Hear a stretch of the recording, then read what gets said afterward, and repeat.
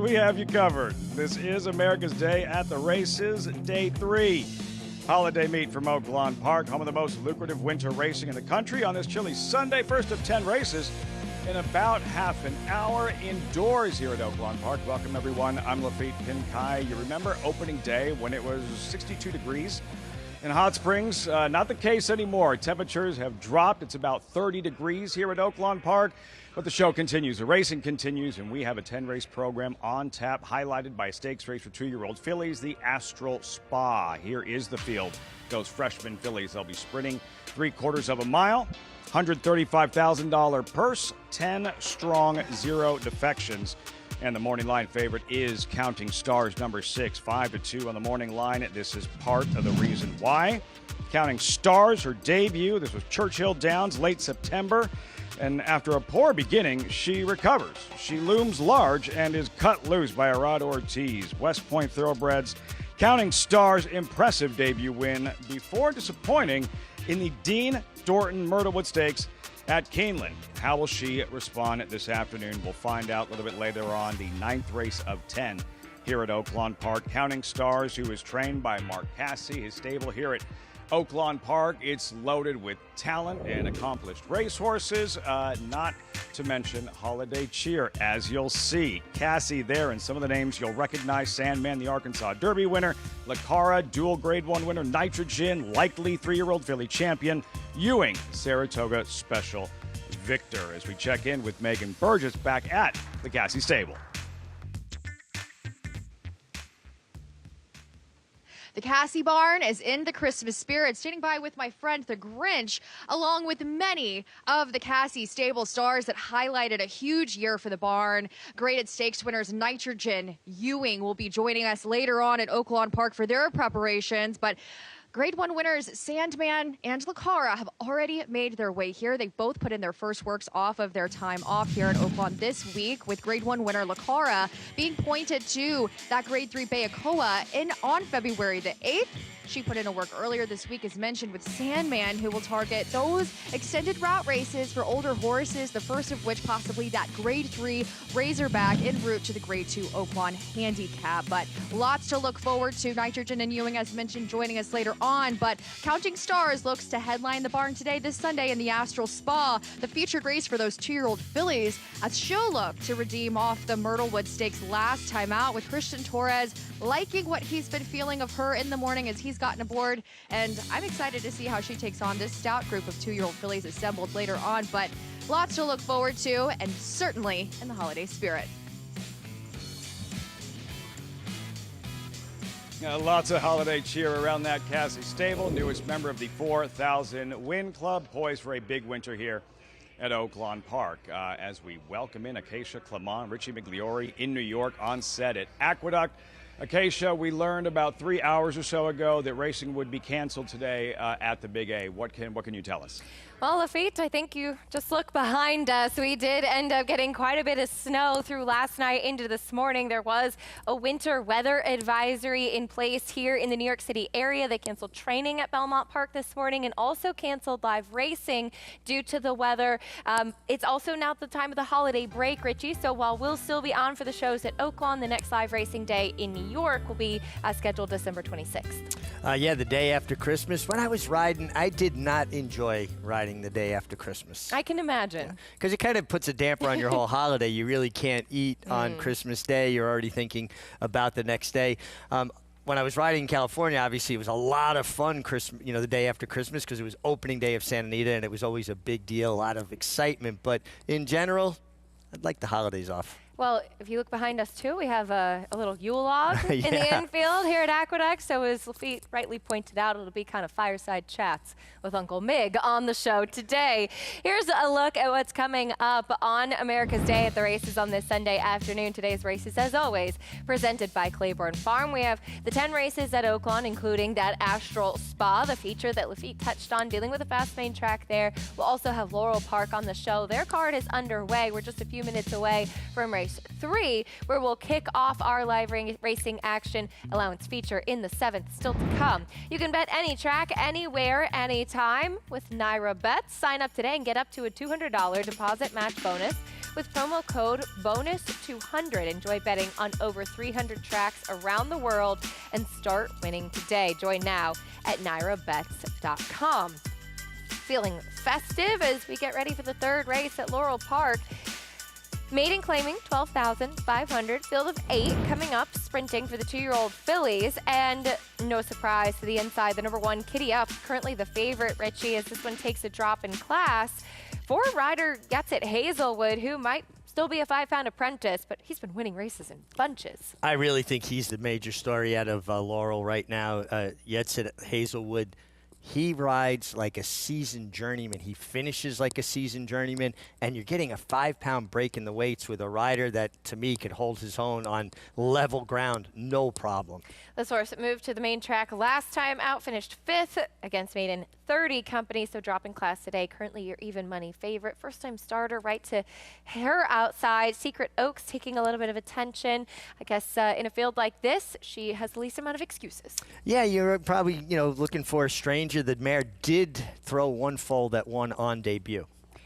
Going in for race 3, Laurel Park coming up next. Dave Rodman standing by with the call. And they're off. I'm a Little Wicked, hustled out of the starting gate. Kitty Up at the rails, going to the front, though. So it's Kitty Up from I'm a Little Wicked. Bulma in between horses, Flying Perfection in that group. And Ever Yours speeding up on the outside into contention with pace. Only Maria is about 4 from the front of the Pink Silks. And Sassy Senorita. Secret Oaks is last of them all. Secret Oaks has to circle the field now for the back and drop some 7 or 8 off the pace. Heading into the far turn. On the inside, Kitty Up under pressure from I'm a Little Wicked. Ever Yours 3 deep, and here comes Only Maria 4 wide in the track with a nice bid with 3 furlongs left now. Sassy Senorita just in behind them, ridden along from 5th, and 3 of them line up across the track as they move to the top of the stretch. Only Maria, Kitty Up, and I'm a Little Wicked driven 3rd. Outside is Sassy Senorita, followed by Bulma, ridden along and angling off the inside for the final furlong and a half. Here's Secret Oaks, his first-time starter, snaking about a little bit, shifting in a little bit green out there is Secret Oaks, but still plenty to do. Only Maria gets away under Christian Maldonado. Only Maria's 8-1, chased home by Sassy Senorita at 21-1. Only Maria, blinkers on did the trick. Only Maria, Sassy Senorita, and Secret Oaks, and then I'm a Little Wicked. Only Maria pulls the upset in race 3 at Laurel. As you heard in Dave's call, it does appear that the blinkers made a big difference today. Yeah, she was attending the pace, strung out about 3 or 4 wide throughout the entirety of the turn and just kept finding. I guess the blinkers certainly had the desired effect. I think far and away the best effort from Only Maria. I know you spent a lot of time in, down Laurel, Maryland. Really a track that has so much history, and I have such a love and affinity for Maryland racing because of their traditions, their history, the breeders over the years. And Laurel always had that rich tobacco brown racing surface that you just look at it now with the contrast of the white of the snow. Kind of makes me wish I was at Laurel today. Oh, I'd miss you if you were. But yes, I agree. Well said. We'll have more from Laurel on the program throughout the afternoon. We'll also get ready to kick off the live racing action from Oaklawn Park in Arkansas. A great fan base that we see at Oaklawn Park. People that love racing, that point to come to the track, in a town that knows exactly what's happening on that Arkansas Oval.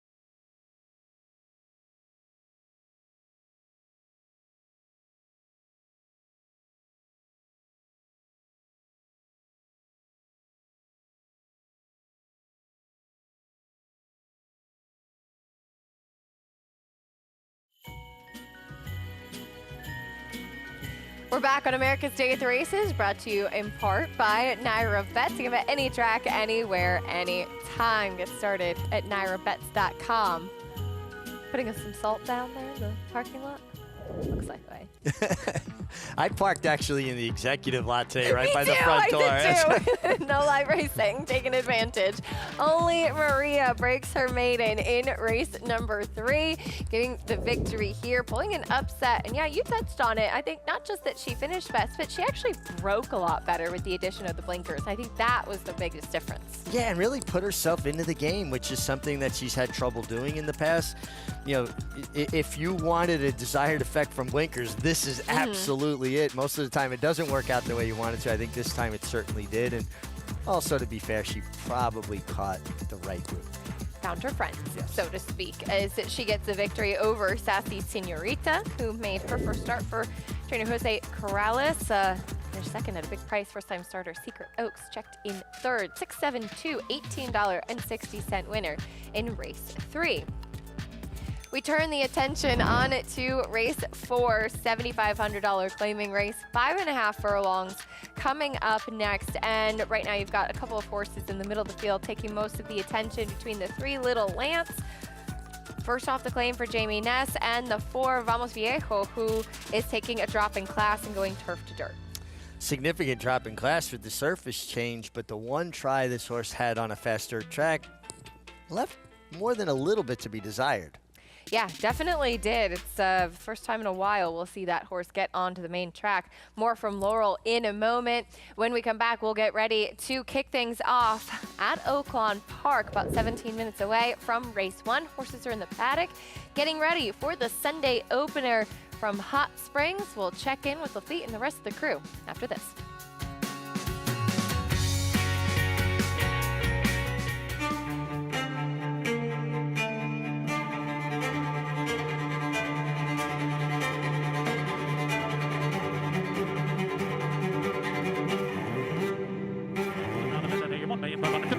$1,600,000 $1,600,000 bid today, $1,600,000 bid now $650,000 $1,650,000 anybody else want $650,000 bid today, $1,650,000 $1,600,000. Thank you.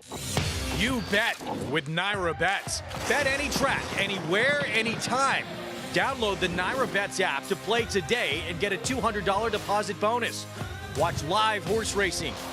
Get expert picks, boost your bankroll with weekly promotions, and hone your handicapping skills with exclusive tips and tutorials. Download the Naira Bets app now. Sign up now to claim your $200 deposit match bonus. You bet with Naira Bets. Justify comes roaring home. He's just immortal. Justify is the 13th Triple Crown winner. An Arabian Lion claws to the front here. Arabian Lion to win the Grade 1 Woody Stevens.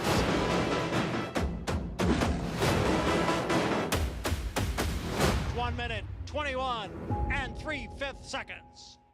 RaceLens is the most in-depth product in horse racing, with unique features found nowhere else. True odds, predictive analysis, and pace projection. RaceLens. It will change the way you follow horse racing and take your game to the next level.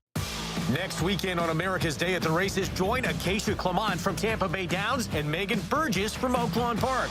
Watch and play all 3 days of great racing, Friday through Sunday. Action begins Friday 3 Eastern on FS2.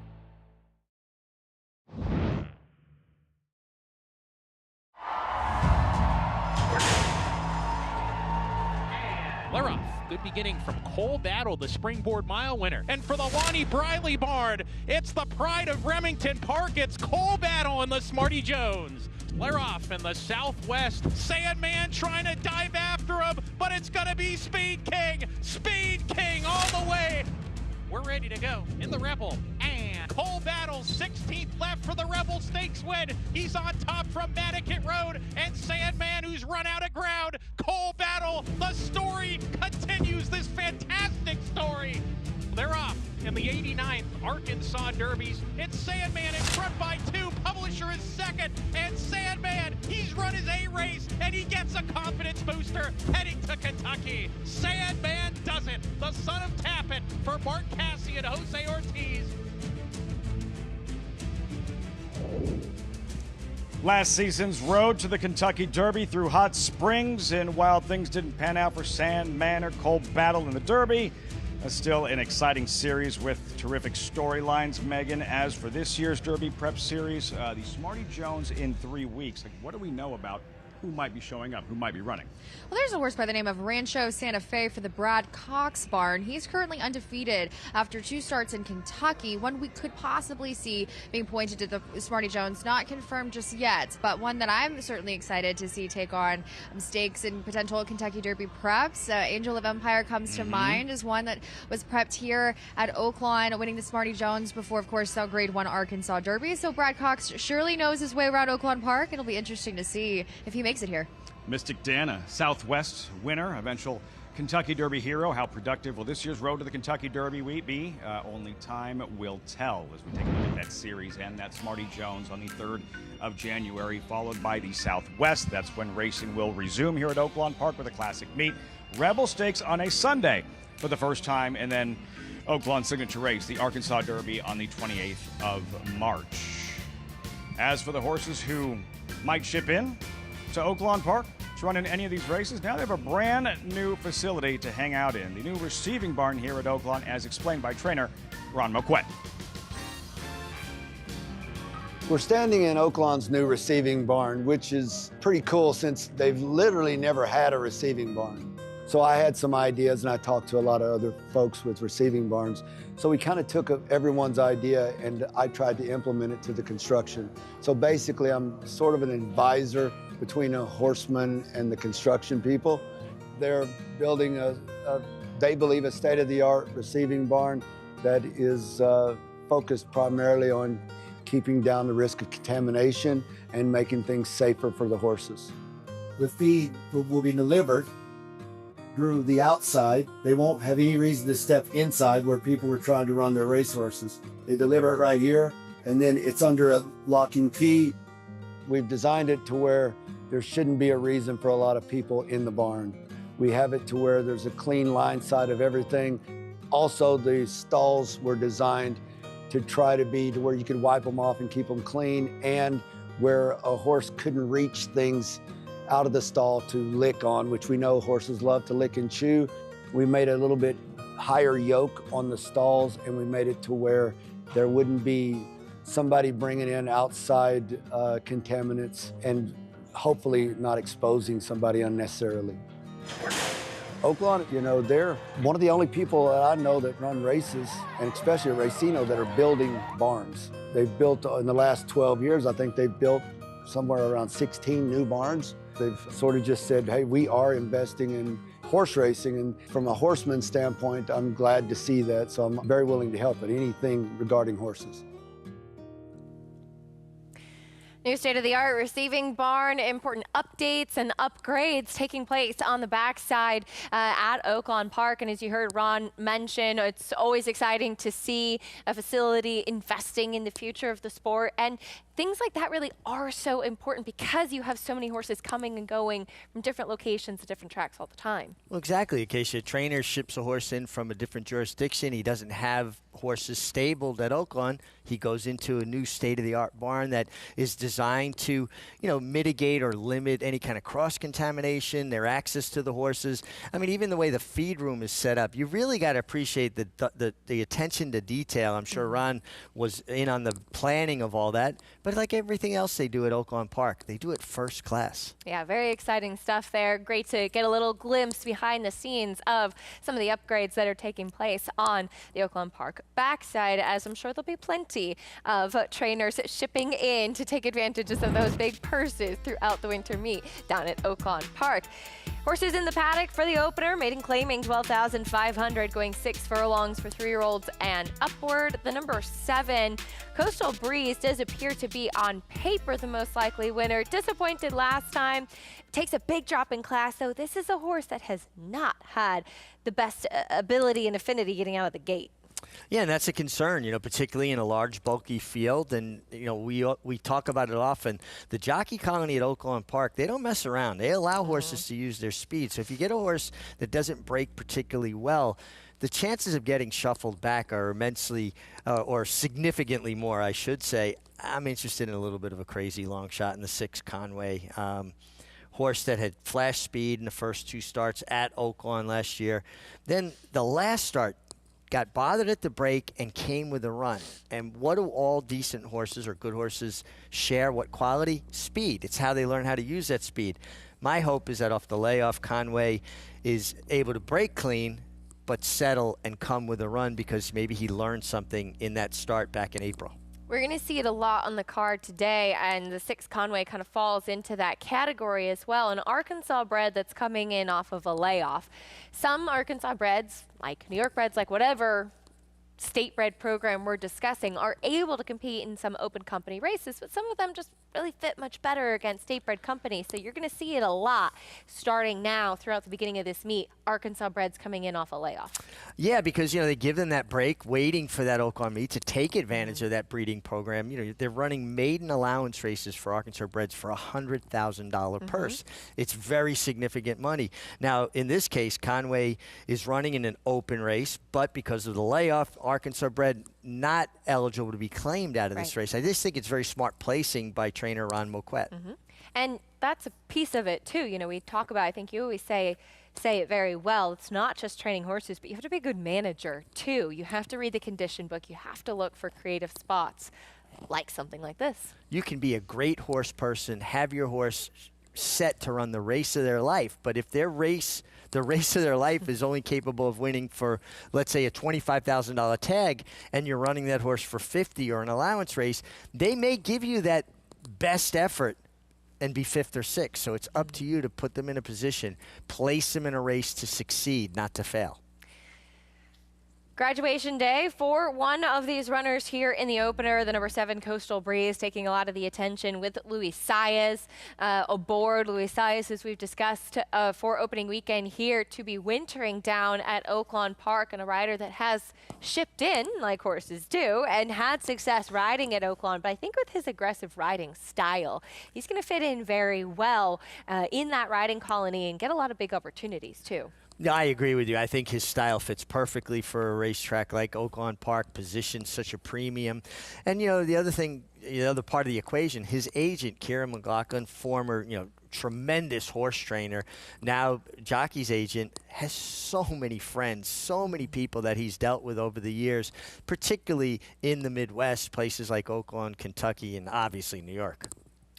There's Luis Saez chatting with trainer David Jacobson, who he will get a leg up from momentarily aboard the current favorite, number 7 Coastal Breeze. The 10 Irish Whiskey taking attention as well. Ramon Vasquez kicked off the meet with a bang, winning 4 on opening day. Such an important thing to get started and a hot streak at the beginning of a new meet. You want to set the tone. You want to get off, and then once you're winning, you're sought after, right? It's just kind of catch-22. If you get off to a slow start, people start avoiding you. Get off to a fast start, and doors that might have been closed before start to open again.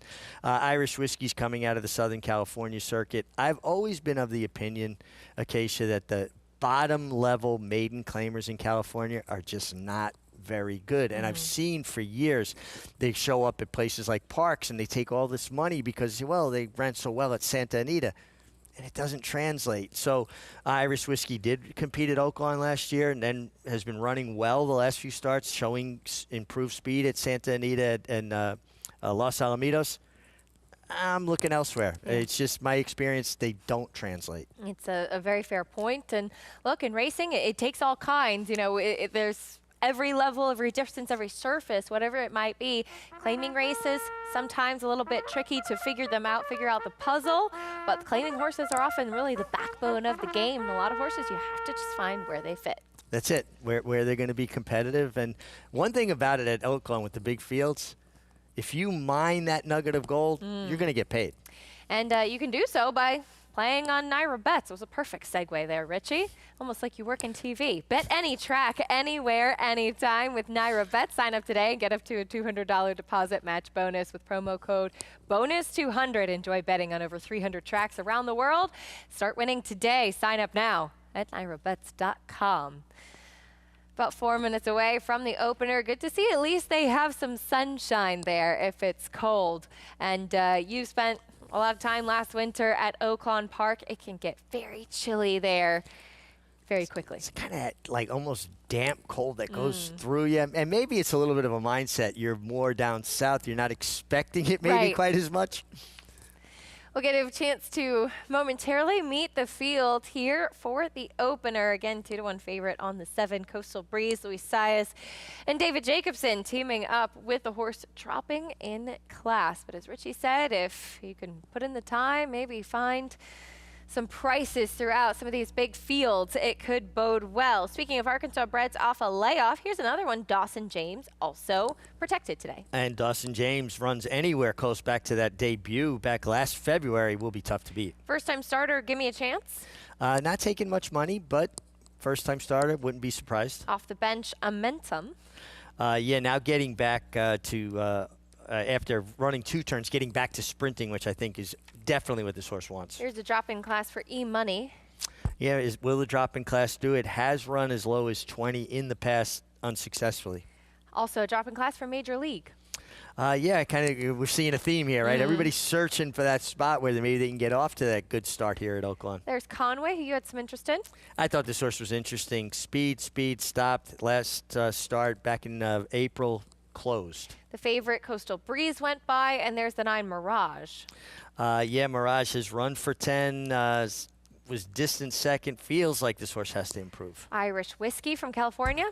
Again, if that form translates from Southern California, I haven't seen it with the lower level maiden claimers. Big price off the bench for Butch. Yeah, this horse's last race left a lot to be desired. I'd be surprised. Big Bourbon River hasn't run since March. No, and another one that just feels like it'd have to get a bit faster to be competitive here. And in off the also eligible list, there's Indue, hasn't run since June. Yeah, hasn't run since June, gets back to Oaklawn Park, is an Arkansas bred. Another one that would be a surprise, particularly from that post position, kind of going to be drawn wide to no place.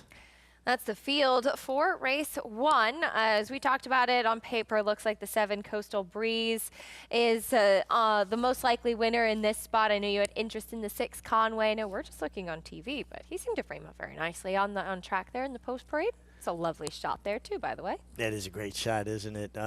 You know, what I started doing last year, Acacia, I would park in the barn area, walk over from the backstretch, because it was easier to get out if it was a busy day after the races. I could make a left out of the stable gate and kind of go the back way to where I was living and have to deal with Central Avenue there, right? So maybe that's a little hint for Megan. There you go. A little traffic help from the Meg, who figured it all out as we head over to Luffy and Megan getting ready to kick off this Oaklawn card. Field warming up here at Acacia. About a minute out till the opener, first of 10 races at Oaklawn Park. And Megan, you wound up with? Number 7, a bit chalky here to start this card. In the paddock, there was a shoe repair here on the number 7, the Coastal Breeze for David Jacobson, who also owns the son of Bernardini. But everything looked good, narrow, wasn't too complicated whatsoever. But just to note that on the number 7. But this is a group that I found the cream rises to the top as far as what I saw in the paddock, and the horse is taking money on the board thus far. How about Conway pictured and Richie discussing 3 different races and what may have been a change in strategy? He used speed in his first 2 starts, faded, and in his most recent was produced later in the race. Right, maybe this is the type of horse that needs to sit back, settle into himself, be able to kind of ration that speed. A lot of horses, when they rush up into position, that early position, it takes it out of them early. So I like this horse to be able to kind of sit that kind of trip. It's nice to have that speed in the arsenal as far as the dynamics are played, but I like him up there at 9-1 for the Ron Moquette barn, who's looking to get on the board here this meet. Never too early to check the jockey standings. Very early on, the pilot you were looking at on Irish Whiskey. What a start to the meet. 4 wins opening day. He won the first race yesterday, Ramon Vasquez. And among those victories, score in the stakes race, the 2-year-old stakes race, the Advent on Dirty Rich on Friday. So important, getting that momentum going, and Ramon Vasquez pushing all the right buttons early on here at Oaklawn. Right. We discussed opening day, the robust jockey colony here. The likes of Luis Saez and Joel Rosario haven't gotten on that board just yet. So it is surprising, but looks to build on that momentum. We'll see how they fare this Sunday. Irish Whiskey, Ramon Vasquez. Can he win the opener on back-to-back programs? About to find out. Second choice at 3-1. Coastal Breeze, number 7, 2-1 favorite with the aforementioned Luis Saez. First of 10 on this third day of the holiday meet from Oaklawn Park. Matt Dinneman with the load and call. Race 1, Oaklawn live on FS1. Money to post 4. Butch, post 11. Next in will be Major League and Tyler Bacon.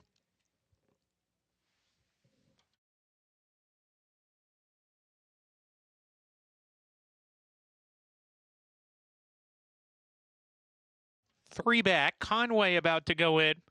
They've loaded Big Bourbon River. Conway the gray, he's it now. And Indue to the outside.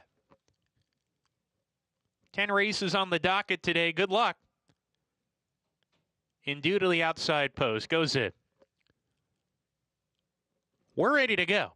We're off and running at Oaklawn Park. One of the horses on the far outside, I believe that was Indue, stumbled at the break and drops to the rear of the field, having to steady early. E-Money as well. Dawson James on the lead with Coastal Breeze. These two together in the run up the back stretch here. They put a length on Irish Whiskey, who sets up shop right behind them. Momentum is down on the inside, running in fourth. Major League to the outside, and Mirage, who's 3 wide. Gap of 5 to Give Me a Chance. The first-time starters drop back to run within 9 lengths of the lead going into the turn.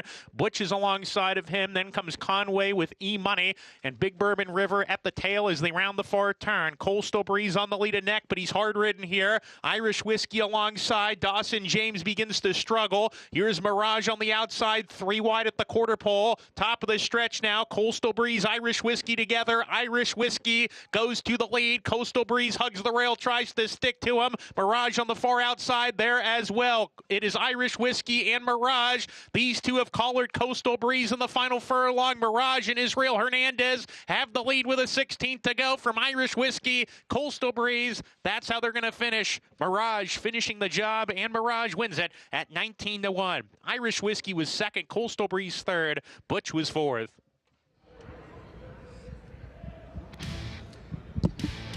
Closed out yesterday's program with a 15-1 shot. We kick off the Sunday card with a 19-1 shot.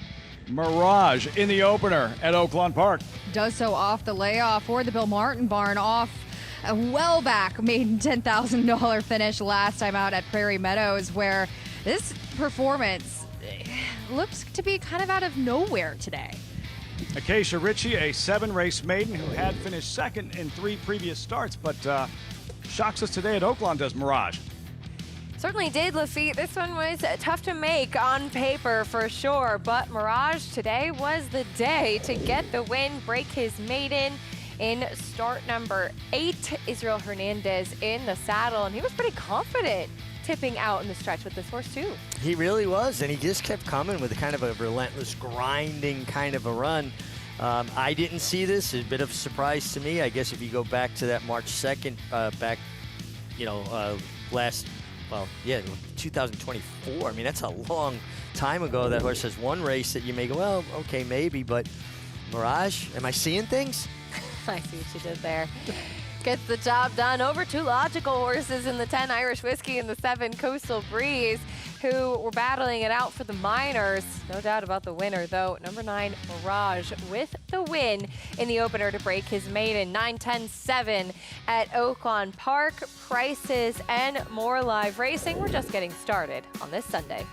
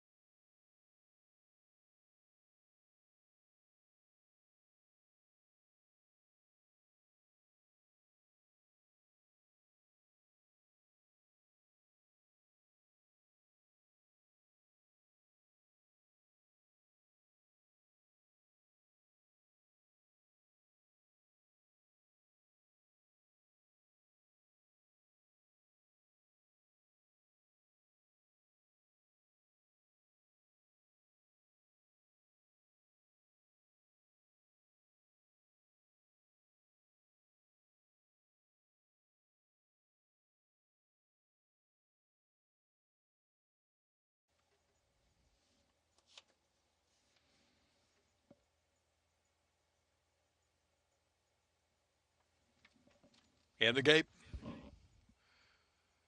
And they're off. Like Believing in Magic was very slow to go.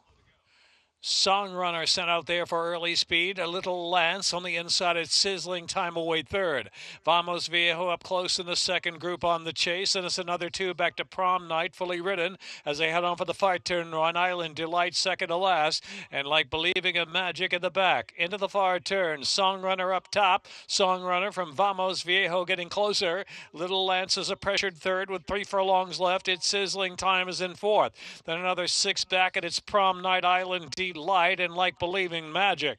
Top of the stretch, quarter of a mile to go, and it's Song Runner, Vamos Viejo 1-2. Song Runner has the lead by 2 as they make the turn in. Vamos Viejo is driven in second. It's Sizzling Time, tries to pick up toward the center of the track. Here comes It's Sizzling Time. It's Sizzling Time coming home on the outside. It's Sizzling Time, a furlong left to go, takes the lead immediately from Song Runner second, and then it's Little Lance. Little Lance now moves to second. It's Sizzling Time and Christian Maldonado. It's Sizzling Time. It's Sizzling Time, Little Lance. Close third. Prom Night of the photo with Song Runner. It's Sizzling Time got the win in race 4 at Laurel Park. Back-to-back wins on the card for jockey Christian Maldonado, who was aboard this one, getting a bit of a drop back down in class and return to Laurel. Yeah, you're going to see the 3-horse have to steady just a touch as the winner. It's Sizzling Time went on by.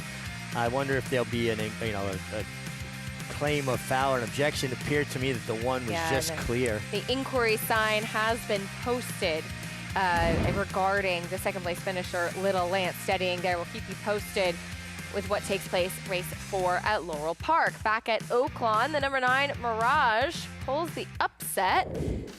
19-1, $40.80 winner, and was best there in race 1. Yeah, it was decidedly best. Irish Whiskey coming from California did run well to be second. The big drop down, Coastal Breeze third. And this is what we were talking about before the race, right, Acacia? If you like a horse, you're going to get paid. I mean, I would have had a hard time coming up with this one. Congratulations if you did, and congratulations for the connections. They had Mirage good on the day. $40 winner pulls the upset in the opener as we head down to Megan with the winning rider. Here with winning jockey Israel Hernandez. Second win on the board. Must feel good getting that done here on opening weekend. I feel great, Thanks for everybody giving me some opportunities, and my agent Bobby Dean, he working hard every day, so it's the results. Well, Hawthorne is home for you, but this is your first time riding full-time here at Oaklawn Park. What was the decision behind that, particularly with how robust this colony is? Yeah, it's my first time here. I hope we run full meet here. Bobby Dean called me and say, Israel, I watch you when you running over there in Hawthorne. They say, why you not come to Auckland? So this is my decision, come to here. Well, congratulations here. Great ride, long shot, but at the same time, gotta feel good to keep the momentum rolling here. Yeah, I feel great. The horse will respond really good and go to the wire, Absolutely. Well, congratulations. Best of luck the rest of the card. Thank you so much. Acacia? Megan, thank you. Good for Israel Hernandez. Always good to get a win opening weekend at a meet, especially wintering there for the first time. Absolutely, and it's a very difficult thing. You're going to step out of your comfort zone, right? You're doing well in a place, and you're familiar with a place. To step out of that comfort zone, go to a new jurisdiction, so important to get off to a good start. And, he'll really settle into it. There's a rhythm to every jockey's room, to every jurisdiction on how you go about doing things. And this is just the third day of that, Oaklawn Park meeting. And I actually was communicating with Chris Ho, and the two meetings, right, the holiday meet and the championship meet that after they take their break in January, will be one continuous standings. It'll be for the season, so it's not like there'll be a reset of the standings when the championship meet starts. All right, good to know, and something to watch as we move on throughout the winter at Oaklawn Park. Race 2, as we turn the page, non-winners of 2 in life, $12,500 claiming race. No surprise to see the number 4, 40 Love, first time in the barn of Peter Miller and getting a big drop in class. This horse on paper, it looks like very much the one to beat. Yeah, we saw Peter Miller last year got off to a good start there, winning the Advent. He won it again this year. with a horse with a very similar profile, right? Coming off of some turf races, showing good speed out in California. So it feels like there's been a bit of a migration, particularly from stables from the West Coast, wintering more or taking more horses to Oaklawn. And you can see why. The purses are there. They're going to have big fields, and they're going to get their opportunities to run. Over at Laurel Park, Richie pointed out some of the trouble we might have seen in the stretch. The inquiry sign is still up, just listed as an objection as well. So Martin Schwann aboard the runner-up number 3, Little Lance, claiming foul against the unofficial winner. It's Sizzling Time, the one. You know, the shame of it is, too, is that you're going by the leader and you drift over. You don't want to put it into the steward's hands. You're best. You're going by, and you're allowing your horse to drift just enough where, even if that horse, to me, was going to be second regardless, that horse steadies, and now you're putting it into the steward's office.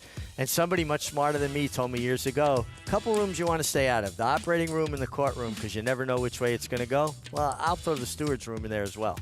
Here's what they're looking at right here. It does appear that he's clear aboard the unofficial winner, the one Sizzling Time, but as you said, kind of that pivotal moment in the race where everybody's trying to make the winning move. Well, and then also the fact that the 3, Little Lance, kind of closed just a touch after extricating himself from between horses. You're going to see coming up. Now, I really think that if Martin Schwann had sold it more here, maybe, you know, you steady there, but yeah, step up a little higher, maybe let your backside bounce off the saddle one time. Make it a little more dramatic. You got to sell it just a touch.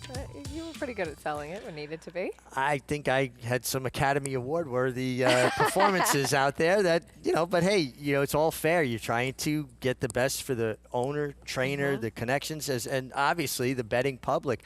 You know, the worst thing you could be when I was growing up, a kid in the neighborhood, we come out to the races here at Aqueduct, you would be termed a mutt, meaning you didn't try, you didn't give your best.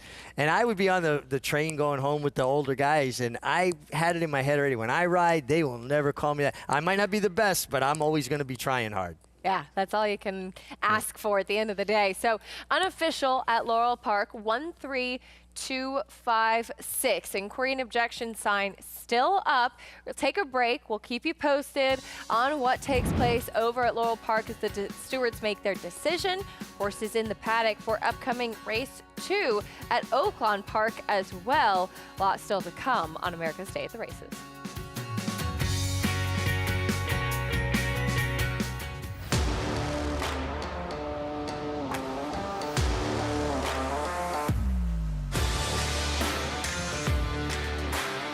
The lead belongs to Epic Ride. He is showing them a clean pair of heels.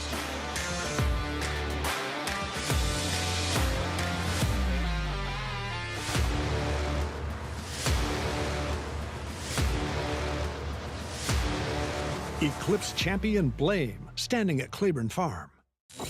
You bet with Naira Bets. Bet any track, anywhere, anytime. Download the Naira Bets app to play today and get a $200 deposit bonus.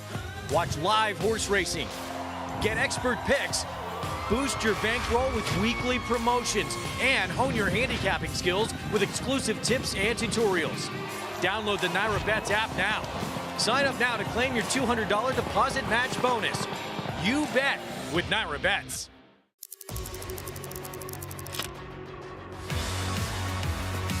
And it's lights out, locked, pouring it on, running aggressively through the stretch to win by 7 easy lengths.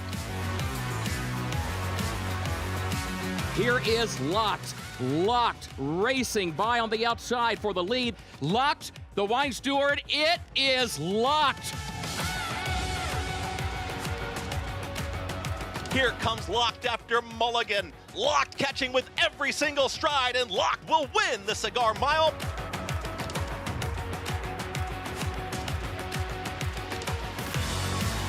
It's all about Locked, dominating the big cap, cruising home to an effortless 8-length romp.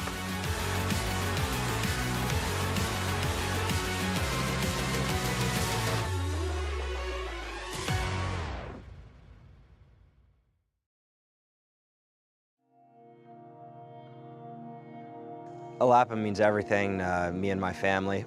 We moved out here about 5 years ago. Since then, every waking day and hour has been spent building this place into what it is now. It's really a spiritual, amazing place where we try to raise the best horses in the world.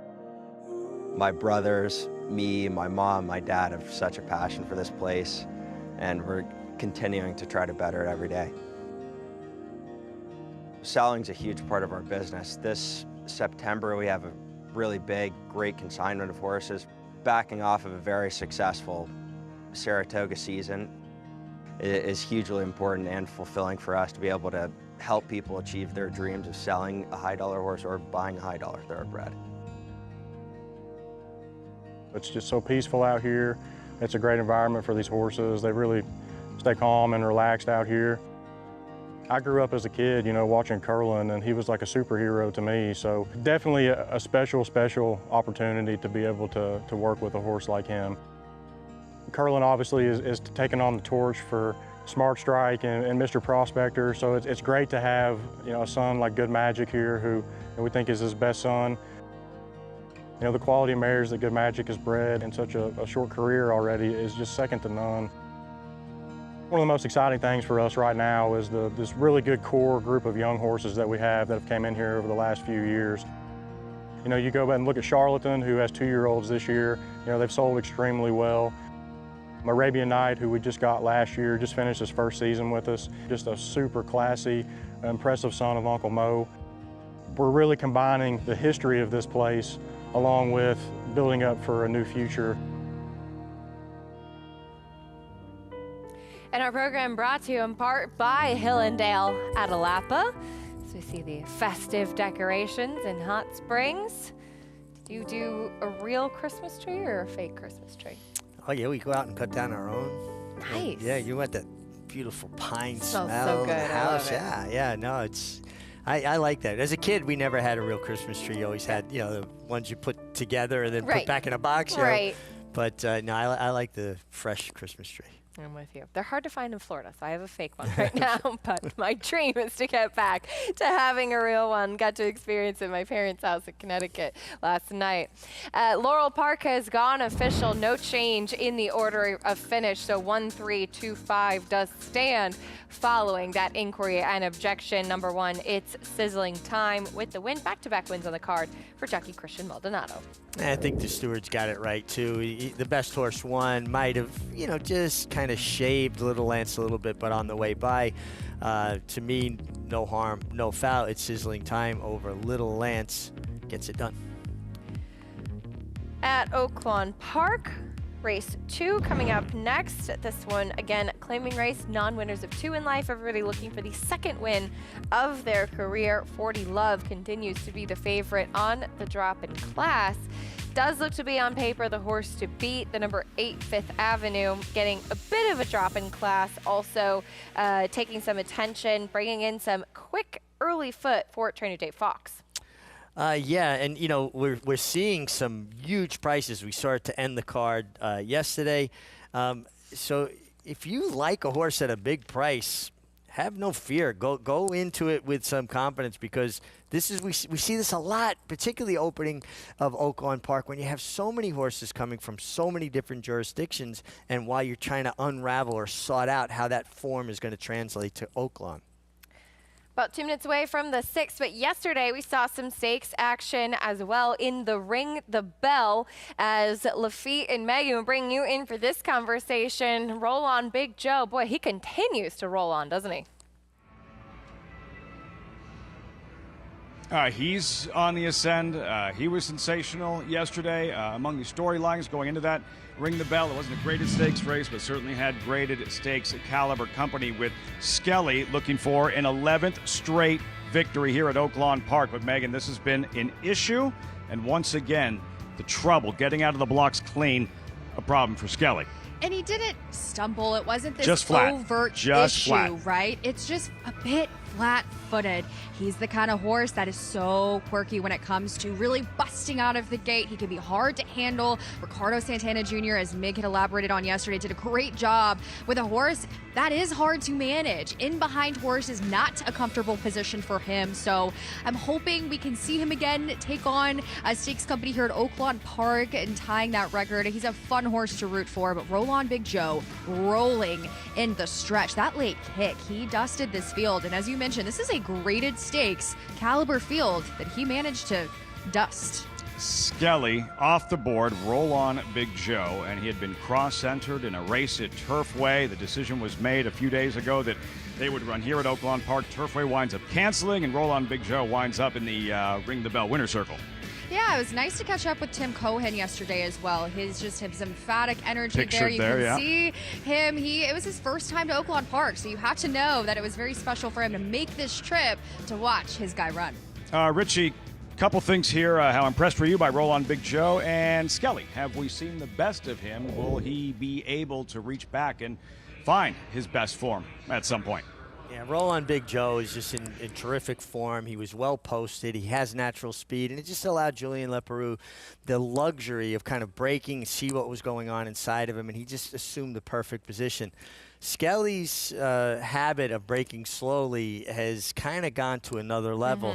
And yesterday, even the horses didn't come together right away. Usually you break a little slow. Horses are like water. They flow to empty space. He actually had a good 50, 60, maybe even 70 yards to kind of get up where he needed to be. His reaction time was just slow. I didn't see any other reason for him to jump slowly other than he didn't react. And that's problematic. Yeah, agreed. And he's a quirky horse, as Megan mentioned. Not only the gait issues, it's been the drifting over the years. Yep. You know all the equipment that he wears, the extension blanker, and an extended cage bit. For a horse that can be a little bit tough sometimes, you do start to wonder are all of his quirks maybe adding up onto the track. Well, exactly. And, just like a human athlete, as you get older, you tend to lose a step anyway. Maybe he's just at that place.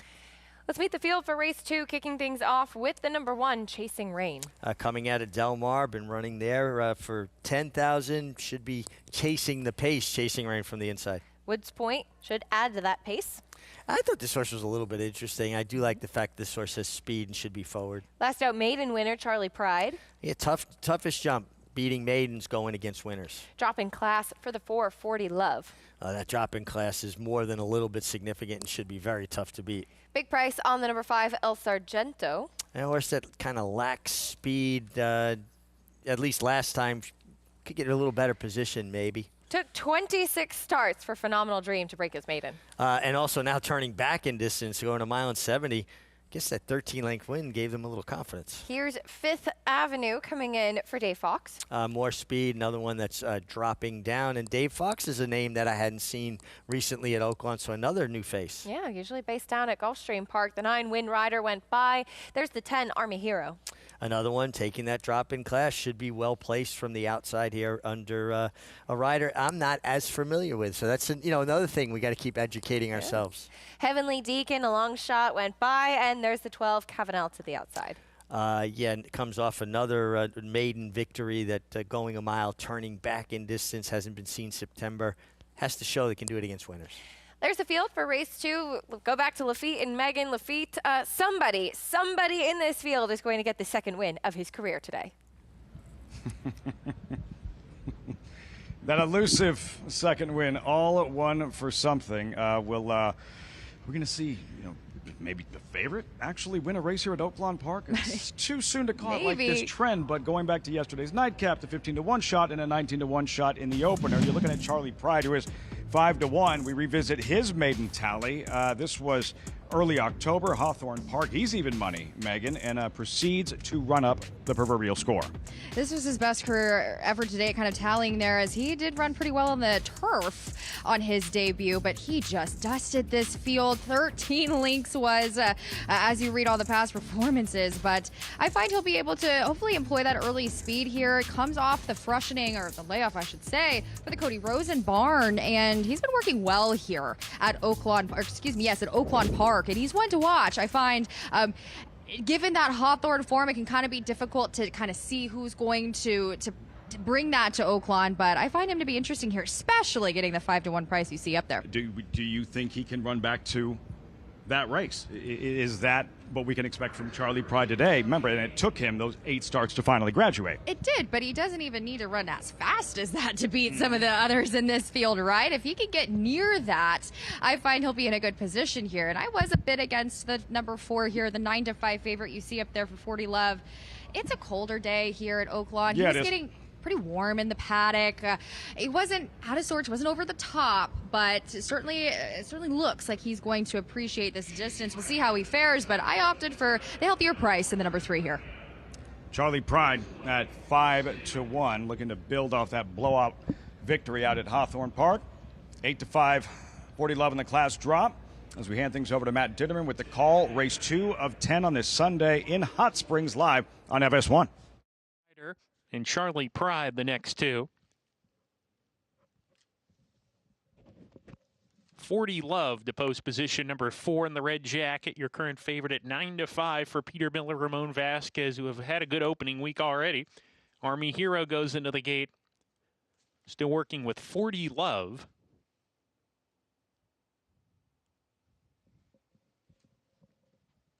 Heavenly Deacon. Next it.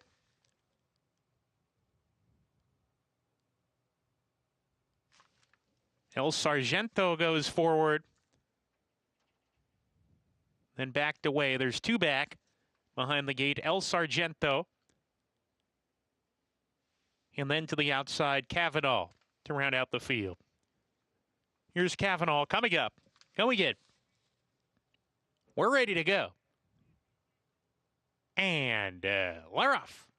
5th Avenue gets the first call, blasted out of the gate, and shoots right to the lead in the early stages. Cavanaugh opening up 2.5 lengths in the early stages. Woods Point picks up the running in the second spot. Windrider to his outside. Army Hero is 3 deep. Cavanaugh is farther out, 4 wide down the backside. El Sargento is next within 3 lengths the lead. Another length and a half to 40 Love. Chasing Rain sent upon in mid-division, about 6 lengths clear of Charlie Pride. And Phenomenal Dream is at the rear as they go into the far-turn run. 5th Avenue, the leader a length. Woods Point sent hard after him from second. They've opened up 3 lengths here.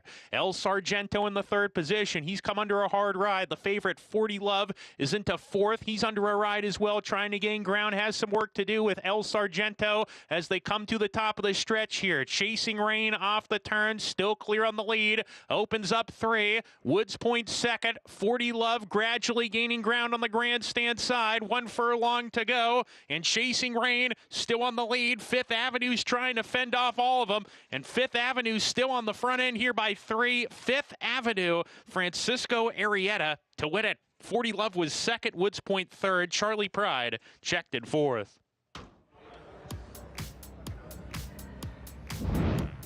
Fifth Avenue digs in, holds on. Valiant was the runner-up. Chasing in vain. 40 Love, number 4 after this start, Megan. I mean, he ran exceptionally well, all things considered, going straight down. As you can see here, you'll see at Oaklawn Park horses that just do not tend to get out of the break. He ran a very good race in defeat. The number 8, 5th Avenue, one that he's one that when he gets forward, he does his better work, and that's exactly what happened here today. Francisco Arrieta, last season's champion jockey, out in front with 5th Avenue. And give 40 Love all the credit in the world. These aren't stakes types of runners. These are just $12,500 restricted claimers, Acacia and Richie, but 40 Love showing class in defeat after that bad start, finishing second. Performance there from the runner-up guys, and 5th Avenue just had the tactical advantage to Richie. We always talk about how deadly speed is, and Francisco Arrieta did not take his best weapon away. No, not at all. And listen, 5th Avenue showed a lot of promise. You got to go back to June of 23 when he broke his maiden impressively at Ellis Park. And then he was off for an extended period of time, came back this summer in Saratoga, found the right level, found the right fitness level, and speed is a premium. And, you know, what we saw with the favorite, not getting off as clean, 40 Love, it's even more important to get your position going forward in a bigger, bulkier field. Gets the win here, drop in class for trainer Dave Fox. Always good to see his name in the entries. Number 8 with the winner, 8-4-2-3 in race 2 at Oaklawn.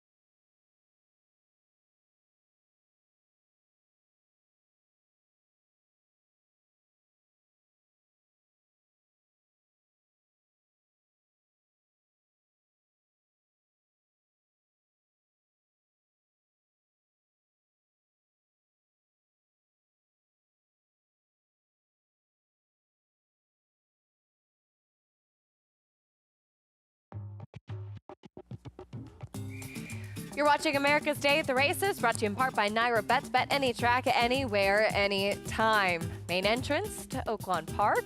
Pull in, go to the casino, go to the spa, go to the hotel, go to the racetrack, one-stop shop. And great restaurants right there, Yeah. too. We actually don't have to leave the grounds, and you'll be pretty happy. It's pretty nice. Back over to Laurel Park, race 5 coming up and next. A good allowance here as we're sprinting for fillies and mares. The number 6, Devastating, currently the favorite. First off, the claim for Robbie Bales.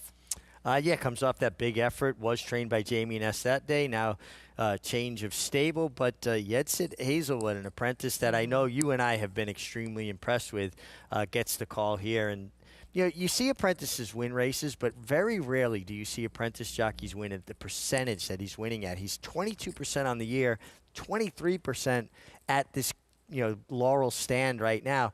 That's when a young rider is really hitting on all cylinders. And we've seen a lot of good apprentices, or just apprentices in general, start at Laurel Park, cut their teeth there, pick up some big opportunities, and then try to go to some bigger circuits. And it's been a very successful starting point for a lot of young riders. It's been definitely a proving ground for young riders. So many good young riders have come out of there over the years. Obviously, you can go back to Chris McCarron, Kent DeZormo, and on and on and on. And Mike Luzzi was, champion apprentice out of Maryland. Obviously, Edgar Prado plied his trade there for many years. But you know why I think it goes hand in hand? Because you have such good horsemen and women at Laurel, and they really kind of recognize young talent, and they definitely nurture it. So not a surprise, but this young man, I'm impressed. He does not ride like an apprentice jockey. We saw him get his first Nairo win the Yes. other day as well. I'm sure a big deal for him. Been riding exceptionally well and at a very high percentage at Laurel, but when you win with the big boys like that, it's a big deal. Yeah, but you can see he's got poise, he's got confidence, and a young rider needs to have a certain amount of swagger. You got to keep it under control, don't let it get out of hand, but you got to believe going out there you belong with the big boys. He's aboard the favorite, Yetz at Hazelwood, devastating. First off the claim in race 5. They load in. We send it up to Dave Rodman for the call, Laurel Park.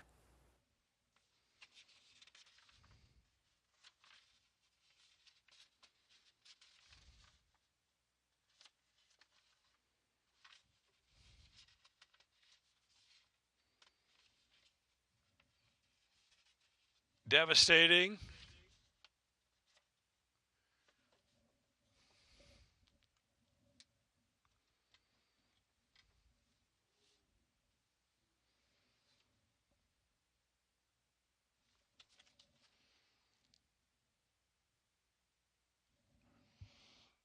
Lined up.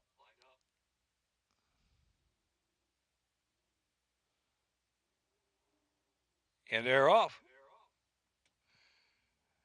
Sunflower State fast away along with Persian. Margaret P. hustled up there for the early foot. On the outside is Wunderkind. Devastating's right there with the lead. Group 2 settles in on the outside in 5th position. Wunderkind now speeds to the lead. Wunderkind opens up a 2-length lead. Margaret P. on the inside tracking along from 2nd. Sunflower State is in 3rd. Then Devastating, the orange cap on the outside, and Persian's in mid-flight. Then it's another 2 lengths back in the field. On the inside is Run Sweetly and Ready for Magic. Tight pack, only 5 lengths will cover them. 3 ace out. Round that far turn, and now it is still Wunderkind with Persian on the outside. Devastating tries to bid up, and Margaret P. ground saving in 4th position. Then Ready for Magic on the outside. Sunflower State ridden along and dropped out of it, and Run Sweetly's in between horses. Open Affair, 3/16 left to run. Persian makes a narrow lead. Persian Devastating there on the outside. Here comes Run Sweetly. Run Sweetly shifting a little bit, but coming with a very game run. Narrow lead for Persian on the outside. Devastating. Devastating takes the lead. Devastating. Devastating, and Run Sweetly in the photo with Persian, and then Margaret P. 4th. Devastating was just that. Comes running late as the favorite to get the win. We talked about Yetz at Hazelwood and all that finishing prowess on display here.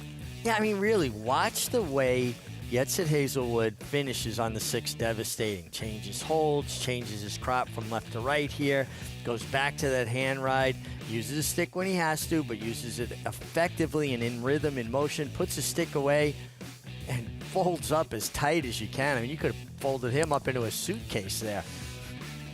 Like a lizard on a log, right? Like a lizard on a log. And this horse, Devastating, just did his great granddam, his great-grandmother, Reboletta, multiple Grade 1 winning mare.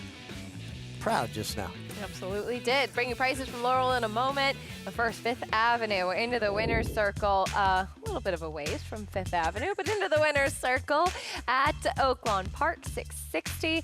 Speed, Devastating. The game effort, a bit of a trouble trip from the favorite 40 Love. Yeah, and again, set up by the break, and it's so important to be able to get your position going forward in these bigger, bulkier fields at Oaklawn. Nobody's taking any prisoners. Everybody wants to get off to a good start. We've seen Francisco Arrieta for a couple years now having strong meets at Oaklawn Park. He gets the win. He's standing by with Megan.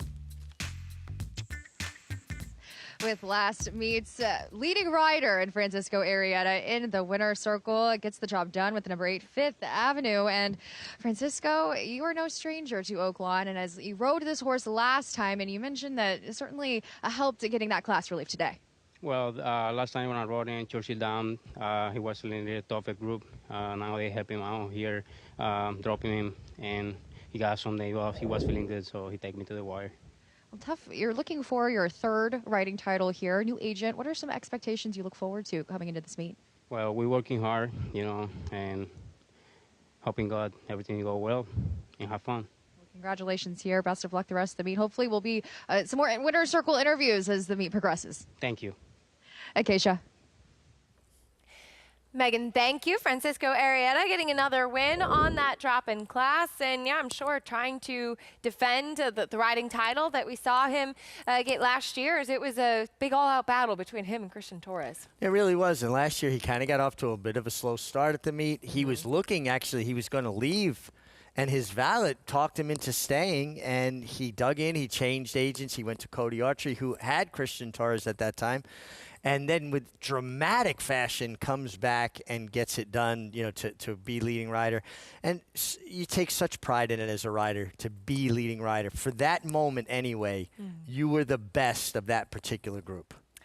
Definitely something to be proud of. We'll see what this winter holds for jockey Francisco Arrieta, winner of race number 2 at Oaklawn Park. As we turn the page, going on to the third, 6 furlong, 2-year-old fillies, maiden claiming here for $50,000. As this one, you have some nice pedigrees in here and some horses that look like they have a little bit of ability. It is our friend Tom Amos with Bet the Gray, who currently has the favorite, though. I remember Tom saying at the beginning of this horse's career, you can expect him to be a little bit green and all over the place, and he'll be a handful. Yeah. But, you know, listen, Tom is one of those trainers that wins consistently year in, year out. Why? Because he is thoughtful and he thinks about how to get his horses to where they need to be. I should have said she, by the way. These are fillies. Back over at Laurel Park in the winner's circle, a 3-year-old filly, devastating with Apprentice Yetsit Hazelwood, $5 winner. And a big price underneath from the number 2, Run Sweetly.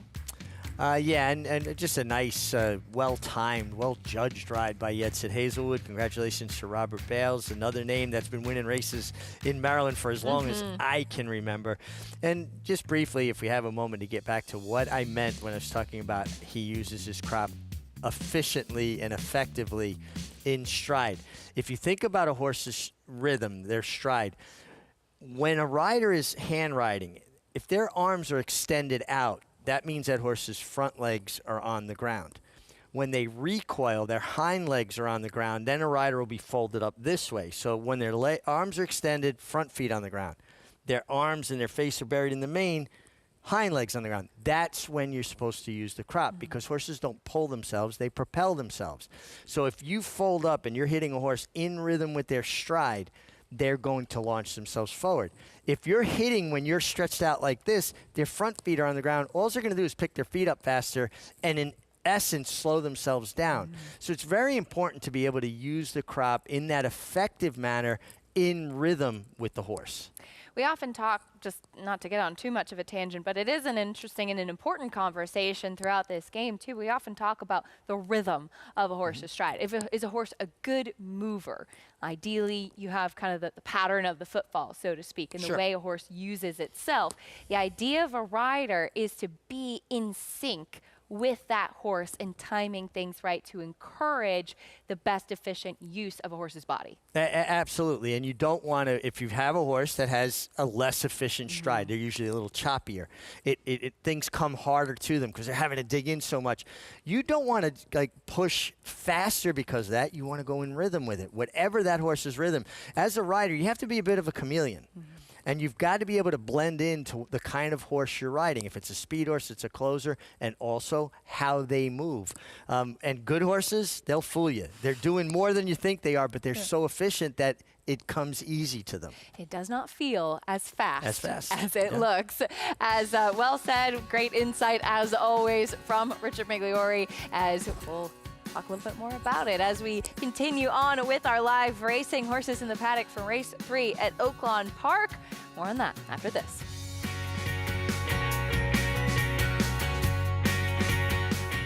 Union Rags, a proven sire with 6 Grade 1 winners. He has 3 Grade 1 winning juveniles, including Dancing Rags, Union Strike, and standout older horses like Express Train and Paradise Woods. His success continues with recent graded stakes winner Circle of Trust and multiple graded stakes winner and Grade 1 winner Power Squeeze. Union Rags, a proven Grade 1 sire, standing at Lane's End. This holiday season, give the gift of racing with Naira Bets gift cards. Share your passion with friends and family or instantly fund your own account. Choose the amount and redeem online. Find gift cards under the promotions tab at NairaBets.com. Say hi to our new stallion, Highland Falls. From his winning debut to that spectacular Jockey Club Gold Cup. It is Highland Falls. He wins another one, this time the Jockey Club Gold Cup. Even his buyer was high. The race his sire made his own by a widening 4 lengths. A host of Grade 1 winners far behind. High and goodbye. Running a 107 when second in an All-Star Whitney. The rise and rise of Highland Falls. High class, on the track and on the page. This is his dam, winning the Acorn and then the Distaff. Aim high. Breed to a well-bred son of Curlin. Highland Falls, new to Darley. Racetrack Television Network brings you every race, from every track, on every screen, every day. With monthly packages starting as low as $5, RTN gives you great value and access to more live HD streaming and race replays than anyone. Visit RTN.tv today to sign up and watch on almost any device, including Roku and Amazon Fire. RTN has packages that start at $5 per month.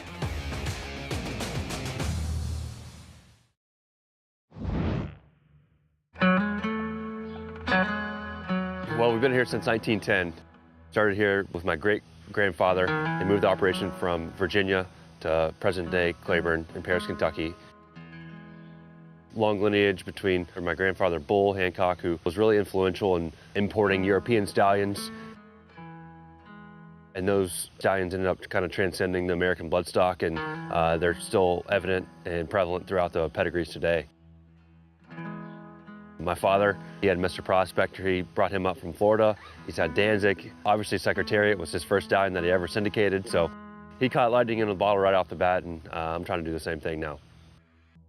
Certainly, we've come along and been really lucky and gotten some really good stallions along the way. Warfront's obviously in the sunset of his career. He's been unbelievable for us. We're looking for someone to fill his shoes, and we're excited about Mindframe. We think he can be that next big horse for us. Annapolis has had his first foals on the ground, and they're looking unbelievable. Certainly Prince of Monaco, he has his first that are in utero, and we're looking forward to those foals in the spring. We've really put an emphasis on our September sale this year, more so than years past. We're feeling confident that we have a really good group, and hopefully the sales results will prove that. We've had a lot of wonderful clients over the years that have really supported us and backed us, and that's been one of the main reasons why we've had the success we've had. We couldn't do it without them. It's hard to be in business for 115 years if you're not doing things the right way. Our motto is do the usual and usually well, and we've always felt like if you take care of the horse is going to take care of you, and we've certainly been lucky in that regard. America's Day at the Races is brought to you by Claiborne Farm, 100 years of doing the usual, unusually well. We have race 3 coming up next with the 2-year-old fillies, as it is a maiden claiming race for $50,000, and we've got some intriguing pedigrees in here, some horses with experience, first-time starters, a little bit of everything. You do have a little bit of everything, and we've been talking about how horses paying big prices, so I landed on your favorite, the 2, Bet the Gray, partly because in Tom Amos I trust. Luis Saez can't go much longer without winning a race. It's just a matter of time before he breaks out. 2-1 right now on Bet the Gray. 2-year-old filly, as we see first-time starter, Everlasting Lover, a little bit green out there on the track. Still a little bit green on the number 1, Dance When You Can, who looks like she wants to dance right now. Who does have some experience, too, but turns back in distance and drops in class. It's far more settled today, Bet the Gray. Yeah, I like the way she's handling herself today. You're lucky you're cute. Never heard that. Not taking a tremendous amount of money for a firster. Dropping class for Heavenly Destiny. Gonna have to improve. Amazing Amanda drops back down. Drops back down, and consistent speed should be forward. Everlasting Lover, that green first-time starter. Yeah, and another one, just not taking a tremendous amount of money. We look for the board to help us in these situations. Silvertown has run at this level before. And a couple of decent tries, particularly back at Keeneland in October. And all first-time starters to the outside. Here's Famous Pharaoh. Another one, not taking a tremendous amount of money with a slow series of works. That's a big pedigree, though. Dam was precocious. There's Rambunctious Riley. Taking money. And we saw this combination, Ruiz Racing and Chris Hartman, have a tremendous start to last year's meeting. And another firster by Bo Liam on ramp to the outside. Yeah, and again, not taking a lot of money, but an outfit that is very capable with first-time starters. 19-1 right now on the board. You said leaning on the favorite, number 2, Bet the Gray. She just has faced far tougher, including that very salty field on debut at Saratoga, where she took a lot of money. Yeah, I mean, she took a lot of money that day. She was green. Now she's getting down to a level where it just feels like she's found a group that she might be better than. Yeah, maybe so. She takes the drop in class from a maiden $150,000 race at Churchill Downs. We head back over to our team at Oaklawn. Megan Burgess now joined by the one and only Frank Miramati. Guys, what are you seeing from these 2-year-old fillies?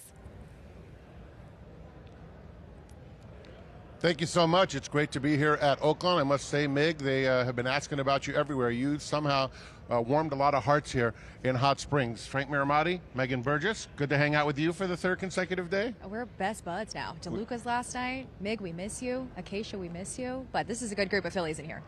Let's take a look at a horse who is currently co-favorite at 2-1, and the morning line basically told you the 2 and 5 are going to get hammered. Amazing Amanda is making her 4th career start. Daughter of Vacoma, what are your thoughts? I like this horse. I took a stroll at the Cassie barn, and they have confidence in this horse as well. Coming into the start, if you take a look at that maiden special at Keeneland, where she got green. She was hanging on her left lead, kind of stopped that momentum after she set the pace too wide. Broke with speed that day. She had a pretty comfortable lead, but again, green hung there, losing momentum deep stretch. When she finally switched, though, she was able to run on with some things to like. But Cassie, maiden special weight, 2 maiden claimers, past 5 years, 18%. She's been working here at Oaklawn Park, and there's some good expectations from the barn coming into this race. As with almost every Cassie runner, looking good on the racetrack, and she's been 2-1 or 5-2 in all of her starts. That stays consistent. Let's take a look at an interesting long shot from a pedigree standpoint. We know that Famous Pharaoh's sire liked it over here, having won the Rebel and Arkansas Derby before the Triple Crown, but more importantly to me is the fact that there are 5 siblings. Every one of them have won. And 2 of them are 6-figure earners, and 2 of them have had success, Megan, at age 2. And so I'm thinking, at a big price, why not take a shot in case one of these 2 favorites is not able to outclass them? I agree with you. I think just from a fitness perspective, looking at her physically and mentally, she's a little distracted. I think she'll benefit from the start. But to take a look at the number 2, Bet the Gray, I know Richie likes this horse. I liked what I saw from her, being able to develop, as Acacia had mentioned, with that horse. She's been able to, with the number 2, Bet the Gray, as I'm speaking on, that horse has matured. Much more poised in the paddock, much more professional there. So I like what I'm seeing there. And then what about this other firster here? Yeah, that's the number. We take a look at the number 9. I had some interest in just from the Chris Hartman barn, been working actually out in California, but this horse looked good in the paddock. Athletic, well-balanced individual that I think is fit to hopefully make an impact here on debut. All right, owned and bred by Ruiz Racing is the 9 Rambunctious Riley, continuing to take that money. I mean, when they start dropping at this rate, all of a sudden down to 4-1, you know she's got some ability. They are loading into the gate for the 3rd. It's the start of the 50-cent pick 5. As always, the $1 pick 3s also offered here. We have co-favorites in the final stages of wagering at 2-1, the 2 Bet the Gray, and the 5 Amazing Amanda. Best of luck. Here's the voice of Oaklawn, Matt Dinnerman. You're watching live on FS1.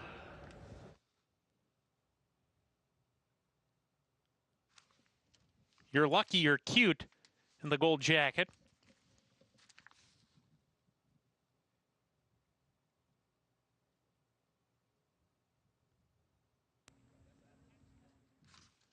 Heavenly Destiny.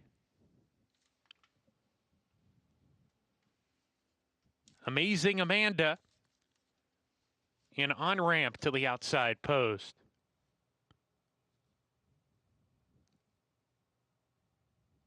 Here's on ramp. They've backed away. Dance When You Can.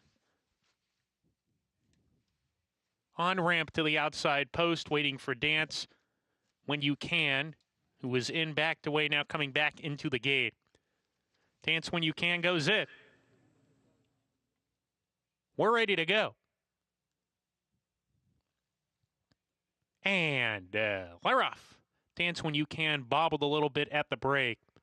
Bet the Gray is showing speed. Rambunctious Style a little bit quicker, and Rambunctious Riley has the lead in the early part. Bet the Gray takes the second spot. Amazing Amanda third, right on the tail of the leader, Rambunctious Riley. Bet the Gray moving up to come and challenge. Amazing Amanda is right between them, not far off. Dance When You Can is down on the inside here, right on the heels of the Gray horse. Bet the Gray approaching the far turn run. On ramp is next as they corner into the far turn. Everlasting Lover alongside of Heavenly Destiny. They're a half length in front of Silvertown, and that leaves Famous Pharaoh to trail as they round the far turn. Amazing Amanda's cruising. Amazing Amanda going to be tough to reel in here. Bet the Gray has come under pressure and starts to lose contact with Amazing Amanda at the quarter pole. Rambunctious Riley picks up the running in the second spot. They're off the turn. Amazing Amanda in front. Looks like the only one that can beat her is Rambunctious Riley. Amazing Amanda trying to make it a one-horse race and leads by 2. Bet the Gray re-rallying into second as a second lease of life. Amazing Amanda the leader by 2 from Bet the Gray, and Amazing Amanda's going to finish it. Amazing Amanda to win it. Bet the Gray was second. Rambunctious Riley third. On ramp checks in fourth. 5-2, 9-10. Amazing Amanda clicks up to 5-2. Beautiful trip and proves best when the question was answered. Nice pick, Megan. Perfect trip. She was in cruise control. She looked like she had all the horse she needed on this drop in class. I will say drop in class in restricted company last time out at Keeneland, but no issues on the lead today. She was able to kind of put things together off of some of the greenness that she showed last time out. And then Bet the Gray, resurgent. She certainly fought hard. She was much the best of the rest. The money proved to be accurate in that Rambunctious Riley had speed and ability, so a very formful result. 5-2-9. Let's go back to Acacia in New York alongside Richard Migliori. Amazing Amanda, she was pretty amazing here, Richie. Not the prettiest way of doing it, but she does have the habit of lingering on that inside left lead, and she definitely appreciated the class drop, showing another dimension today. Yeah, I like the fact that she kind of rated just off the pace today, which she's been, you know, contesting the pace, showing that natural speed. All horses that are, you know, successful, they possess speed. It's how they learn to use it, how they learn to meet it out, if you will. Amazing Amanda, very confident ride by Christian Torres. Yeah, she didn't change leads. She was a little bit sideways in the lane, leading with that left foreleg. A game effort by Bet the Gray. She was just second best. Did that last time too. Amazing Amanda lingering on that inside lead. And, you know, it's funny, she's by Vekoma, and all the ones I've been around, many of the ones I've seen at the races, they have the same kind of gait that he did. We talked about horses with a choppy move. He did what was called paddling, and he would really kind of swing both legs, but particularly the outside one, and you see a lot of his offspring do that too. Yeah, when you watch a head-on when Vekoma was running, his legs didn't go north-south. They went east-west, right? And they kind of paddled out. Years ago, there was a horse around here called Subordinate. He paddled so badly that you had to put him away from other horses. I'd put him out in the 5-path away from everybody because he would trip himself. Wow. Well, it's all about finding the best rhythm, as you so eloquently put it. 5-2, 9-10, formful race in the third at Oaklawn Park, as trainer Steve Asmussen closing in on yet another milestone, getting closer to 1,000 wins at Oaklawn Park. You find a record in horse racing, odds are Steve Asmussen will break it.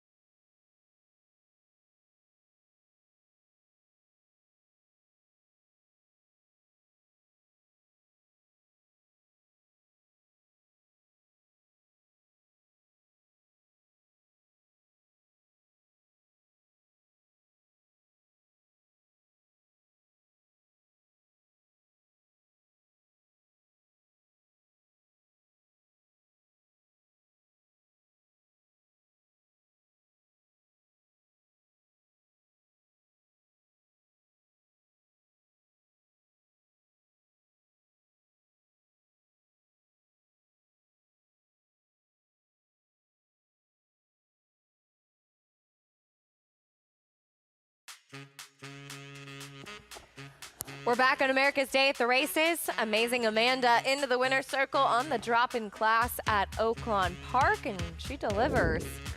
$7.20 winner as we head down to the winner's circle. Check in with Megan.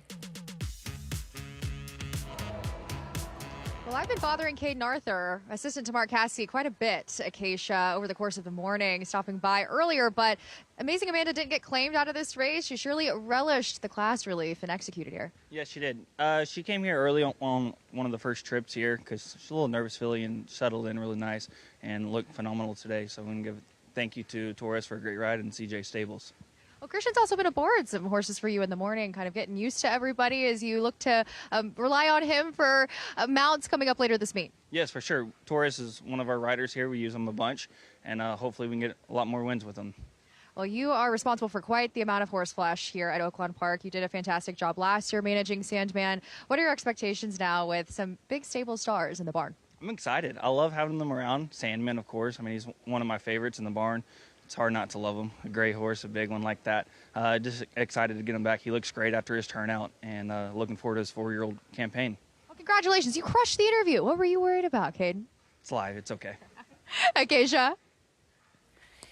I have a feeling he'll have a bit more practice throughout the winter for sure. Well done, Caden. Yeah, overseeing everything at the Cassie barn. Was based in Arkansas with Mark Cassie last year. Part of bringing Sandman along, winning that Arkansas Derby, got the pace to set up and run, but he's been very effective at Oaklawn Park. Very effective at Oaklawn Park. And, you know, it's an interesting dynamic, right? Christian Torres was riding Sandman, was replaced with Jose Ortiz. And now a rider has a choice. You get taken off a high-profile horse. Do you pout, sulk, take your ball, go home? No, you have to preserve the relationships with those stables. And Christian did all the right things, said all the right things, even showed up to work the horse after he knew he was being replaced. And you're rewarded by riding other winners and keeping your place in a stable. As a jockey, I always wanted to be in the batting order. I didn't care if I was batting ninth, if I was the guy's ninth, as long as I was alive in that barn, because you can't get any hits sitting on the bench. If I'm ninth, I can work my way to eighth and so on and so forth. Yeah, and I can tell you from personal experience being married to a trainer, those jockeys that come in the morning, that work horses, that know the barn, that are part of the barn, are the ones that they want to give the best business to. Absolutely. You know, they're in the trenches with you. They're showing that they want to work and they want it bad, and that opportunity means everything to them. Race 6 coming up at Laurel Park. Maiden claiming 25,000, 5.5 furlongs for the 2-year-old fillies. Let Her Pass By, currently the favorite for Rick Silliman. I know that she's run some good figures. They've all been on the turf. Yeah, it's just hard for me to take a horse that has never done something before at a short price. I'm always going to look for some more proven form on that particular surface. Into the gate they go for race 6 at Laurel Park. Graduation day for one of these young fillies. Dave Rodman standing by with the call. Barbados Bulldog.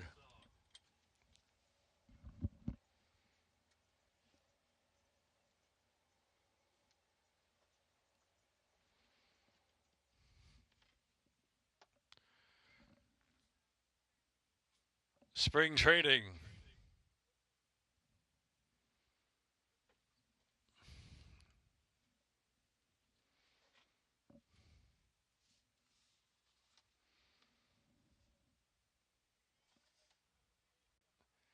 And they're off. Spring training slow to go.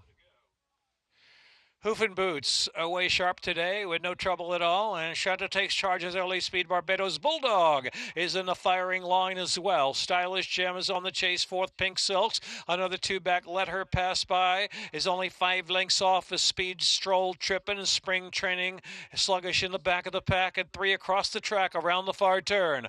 Hoof and Boots, Shanta takes charge. Barbados Bulldog, 3-way mix up on the pace. Let Her Pass By, loving that, coming closer from fourth of the far outside, and Stylish Gem still there with a chance too. Another 6 lengths back to Stroll Trippin' in spring training, trailing the field. Top of the stretch, Barbados Bulldog. Barbados Bulldog leads the way from Hoof and Boots on the inside. Let her pass by, drifting wide, flattened out a bit, but Barbados Bulldog has the lead by a length and a half, almost 2, as they come to the last furlong from Hoof and Boots. Stroll Trippin' picks up third on the inside, and Stylish Gem, Barbados Bulldog. A 16th left to go, well clear and driven home with Matilda Burnham, Barbados Bulldog. Hoof and Boots was second, Stroll Trippin' third, Stylish Gem fourth.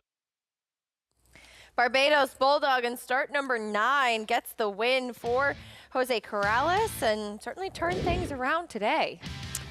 Yeah, always sitting a nice trip towards the outside there. Hoof and Boots showed improved speed because she broke better than she has previously for trainer Mike Trombetta, but Barbados Bulldog always traveling like a winner. Yeah, definitely was. Getting the victory, 2-year-old filly by Barbados with the win, pulling a slight upset. She only went off 5-2, thought she might be a little bit of a bigger price in there, but found the right kind of field to break her maiden today. Prices and more live racing when we come back. We'll also look back at the stakes action from yesterday. Here in New York, the Go for Juan Stakes took place, and it was a dominating performance from Way the Risks. We'll see what the future might hold for her and what has become a pretty wide open distaff division moving into 2026.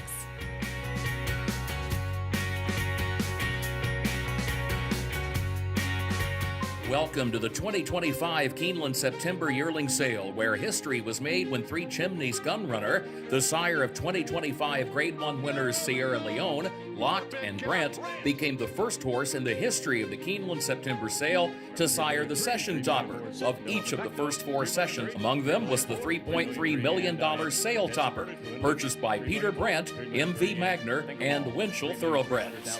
Gunrunner, Reed Shaper, Dream Maker. You bet with Naira Bets. Bet any track, anywhere, anytime. Download the Naira Bets app to play today and get a $200 deposit bonus. Watch live horse racing, get expert picks, boost your bankroll with weekly promotions, and hone your handicapping skills with exclusive tips and tutorials. Download the Naira Bets app now. Sign up now to claim your $200 deposit match bonus. You bet with Naira Bets. And here's Tama in the final stages. The Santa Anita Derby goes to Tama. It's Tama, absolutely terrific, winning Malibu by 4 widening lengths.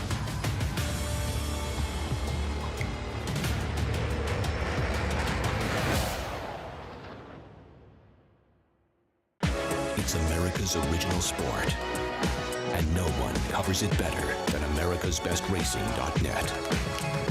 From the sport to the lifestyle, the best races, horses, and destination venues, cocktails, gambling, fashion, and more. americasbestracing.net is a sport for you.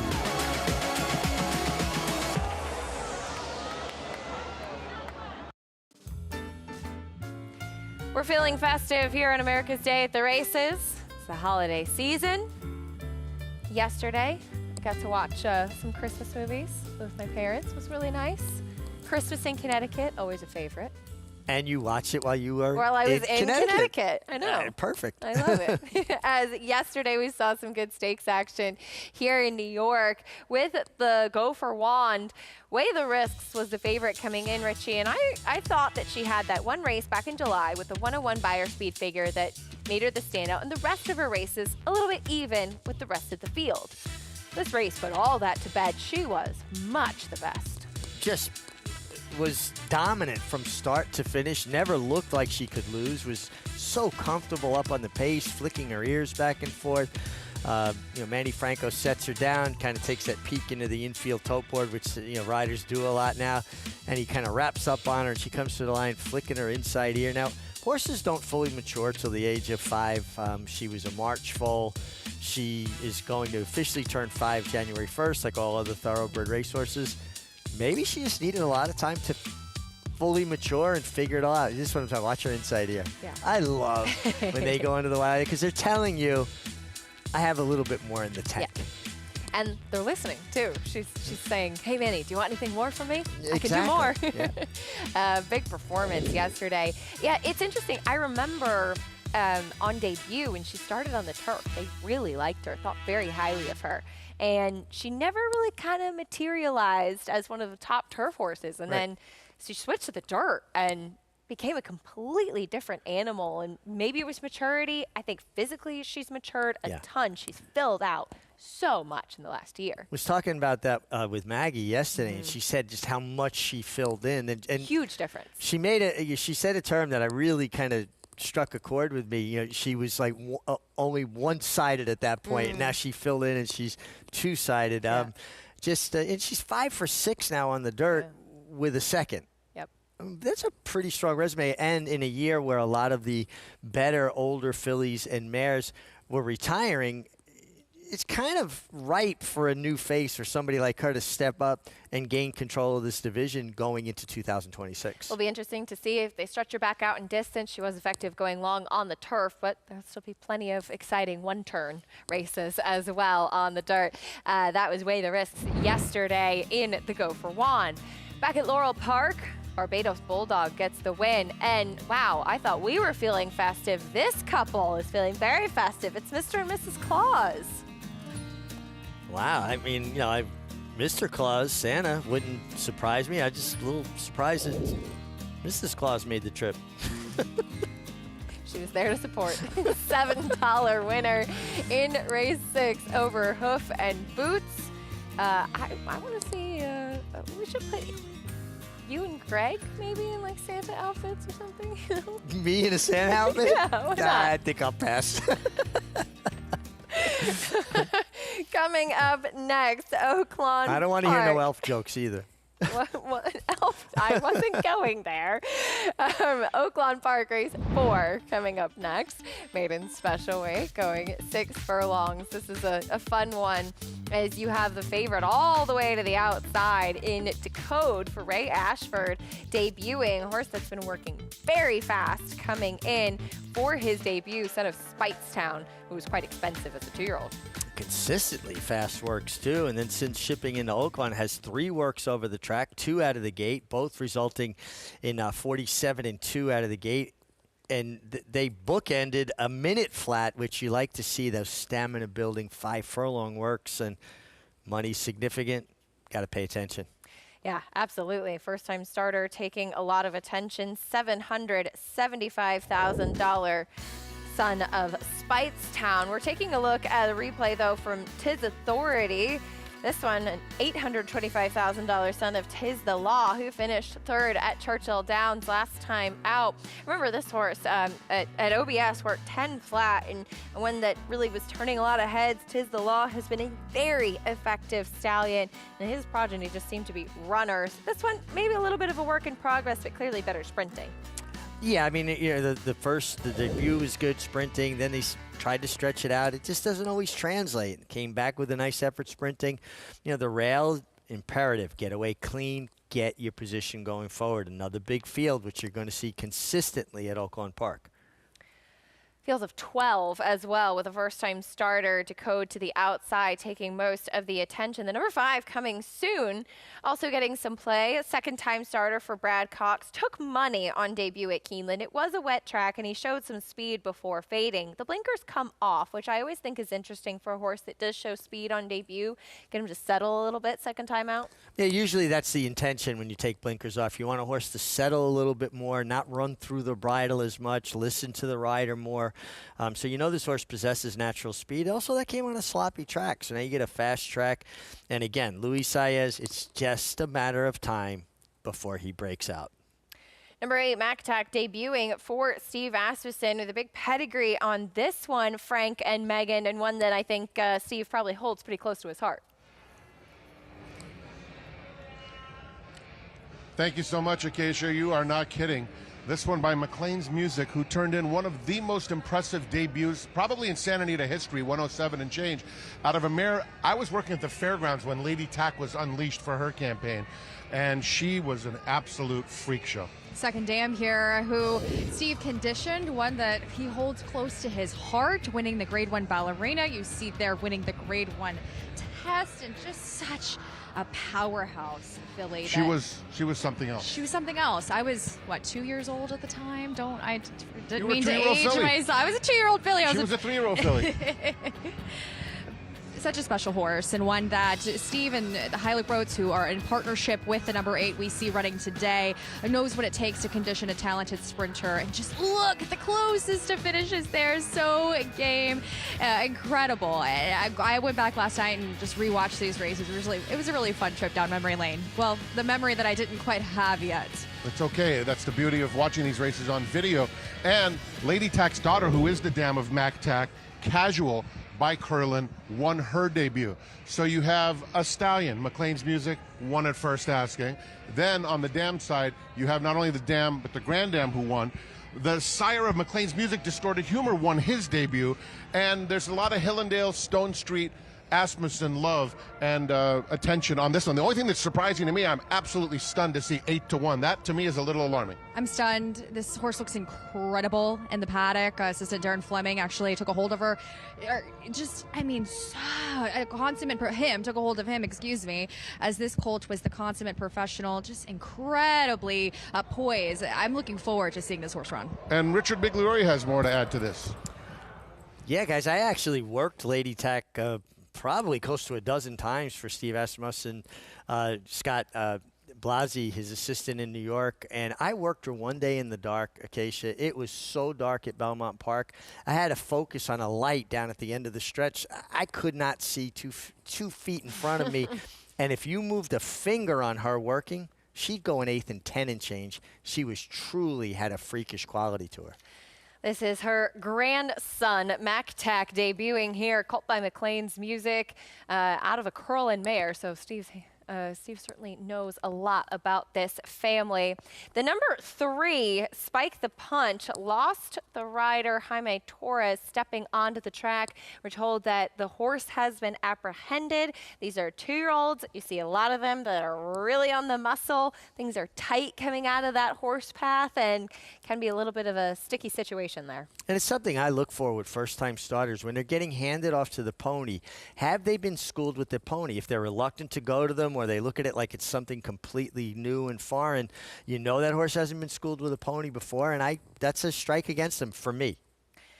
Horse with experience will kick off the post parade. Tis Authority, that's under Tis the Law. I think it's very clear his horse wants to sprint. That's what they're doing today. Another Steve Asmussen, a little all over the place from Turin. Yeah, but ran 4.5. You know, that's a tricky distance for a young horse. Now stretching a little bit. We'll keep an update on Spike the Punch. There's first-time starter Razor Tap. You see, being green with the pony, that's something I think is a negative. Coming soon, second-time starter Blinkers Off. Showed good speed on debut. Take the blinkers off. Should be forward anyway. There's Silver Prince, more of a turf pedigree. More of a turf pedigree, but, you know, go start in the winter. You got to see where you fit, where you belong.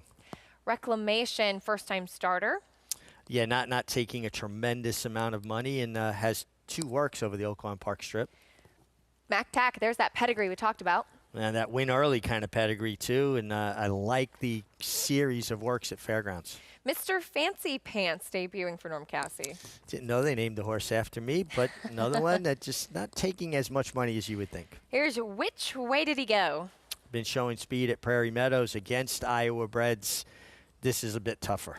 And still the favorite to code to the outside. Well, the works are there. Obviously, the horse has the pedigree to be fast, being by Spitestown of Twirling Candy Mare, and paid $775,000, so must be a good-looking individual. And you saw the number 3, Spike the Punch, has been reunited with jockey Jamie Torres and was warming up there on the track, which is a good sign to see. As we head back over to Frank and Megan, that first start to the outside, though, guys, taking all of the attention on the board. Thank you so much, Acacia. You're absolutely right. The code is taking some big money for an owner who spent some big money to get him. And Tom Duran has campaigned some very fast horses in his time. When the money comes this strong on a first-time starter at Oaklawn, you got to pay attention. You have to pay attention, and physically, he is a good-looking horse here in the paddock at $775,000. As you had mentioned, he's been working extremely well. Take a look at that December 7th, 47-2. He's been traveling well. He drew off, galloped out well in front. A bit of a funny action to this horse. I'm just watching the works, but by Speightstown, the dam was 3 for 6 sprinting and a half to a stakes winner at the mile in Japan. So the pedigree's there. I want to see this horse get a start. 3 wins for that dam you talked about, earned almost $200,000. So the MiG is on the bandwagon as well. And again, no money whatsoever for that first-time starter, Mac Tack. Now, that said, there have been a lot. If you look around the country, Steve Asmussen, despite how great he is, despite how many first-time starter winners he sends out, some of them go off at prices. But the thing that surprises me with this one is with that powerful pedigree, how could this horse be 8-1? I saw Obliteration go off at a big price, a talented horse there earlier in Kentucky. I was surprised, but you're right. I am surprised at this and the number 8 Magtac. We've discussed the pedigree, but as far as the number 8's concerned, I just couldn't get over how good this horse looked in the paddock, just poised. I think that 7-1, we could very well, he will need a start perhaps, but I mean, I was very much impressed by what I saw. What do you have to say about this particular one right here, your current favorite? The money keeps coming on a horse that looks comfortable out on the track. Well, as we previously discussed, I'm hoping to see this horse get a start under the belt. All right, here's Turin for Steve Asmussen. The other Steve, as they would say, out of a mare who won 2 of 6 starts, puts the blinkers on after a debut in which he took some money at Churchill Downs and just didn't fire. Yeah, those 4.5 furlong maiden races at Churchill are such a pickle. This horse got outrun that day. I was actually there when this horse ran, and physically has taken a huge step forward off of that time. I really liked what I saw today. Comes off the layoff, has 8 works, and has been at the fairgrounds base, but a strong Speightstown colt. The dam was a Grade 1 winner on the all-weather, half sister to Grade 1 Breeders' Cup Mile winner and multiple graded stakes winner, Battle of Midway. Lots of pedigree. I love this horse. 21-1 is outrageous to me. I would look for him coming from behind because both Battle of Midway and Moretti, the siblings, were routers, but the blinkers could wake him up. It'll be interesting. The 5 coming soon for Brad Cox. The Brad Cox firsters, particularly for Gary Mary West, take a lot of money in Kentucky. This horse showed speed and suddenly takes the blinkers off. I would have to give that horse the benefit of just the race under the belt, and maybe with the steady supply of cash coming his way, give him a shot. Yeah, you can give him a shot. It's the Brad Cox barn. Luis Saez, of course, 7-2. Gets to the fast track for the first time. We'll see how he improves. 8-5, the price on Decode. That is your favorite for race number 4. They are loading into the gate. First couple have gone in. Other first-time starters, the 10 Mr. Fancy Pants, out of a mare who earned over $200,000. This is the dam's first full to race. We've got just a few more left to load, so we'll send it up to Matt Dinnerman for the live call of race 4. You're watching America's Day at the Races on FS1. Fancy Pants. Coming soon.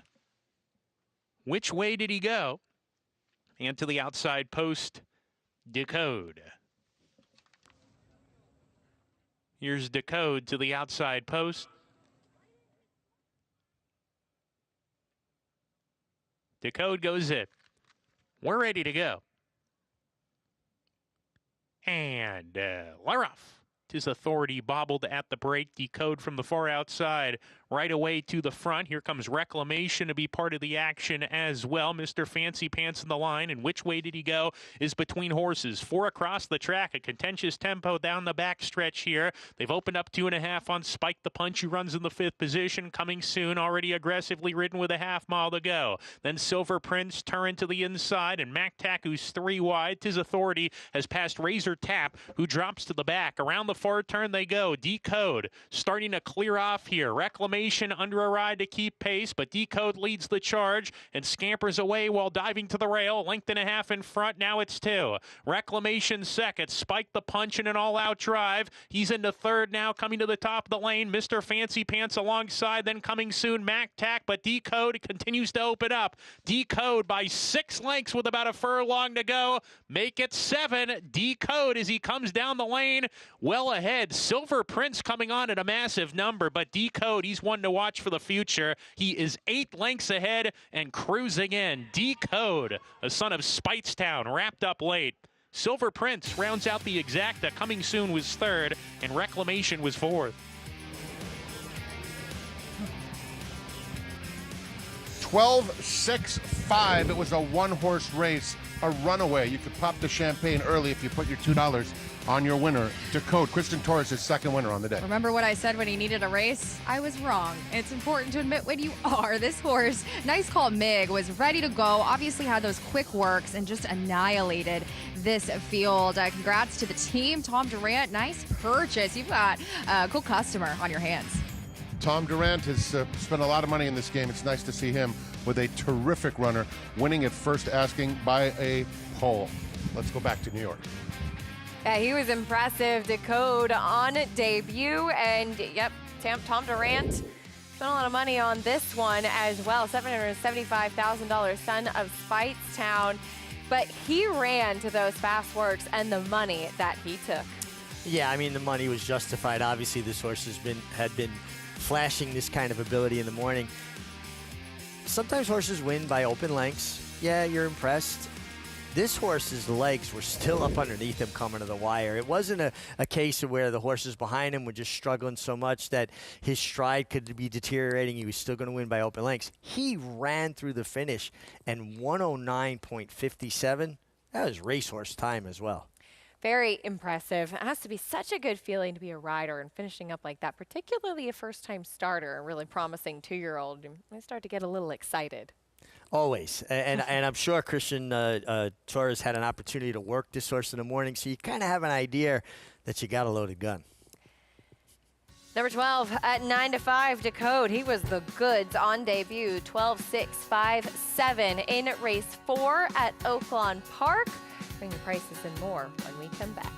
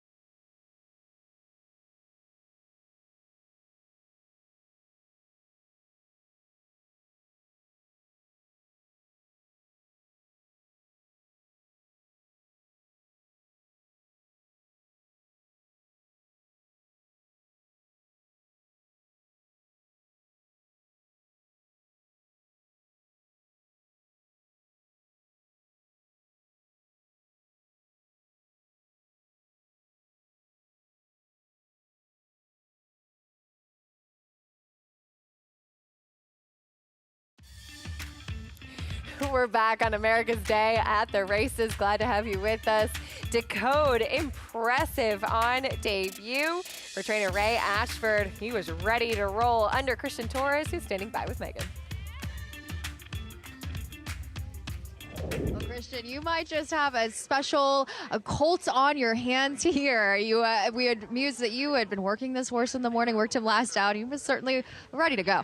Yeah, definitely. I worked him his last work from the gate, and it was a little fast, but the way he did it was really easy. So I was really confident with him that he still got a lot in the tank for the race, and he did. You know, he proved it today. He broke sharp, and I just put my hands down, and he did it all. You did put your hands down. We all saw it, and it's really an exciting time to be able to secure a 2-year-old like this. 2 wins on the day, but can you explain what kind of goes through your mind as a jockey as you're kind of pillaging through these 2-year-olds, especially at this time as we look forward to the Derby Trail next year? Yeah, no, definitely. You know, this is the young horses that we're all looking for, and you know, we got to work them, and you know, in the morning to see how they feel. And I was lucky enough to get here after Churchill and work him. So my agent liked him, the trainer really liked him from a month ago, and you know, I worked him and he was nice. So hopefully he stays down, and we're gonna have a lot of fun with him. Well, I'm coming to the barn and chatting you up as the meet comes on. Congratulations, Christian. Thank you, appreciate it. Acacia? 2 wins on the day for Christian Torres. Been a good Sunday afternoon for him, and very good when you have an exciting 2-year-old like this. 580 on Decode. He was the goods, son of Spitestown on debut. As we head back over to Laurel Park, time for race number 7, first level allowance.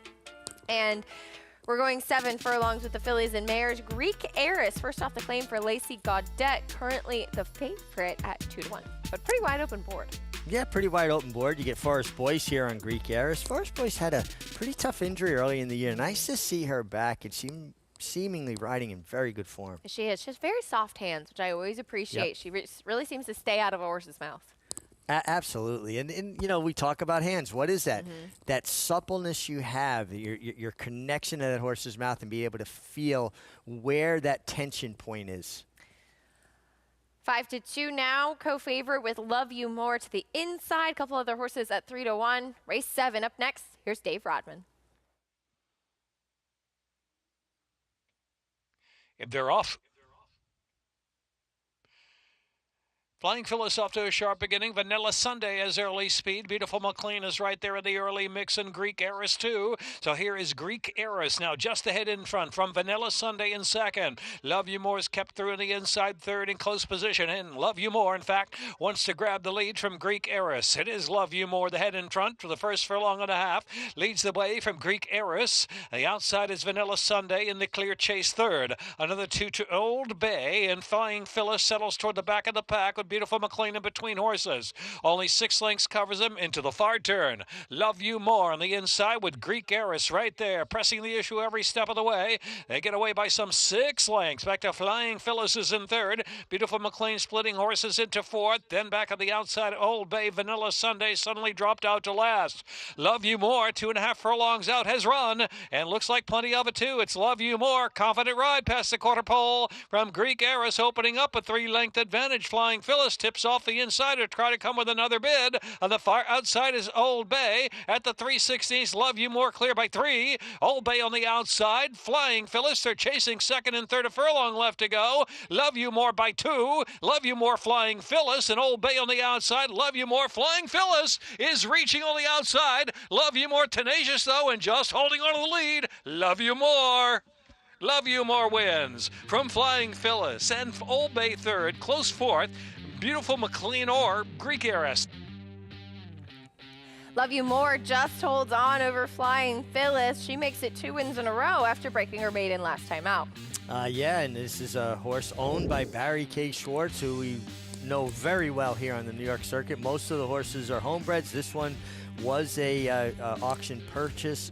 And Horatio De Paz has horses obviously here in New York down at Laurel. Love You More kept finding slow, steady drift through the lane, and I actually think it held the 3 Flying Phyllis at bay, just intimidate her just enough with that slow, steady drift. And look at her head at the wire, the one Love You More. She was kind of drifting out a little bit there. You could see her head kind of turn right at the wire. Right, you don't want to correct her too much because it slows her down, but he's correcting her right at the wire.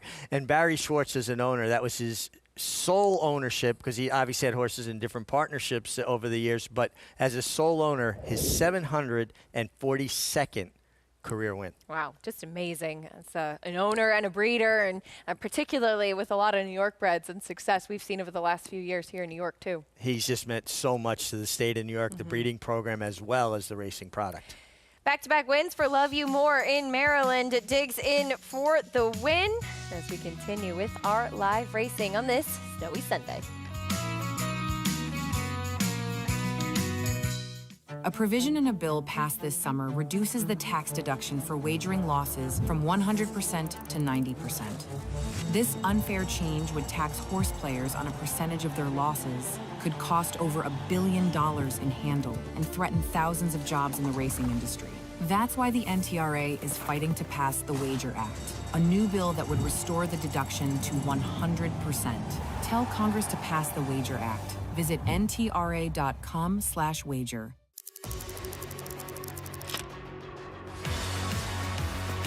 And it's lights out. Locked. Pouring it on. Running aggressively through the stretch to win by 7 easy lengths. Here is Locked. Locked racing by on the outside for the lead. Locked, the wine steward, it is Locked. Here comes Locked after Mulligan. Locked catching with every single stride, and Locked will win the Cigar Mile.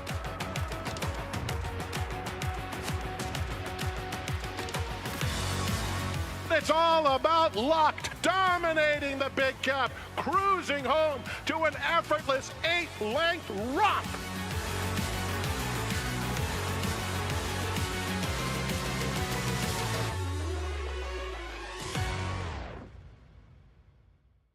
This holiday season, give the gift of racing with Naira Bets gift cards. Share your passion with friends and family or instantly fund your own account.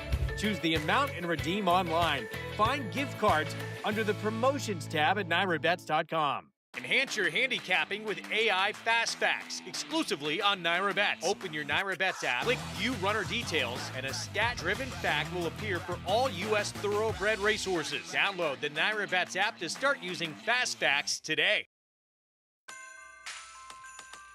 You're watching America's Day at the Races, brought to you in part by Naira Bets. You can bet any track, anywhere, anytime. Get started at NairaBets.com today. In the holiday season, hopefully if you are so inclined, also in the holiday season of giving. It's that time of year, and if you can, if you're able to, consider giving to those who might be less fortunate and supporting our retired racehorses. Some pretty cool stuff going on with My Racehorse from now on to December 19th, the 12 days of giving holiday auction, 100% going in to support our retired athletes. And they have some really cool things up there.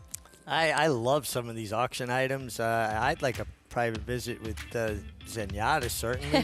Flightline, that'd be cool. And I love when outfits have a comprehensive plan, like an exit strategy for their horses after their racing careers are over. So there's the information. You can go bid. Items closing daily at 6 p.m. Eastern. Check out the My Racehorse site for that. And again, 100% of proceeds support the My Racehorse Transition Fund. Back over at Laurel Park. A little bit of a duel in that long stretch there. Love You More makes it back-to-back victories for Horacio De Paz. Yeah, congratulations to Horacio, as well as owner Barry K. Schwartz. Love You More gets it done from that inside post. I love that paddock at Laurel, and they designed it to be like an international paddock for the Washington, D.C. International. It is, and all the horses are able to keep moving, yep, which is really nice too. 540 for Love You More, holding off Flying Phyllis. He was game down to the wire in race 7 at Laurel Park. Back over at Oaklawn Park, we just saw an impressive 2-year-old And now we have Arkansas breds in the spotlight. 6 furlongs coming up next in race 5. Non-winners of 2 in life for fillies and mares.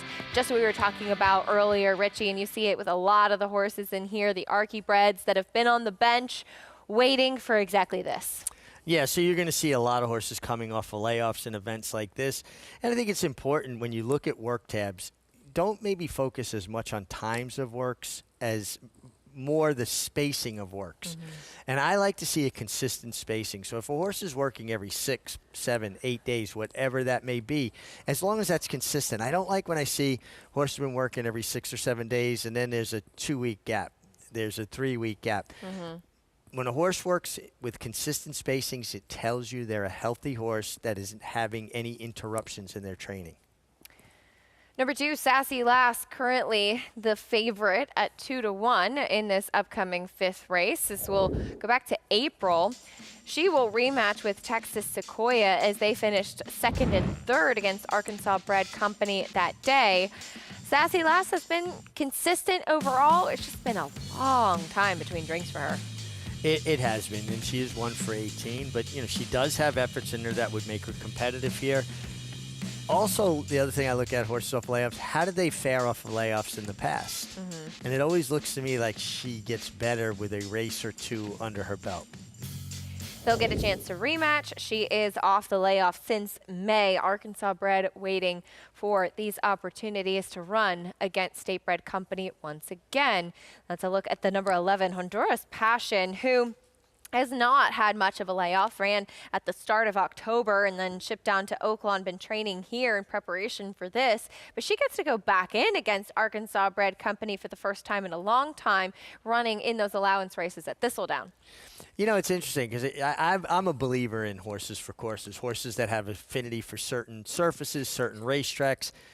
Honduras Passion has actually run better outside of the state of Arkansas, even though she's an Arkansas bred. She's 0 for 13 with only a 2nd and a 3rd to show for it at Oaklawn.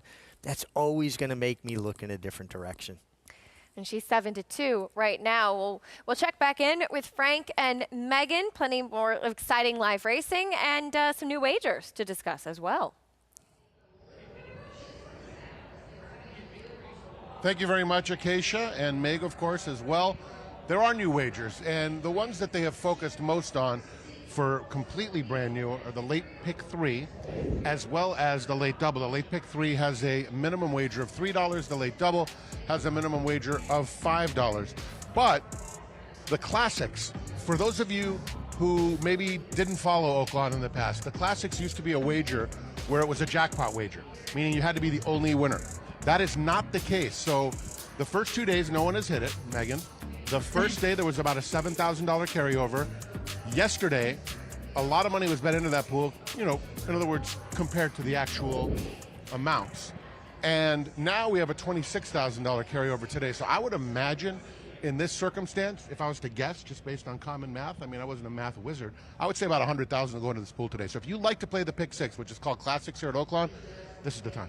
It is the time. They've really adjusted these wagering opportunities, as we spoke with Mr. Sella yesterday, catering not just to the they cater to the $2 bettors, but also those that wish to tackle those more daunting, maybe a bit more of an investment as the Classics Pick 6 would be. But, you know, kudos to, I think that I call them warriors here that really handicap dissect these Oaklawn Park cards. We saw some big bombs laid in the last race yesterday, the first race today. So good luck. It certainly will reward you as we spoke to those carryovers here. You scroll through the day's results over and over throughout the meet, you will see $50,000 50-cent pick 5 payoffs.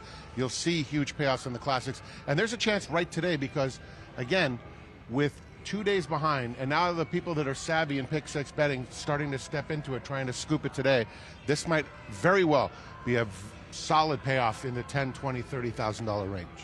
Very lucrative. Maybe I should play. Are you going to play your hand, Frank? I'm not going to because I stopped handicapping after race 7, so I'd have to basically play. I've got 8 through 10, so maybe meeting of the minds. There Who you knows? go. Yes. There you go. You know, I've always said this. It's interesting you mentioned that particular angle because I've always said in pick 6 wagers, I call it cream cheese. So you spread a little here and there, but also you have to have the open-mindedness to realize that you may not have all 6 winners, and that maybe your friend or your colleague has something that you don't have, and maybe in races where, let's say, I like 1, 2, 3, and you like 3, 4, 5, you realize there the common number is number 3, but you maybe just focus in and single the 3 and take that shot right there because you both like that horse. Or if you like 4 horses, I like 4, and they're 2 in common, maybe you use 3 of them and just take a shot, and you get lucky because you're going to need a little bit of luck no matter where you're playing the pick 6. It's very rare that it just rattles off in a chalky order or in a very formful manner. So I think that including others' opinions is a good idea. It's not about ego, it's about cashing the tickets. It's also about ticket construction. As you mentioned, it can be the fragility of this game, different dynamics, and kind of accounting for that when you're making those selections. As you mentioned, sometimes it's not about picking winners. Sometimes it's simply about making sure that you're covered in the right situations when things may come apart. All right, let's look at this first leg of the Classics. This is a race at 6 furlongs, and right now we have scratches of number 5, Mucho Vapor, and the 10, Exquisite Candy. Leaves us a field of 10 going 6 furlongs here, and these are Arkansas breds, fillies and mares 3 and up that have never won 2 races. And so right now, in the early stages of wagering, the number 2, Sassy Lass, is 5-2. Israel Hernandez, for those not familiar with him, you've become familiar with him here on opening weekend.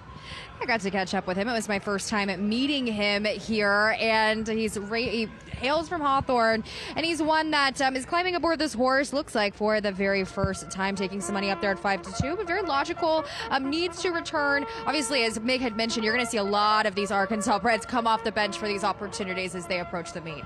They are leaving the indoor paddock at Oaklawn. You don't see these anywhere. Let's go back to Acacia and Mig. Yeah, inside that paddock, you have to find a free stall, most ideally. Because if you stand on either of the sides, then there's a good chance you're going to get kicked. I got very lucky last year. Ron Moquette actually really saved me. I was stuck against that cement wall, with my back to the racetrack, and a filly reared up and was looking to flip over, and I froze. I couldn't believe what was unfolding in front of me.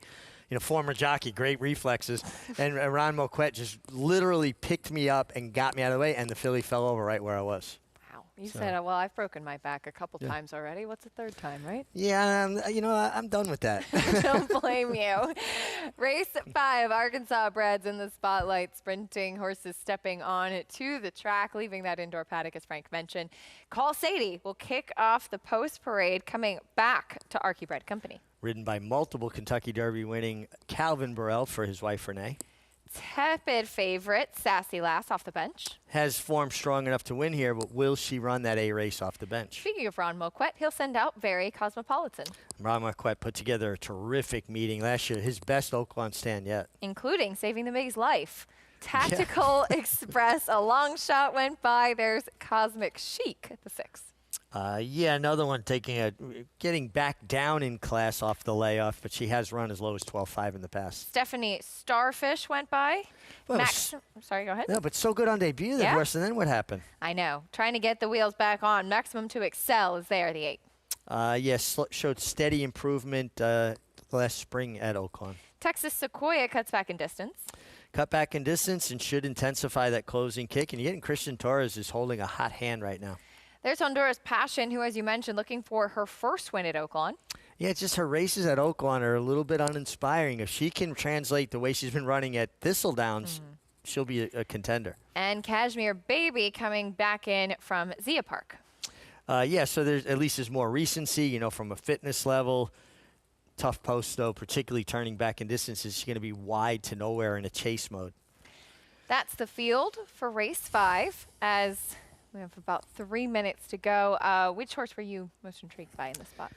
I'll go back down to the inside your favorite. Even off of the layoff, I thought Sassy Lassie just has had races consistently good enough to get it done here. 3-1 right now. We'll see what takes place there. Sun is shining over at Oaklawn Park. Now, we will have this upcoming 5th race, and then at about 3:30, we will be moving over to Fox Sports 2. Our live racing coverage will continue following this 5th race at Oaklawn Park. Richie and I are saying goodbye, at least for now. It was a lot of fun, as always, with our fireside chats. Yeah, we know. It was good. 2.5 hours went pretty quick, Yeah, actually. it definitely That's did. the only way I know how to judge these things. If a show feels like it goes fast, I feel like, all right, we must have done okay. We covered a lot of ground today. We'll have Greg Wolf and Maggie Wolfendale coming up on the desk here in New York, whereas Frank Miramati and Megan Burgess will continue over at Oaklawn. Guys, race 5 coming up next. What were your thoughts on these Arkansas breds? Thank you so much, Acacia. Mig, always a pleasure to be anywhere near the two of you. And even though we're not right next to each other, we are on television together. You're watching, as Acacia just mentioned, FS1. We'll be moving over to FS2 at the conclusion of this race. The Classic starts here. This is a very important leg. You can't hit the pick 6 if you don't win the first leg. Exactly. And these Arkansas bred situations where they're coming off of layoffs, you're not familiar with these horses. This took me a minute to suspect out.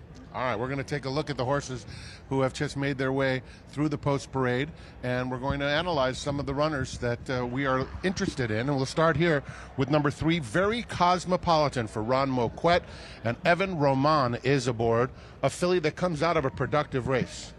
She does, and she's one that Ron Moquette's looking to get on the board this opening weekend, as he does so well his business here, the Arkansas stalwart, but comes off, as we mentioned, some layoff contenders here, and one that I really want to see be more forwardly placed.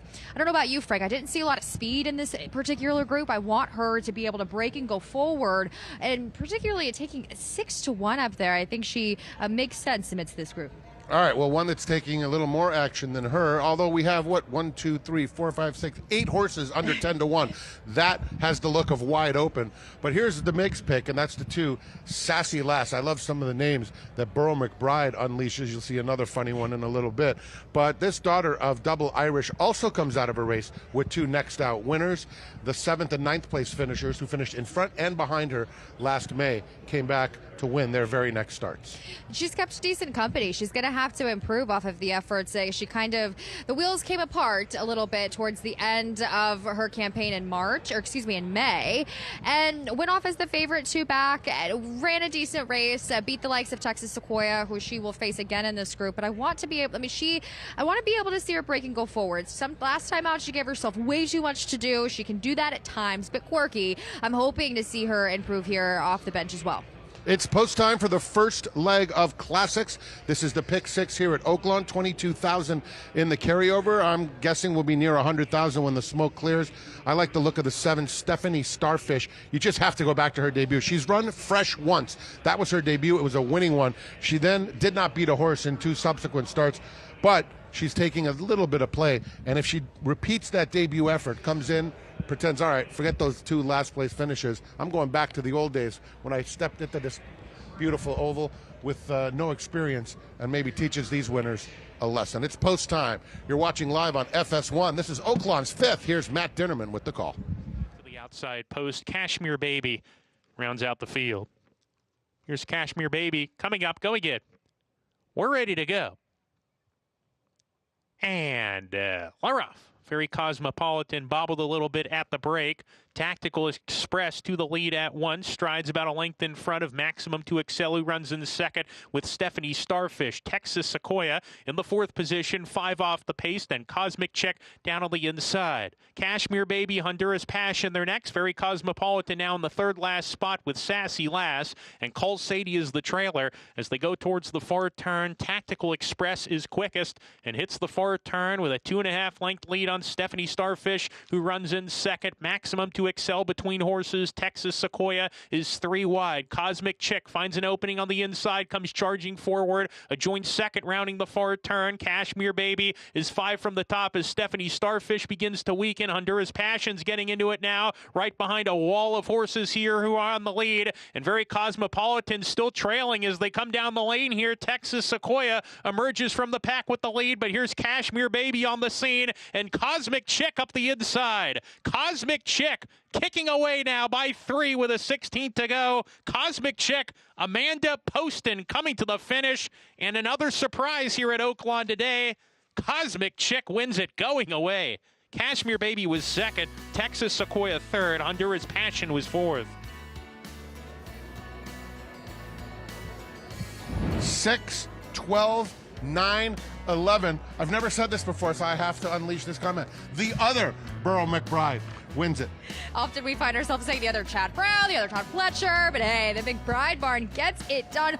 36-1. Remember when we talked about that Classics Pick 6? I'd like to beg the question what that looks like right about now. Amanda Poston, being represented by her agent Gary Stevens for the very first time here at Oaklawn Park, gets a win on the board here opening weekend. Gary Stevens, good job getting this mount 36-1. He had the right, McBride. How many times did Gary have a participation on the other Dwayne Lucas or the other Bob Baffert throughout his career? A terrific run through the stretch, proving much the best, drawing off in the end and making this Classics puzzle. Unless you hit the all box, it would have been tough to come with this one to start it off. It'll be very interesting to see what happens. The good news for those of you who played the Pick 6, the Classics and missed, the Pick 5 starts next. We've had 2 huge payoffs in the first and fifth leg of that early 5. As you take a look at the drone footage here, getting and skimming the rail as she did in deep stretch. Good job, Amanda, as being able to really read the race and secure that ground-saving position as she made her run. But kudos to the team. It's always exciting to get these kind of horses in the winner's circle, all of them coming off of layoffs, lots of unknowns. We'll see how, Amanda, congratulations. We'll see. Hopefully all the success as the meet continues on. And, of course, Burl McBride, a friend of the racing office, of course, led by the great Pat Pope. He fills a lot of races here at Oaklawn, and it's always a smile to get him into the winner's circle. And this filly here was drawing off after the finish line, too. And if you look at her past performances, she used to run long. So good for them. And to our audience, thank you so much for joining us on FS1. We would like you to please go over to FS2 for the balance of the card.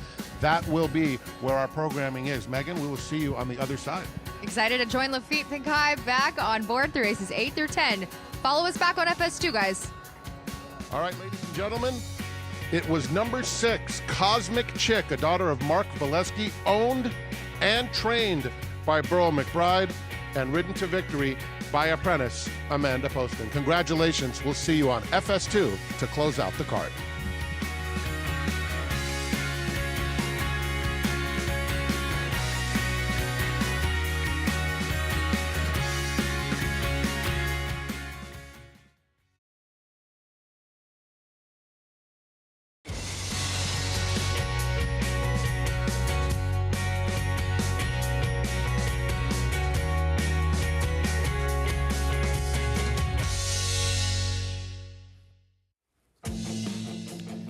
Good to have you with us here on America's Day at the Races on our Fox Sports 2 coverage.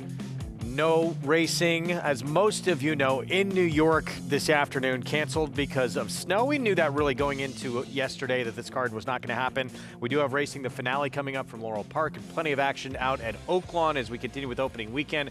Greg Wolf, Maggie Wolfendale, good to see you. Yeah, good to see you too, and nice journey, the winter wonderland that we have behind us, into the studio here at the Big A, and excited to cover the remainder of that Oaklawn card here on FS2. Yeah, it's a really competitive card. We're going to see some 2-year-old fillies in their feature later on this afternoon from Hot Springs, Arkansas, as we close out opening weekend. Here's what's ahead, presented by Claiborne Farm. So races 6 through 10 to come. Late pick 5 from Oaklawn, where they are fast, a little bit chilly out there in Hot Springs, as it is here in New York. Race 8, I should say, remaining at Laurel with just a minute to post to close out at a mile and a 16th. That starter optional claiming race. Happy holidays, everybody. You can play all the action that we're bringing you here on FS2 and beyond at NYRA Bets. Get that offer, that $200 new customer deposit match when you punch in that code at sign up, bonus 200, right there at nyrabets.com.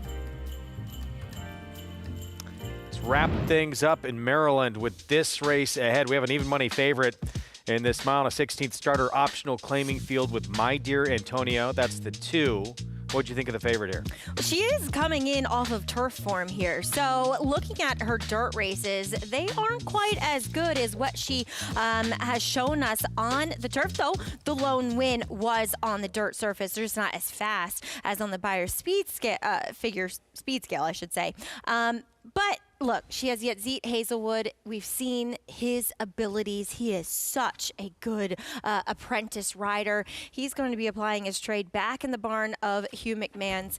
We'll see what this horse is able to do. Hopefully he can find a forward position, though, getting back to the dirt. That's the 5. It's going to be very tough. Boys go to Jupiter off that maiden win, too. Back tried turf next start, but that was a good figure on dirt. And demolished that field, but essentially now on dirt, first time against winners. Dave Rodman, the call. Here's race 8 to close things out at Laurel Park. Dead Sexy.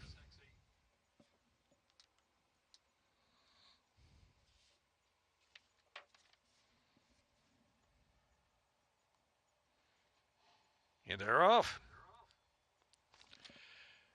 5 o'clock somewhere. Beat slow to go. Nobody's Girl Diamond Sue, My Dear Antonia, right there in the lead group. Into the turn run from between horses. Here is 5 o'clock somewhere. Broke last, but now moving on the outside into the second spot as they move around that turn. Dead Sexy's out in the clear. Dead Sexy is now fourth. My Dear Antonia, well settled in fifth position as they move now for the backstretch run, and trailing the field boys go to Jupiter. Racing past the 6 furlong mark. Outside 5 o'clock somewhere to a narrow lead. Nobody's Girl down at the inside. They're 1-2. Another 2 to Dead Sexy in third, and Diamond Sue is in fourth. My Dear Antonia has 7 lengths to make up at this point, and trailing the field as boys go to Jupiter. Heading on for the far turn. Looks like an even pace for 5 o'clock somewhere. Leading it by a couple of lengths. Nobody's Girl, Dead Sexy. Then it's Diamond Sue. My Dear Antonia tries to move forward while 4 wide into the far turn. My Dear Antonia. Stout bid. Here's My Dear Antonia. Moving on the outside of 5 o'clock somewhere to take the lead. Around the far turn, My Dear Antonia kicks on from 5 o'clock somewhere. Then it's Nobody's Girl, Dead Sexy is tired. And boys go to Jupiter from the back of the pack on the outside. Diamond Sue saving that ground top of the stretch. They turn for home. My Dear Antonia leading the way. 5 o'clock somewhere, and Diamond Sue gets a good split one off the inside and driven at the 3/16 pole. They're in upper stretch. With My Dear Antonia the lead by 3. Diamond Sue into second, and a battle for third with 1 furlong left to run. My Dear Antonia shifting a bit toward the center of the track, but right-handed urging under Yeds at Hazelwood, and My Dear Antonia's gone by 4 at the end, almost 5. Diamond Sue and Nobody's Girl, and then it was 5 o'clock somewhere. My Dear Antonia, much too good for this group, and the apprentice continues to impress. He was on much the best, obviously. Yet Sid Hazelwood. Yeah, he took over nearing the far turn and put this field to bed, Greg.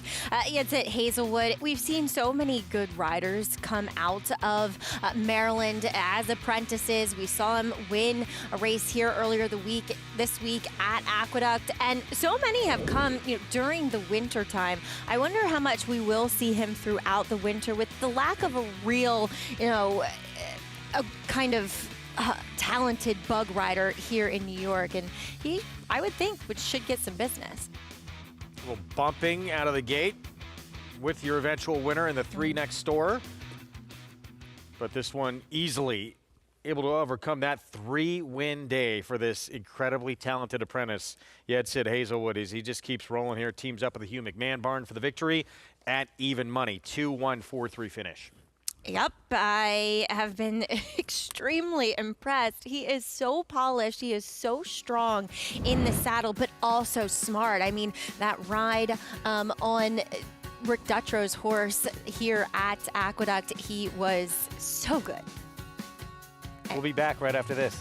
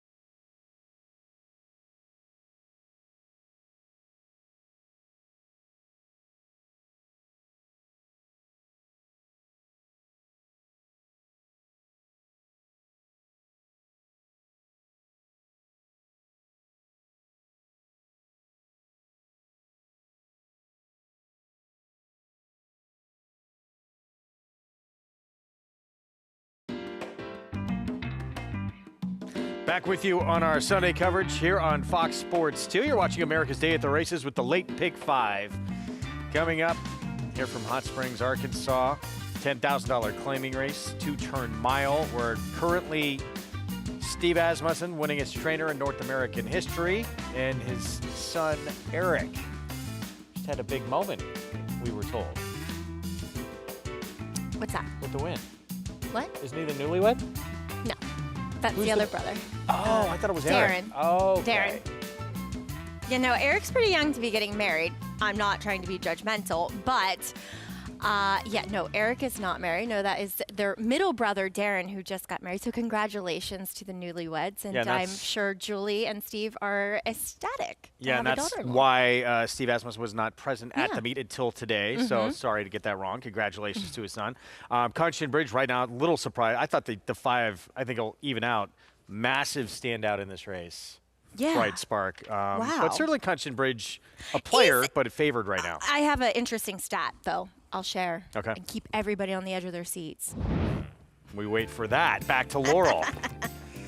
Wrap this card up. My dear Antonia, 3-win Sunday afternoon for the apprentice Yetz at Hazelwood as he just keeps rolling. Domination. We see Jamie Rodriguez riding here in New York, so it's really opened the door for somebody to step in and take all the live mounts, and it has gone to the apprentice Yetz Hazelwood, whom apprentices just do so well in Maryland. Horsemen there really, love and understand the value of a talented bug rider to take that weight off and to really nurture that talent. We're seeing it in front of our eyes. All right, so that card in the books. Oaklawn the rest of the way here as we close out this opening weekend. We've seen some great performances so far, and a lot of new faces, a lot of new barns showing up at Oaklawn, but a lot of the same faces too. We're going to see get a lot start to dominate things. Steve Asmussen inching closer to 1,000 career wins at this track, as well be the 5th track in his career that he's notched that number at as we send it back out to Hot Springs. Greg, thanks so much. So the Class 6 is underway. The Late Pick 5 now about to get underway. And for the players at home, hopefully as lucrative as we saw in terms of the payout for the early Pick 5, Frank. $36,000 plus.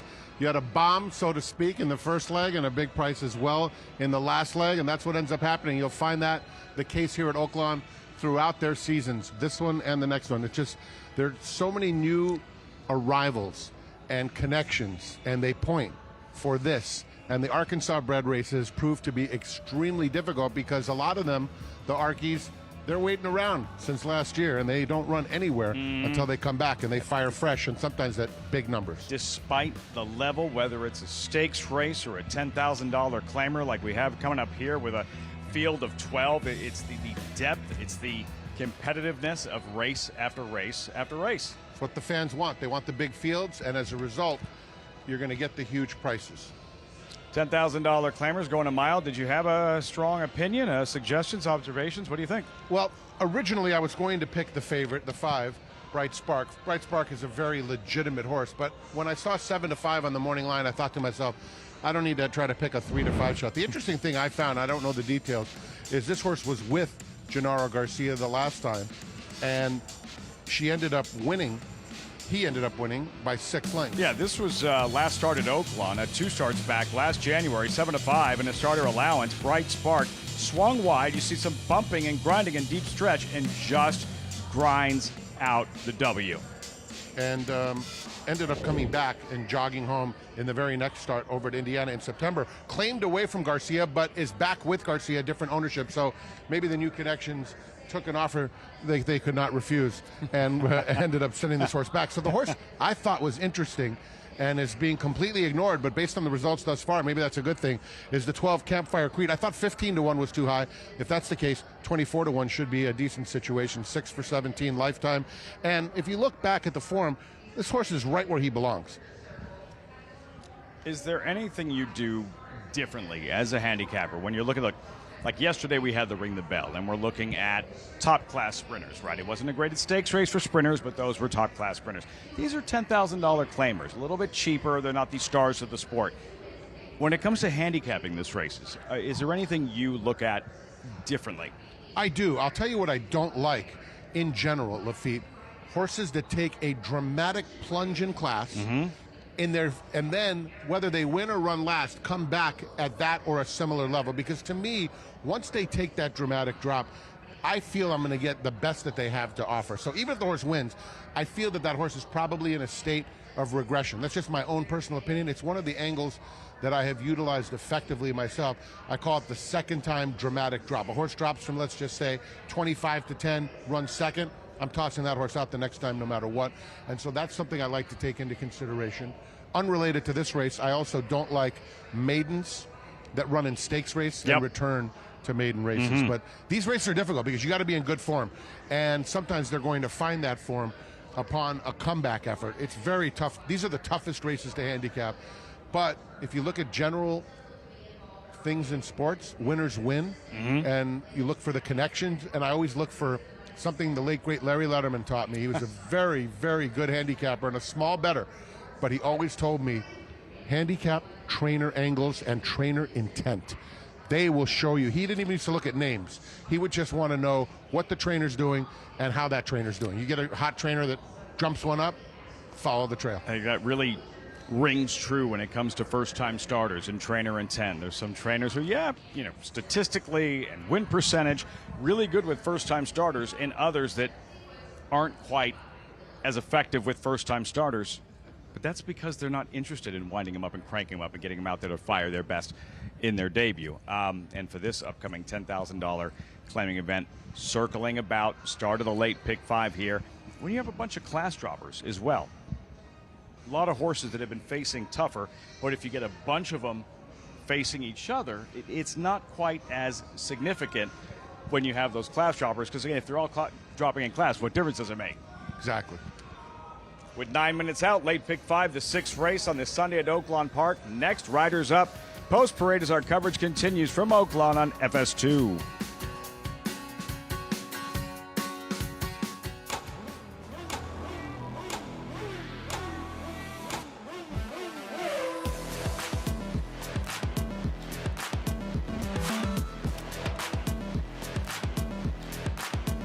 Prince of Monaco's Too Good for Moose, an impressive winner of the best pal.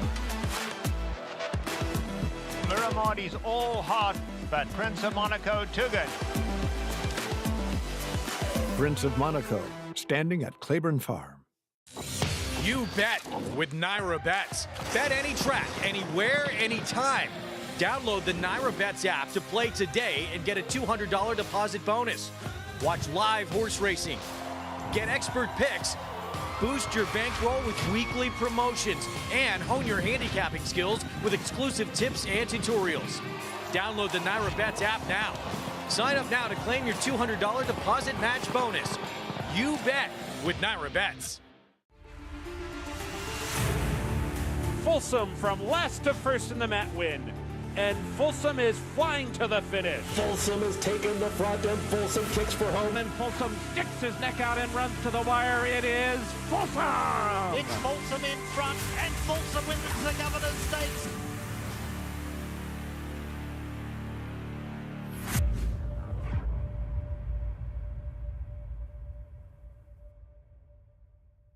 Racetrack Television Network brings you every race, from every track, on every screen, every day. With monthly packages starting as low as $5, RTN gives you great value and access to more live HD streaming and race replays than anyone. Visit RTN.tv today to sign up and watch on almost any device, including Roku and Amazon Fire. RTN has packages that start at $5 per month.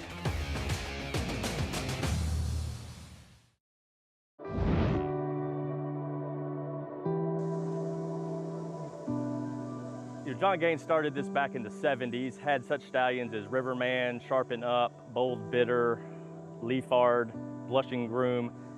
I think our slogan says it best: power, passion, performance. We're looking to be a power in not only the breeding sector, but in the whole thoroughbred industry. You know, I think passion describes our team to the best. Mr. Beck and his family have owned this farm for almost 40 years. Brian Graves has been a part of this team for almost 20 years, myself here for 3 years, as we look to continue to grow. And I think performance describes our stallion roster perfectly, both at the racetrack and in the sales room. And obviously, Tappet was a huge feather in the cap of the farm. He's done well for the last 20 years at stud. We have Mackenzie with 5 Grade 1 stakes horses in his first crop. We have Drain the Clock and Olympiad with stellar sales results with our first crop yearlings. We were very excited this year. We brought 4 new stallions in. We had Grade 1 winner Tappet Trice, son of Tappet, another son of Tappet, Mandy Pope, homebred Charge It, Muth, son of Good Magic, only stallion retired this year in Kentucky that was a Grade 1 winner at 2 and 3, and followed it up with Preakness winner and Pennsylvania Derby winner Seize the Great. We were very excited to have a son of Arrogate. We were a big believer in that stallion. We bred to him several times. We're bringing Grade 1 winner Locked, son of Gun Runner, into the stallion roster for 2026. Grade 1 winner at 2 at Keeneland. Grade 2 winner at 3, defeating older horses in the Cigar Mile. Grade 1 winner this year at 4. You know, Brian Graves, Anthony Beck, myself, and the rest of the team here, we look for these horses that are going to hopefully be breed shapers and trying to continue to grow the stallion roster here at Gainesway. Back in our Fox Sports 2 coverage, post-parade coming up for the first leg of this late pick 5 and the first Sunday of the meet here in Hot Springs, Arkansas. Again, $10,000 claiming race, 2-turn mile. And we'll start with Cunchen Bridge. Steve Asmussen's son Eric aboard. The stat I was talking about, second after the claim on the dirt, sprint to route, 1 for 21 with a 79-cent ROI. Yikes. Here's Booming, 15-1. Another one stretching out, graduated out of that non-3 for 75. This is a step up. Ahead of the game, big price, but a 6-time winner. Yeah, I'll make a first start for Sarah Schaefer, a previous assistant to Mike Maker. Texas Hold'em, good effort at Delta Downs last start. Yeah, I agree, and that was around 2 turns. So obviously this configuration works for him. Horse to beat, no question, the 5 Bright Spark. Yeah, returning to the barn of Gennaro Garcia, was listed as Lon Wiggins and Workman Ranch, claiming last time. 14-time winner Prince Rama went by. Here's the 7 Euclid Avenue. Should be the one to catch. Obviously, you know, there might be some other speed in here, but he feels like the fastest. Cozy, my boy, went by. Here's Frost Alert. Frost Alert comes off a bit of a layoff. It's going to have to do better than his last. Big Commerce with Ramon Vasquez. I respect these connections, and Ray Ashford already has a win on the card. Campfire Creed. Another one with some speed, has a nice record of 6 for 17 lifetime. And going back to the last mile there at Remington 2 years ago, did result in a win. And then What a Country draws in off the also eligible list, adds blinkers. Yeah, we'll put them back on here. The best races look as though they're well behind this horse. Let's go back to Frank and Lafitte. All right, guys, 3 minutes out for this 6th race. As you mentioned, started the late pick 5. Gorgeous aerials and scenics. Overhead, bird's eye view, Oaklawn Park, first Sunday of the brand new meet, this holiday meet. And these $10,000 claimers. Live look at the favorite there in Bright Spark, who's looking for a 5th win in his last 6 starts. Winners win, losers lose. We're both familiar with that angle. It's just the truth. And a horse that I thought, look, I'm not a horse whisperer, but I liked what I saw in the early stages of the post-parade. I generally leave that to the ones who are not allergic to horses like I am. And the fact that it's a matter of class. His last start at Oaklawn, we looked at watched the replay and the fight that he displayed. It wasn't like he just broke sharp and made the lead and had things easy up front and drew off. He had to fight. There was some contact in the stretch, and he still dug in and fended off all challengers. Horses that are $10,000 claimers, they aren't the fastest in the world, but a display that he does have that will to win. No question, and the fans have suddenly unbuckled on him. 6-5 suddenly. He was a little cooler in the early stages of wagering, but they've basically looked at the field and made it a 2-horse race, at least from a pari-mutuel perspective. Cunchen Bridge, pictured 5-2, second choice, all Asmussen all the time. And he's going to win a ton of races here, as he's done every year. But this horse has got a couple of things he's got to overcome. Number one, he's never hit the board going a mile. He has not run a mile in a long time.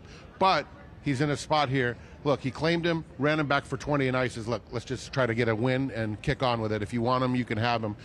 Just one brick, $10,000, he's yours. And that's what Steve does. And when you see owner-trainer Steve Asmussen, you know that you've got a guy who is not going to be afraid to let them go, because he's going to fill up that barn over and over and over again. Father and son working together, competing together, trying to win together here at Oaklawn Park. The horse you like towards the outside, pictured number 12, the gelding Campfire Creed. From that post, they run to the short wire. More on that in a moment. How does he win from that post? I think he just gets himself into a 4th or 5th position in the early stages. Now, this horse has shown plenty of speed sprinting in the past, so don't be surprised if they just gun him out of there.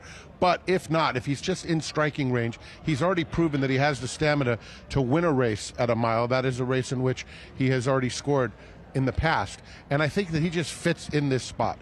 This is a race that is, other than the favorite, I don't think there's any horse that really gives you an overwhelming bit of confidence for putting your $2 down. Mile race, short wire. What does that mean? How should our viewers watch this race differently? You need to realize that when they turn for home, it's a short stretch, and it's the first finish line, which is typically the 16th pole, which actually would give a horse like number 1, Kunshan Bridge, a little bit of an edge, because he doesn't have to go that far once they hit the top of the lane on the stretch out.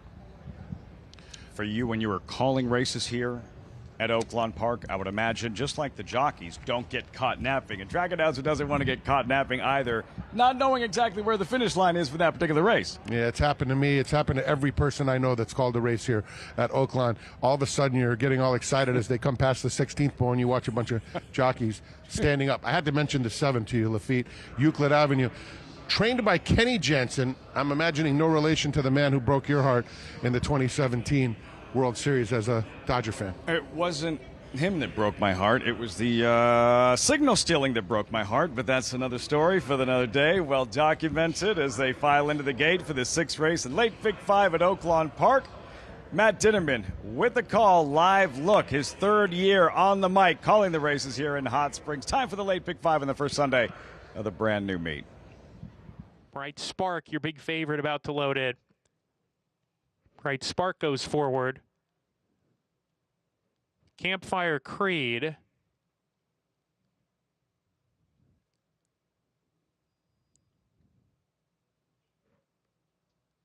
Two back.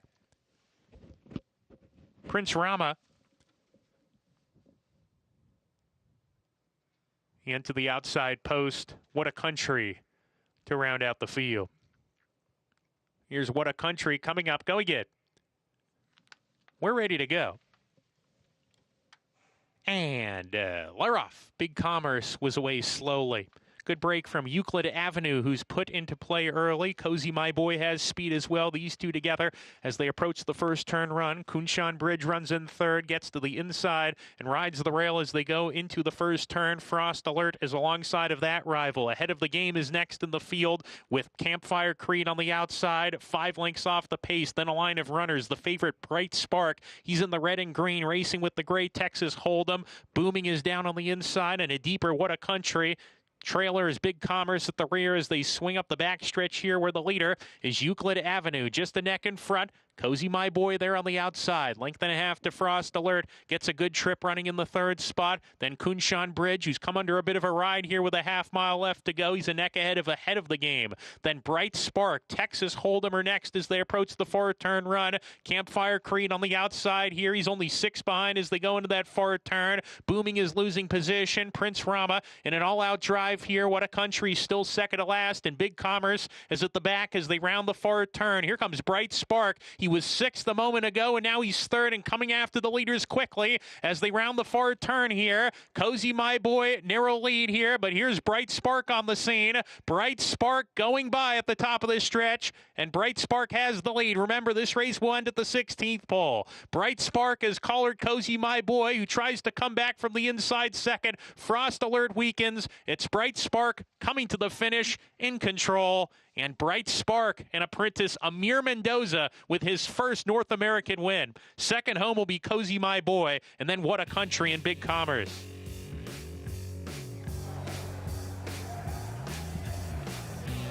A moment he won't forget anytime soon. Amir Mendoza, the apprentice, first victory North America, and he does so aboard Bright Spark as the favorite. delivers convincingly in this 6th race to kick off this late pick 5 at Oaklawn Park. Trainer Gennaro Garcia must have told him to be patient, and that has to be a difficult assignment for someone so eager to win. The money just unleashed late, 1-2 now. You get 50% profit, but a 3rd straight win for Bright Spark. Great job, Gennaro Garcia. Getting him back was a good thing because now he's going to get 60%, a little bit more than $18,000 of the $31,000 purse. So this was a good get back and a much the best winner, and a good performance from Cozy, my boy, who ends up finishing in 2nd. From that drone, you get a much better view of the acceleration and who's actually making up ground and how the race unfolds in deep stretch. Bright Spark simply given his cue, he responded, and turning for home, you could tell who was in control of the race and what it was going to take, something unforeseen to beat him. He had come from far back last time, but he was mostly a little bit closer. And so for those who take that short price, you got to win almost every time when you take 1-2. Early on, you were worried, but right here, it was over. In deep stretch, he has already struck the front with the run to the short wire. And the big win here for the favorite who does deliver, Bright Spark. A win machine, and for Amir Mendoza, the apprentice, his first victory in North America. 5-8, 13-10, results, reaction when we come back as our coverage continues. Opening weekend from Oaklawn Park, America's Day at the Races on Fox Sports 2.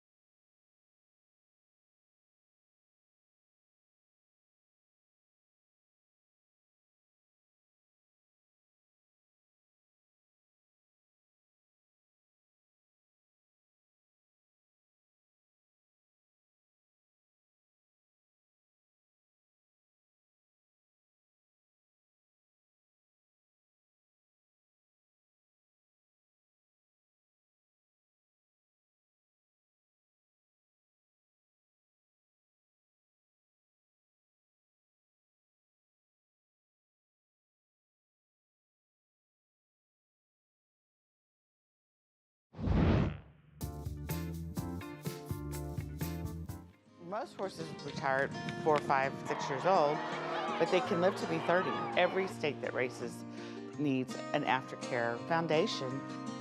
It was all started by Bill Walmsley, so we got together, got with Jennifer Hoyt, we got a website, we got a Facebook page, and we could rehabilitate and retire the thoroughbreds that have raced at Oaklawn. We started off very slow. I think we maybe had 6 horses the first year we were in the program. Overall, we've probably retired and rehomed over 50 horses. We do ask that every owner that donates a horse into the program donate the horse with $1,000. That just helps care for the horse for the first month or so that we have the horse in our care. Every year we do get some good funding, but it's amazing how quickly that goes during the summer and fall when we're taking care of about 25 to 30 horses. At the end of the 22 race meet, we implemented the Ring the Bell program. Ron Moquette brought it to us. He provided the bell. And so that April, that last month of that race meet, we gave owners the opportunity to ring the bell every time they won a race. And we raised almost $9,000 in just that month. It's now something that they look forward to doing. It's a sense of pride. I'm gonna ring the bell today because that means they won a race. 2 years ago, the HBPA installed an equicizer at Oaklawn, and that's been a huge fundraiser. Trainers pay $10 per horse every time they put it on that equicize wheel, and all that money comes to our program. Each horse has its own adoption fee. We usually set that based on what the horse will be doing in a second career. It ranges from between $500 and $1,500. These horses have such a great purpose. They want to do something. They want to be a little girl's horse. They want to be ridden. They want to trail ride. They want to event. They want to be a hunter jumper. They want to do something else. And it gives them an opportunity to live a long, prosperous, wonderful life outside the racetrack. But we need that resource everywhere so a person can responsibly retire their horse and have it taken care of. Terrific program. It was instituted back in 2021-22, and every single year, donations have increased to over $100,000. It's amazing. And Jeanette and Jennifer, who you saw in that piece, they're so passionate about retirement, about aftercare. Obviously, it comes through in that piece, but it's such an integral part of our industry, something I'm personally very passionate about. And thoroughbreds, they literally can do anything. They're so talented, and they just want to please. They want a job, and that's what they get in retirement. That's why you hear a roar from the crowd too every time that bell is rung. $100 minimum to ring that bell. Every dollar that they get, very important to help these equine athletes have a life after the racetrack. Bright Spark starts things off as expected. Yeah. Pretty heavy and opposing favorite in this spot, and looked like it. Yeah, exactly. And we saw the apprentice in here. That is Amir Mendoza get his first North American win after coming here from Panama. He went winless when riding the tail end of the Churchill Downs meet. So good to see him in the winner's circle. And I'm sure a win that will get his confidence up. And, you know, being on a horse like this, that was such a heavy favorite and looked like so much the horse to beat, is really what an apprentice needs. They need rides like this to really kind of solidify and make them more accessible to other trainers who are willing to put them on rides like this. And he delivered here. I mean, this horse just sat the trip, was forwardly placed, and put a lot of separation between him and the rest of the field. Confidence builder, no question. Did this horse get taken for $10,000? I would think so. And I wonder if Gennaro Garcia finds a way to get him back in his barn again. $3 for the win, so 1-2 favorite. Runs like it, 5, 8, 13, 21-1, at least 99-1 underneath. 147-1. Wow. On What a Country. Unbelievable. Deservedly so. All right, we move on to race 7. 6 furlong sprint, $30,000 claiming race. This one a little more wide open than what we just saw. Bolt on the Rocks right now, the 5-2 favorite. I get it. Has run the fastest numbers besides the start 2 back. Is now kind of third off the layoff. Goes out for good connections. And Chris Hartman and Tyler Bacon here. I think she deserves to be the favorite, as there's just some kind of more suspect form in here. At least she's been a little bit more of the consistent type. Though Brooklyn Drew, I suppose, could be another one here. I was having trouble kind of figuring out the class of that last race because on the surface of things, it felt like it was pretty good, a starter allowance, but then you kind of look through the buyers of those horses and they're on par with what she meets here. So we'll see. Yeah, 2, 3, even several other races, though, before that, Brooklyn Drew, incredibly tough. So those two both going to attract a lot of money in this 7th race. Starts the pick 4, have about 16 minutes to post in this 7th race. Are you playing holiday music at home yet? My children are yours? I guess the official time to start doing it is Thanksgiving Day or after Thanksgiving. Yeah, whoa, that's way too early for me. I love pump it. the brakes. Never December too early for 15th, me. I'm good. I'm good. It wears on me after a while, but then it's Mariah's season. It's good to hear her voice. We're in full swing at our household. Swing. Get signed up, started play along at Naira Bets. Bet any track, anywhere, anytime. Some big dates ahead. A race named in honor of the legend we lost, Dwayne Lucas, the coach, coming up on January 2nd. And then that incredible 3-year-old series they have kicks off on January 3rd with Smarty Jones. Yeah, looking forward to it. Rolling into the Southwest and Rebels actually on a Sunday on March 1st this year. And of course, topping it all off with the Arkansas Derby on March 28th. And of course, the Grade 1 Apple Blossom, always a feature on the docket as well for the Oaklawn racing season. Terrific lineup as usual out in Hot Springs, and we're going to bring it all to you here on America's Day at the Races. Race 7 is next. We'll send it back out to Hot Springs when we return with more from Lafitte, Frank, and Megan as opening weekend continues on this Sunday afternoon here on FS2.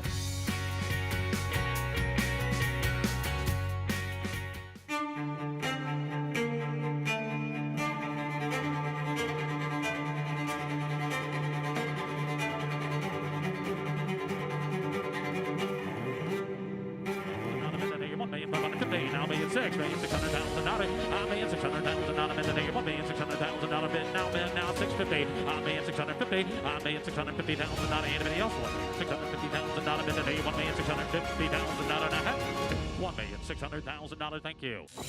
You bet with Naira Bets. Bet any track, anywhere, anytime.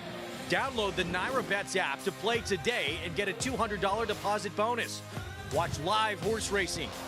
Get expert picks. Boost your bankroll with weekly promotions and hone your handicapping skills with exclusive tips and tutorials. Download the Naira Bets app now. Sign up now to claim your $200 deposit match bonus. You bet with Naira Bets. Cyberknife was a very talented horse from day one. A very gifted, fast horse, a lot of speed, able to carry it around 2 turns.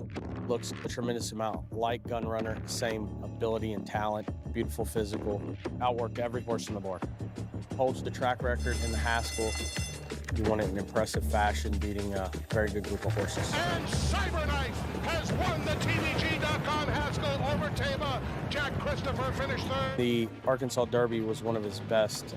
Showed how much talent he really does have and stamped himself as one of the best 3-year-olds in the country. His name is Cyberknife! Cyberknife ranks up there as one of the most talented horses I've ever had in training. Multiple Grade 1 winner, brought it every time you let him over there. Excited about him passing on his durability, his soundness, and his talent. And if he does, he could definitely be a breed-shaping stallion.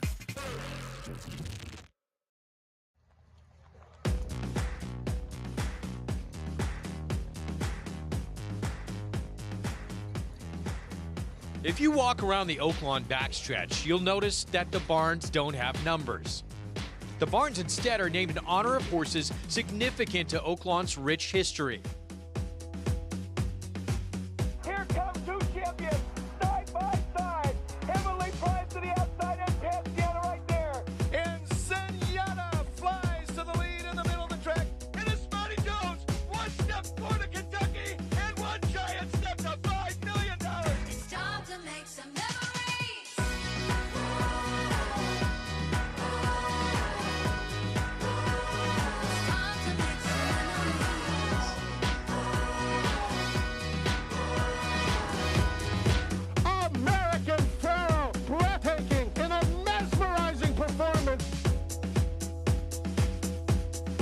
the Oaklawn handicap. And #1 rating will go to Cigar by 2.5. The champion is Zeri. Here she comes down the middle, and she does it. 40 barns named after 40 important horses, all who helped to contribute to Oaklawn's rich history in their own way.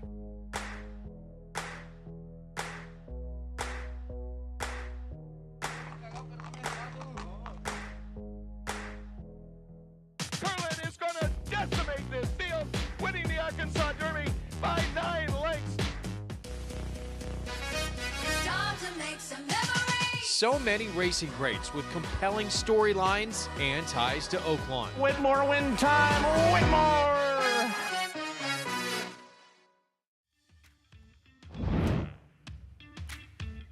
Love that feature, showing one of the intricacies of that track and all those barns with names of some of the greats who's graced those grounds in Hot Springs. Whitmore, the most recent addition. I wonder if they're going to name their new receiving barn. Or is it just going to be the receiving barn? Quite an honor. I know, right? Someone who came in from out of Zenyatta already has one named after her. Yeah. Good idea, though. Yeah, exactly. Race 7, 6 furlong sprint, 30 claiming group. It is the one who was favored when we went to break, still the one to beat on the board. Bolt on the Rocks. Chris Hartman barn. Young Tyler Bacon will be aboard, but this one as well. Brooklyn Drew, major player, if you could forgive that last start. And too, Greg, they both have speed in here. It's going to be who proves to be fastest, which rider has the most intention. Now, maybe Bolt on the Rocks, her early pace is mitigated a touch because she is dropping back in distance from that mile and a 16th there at Churchill, whereas we've seen Brooklyn Drew participating in consistent sprint races.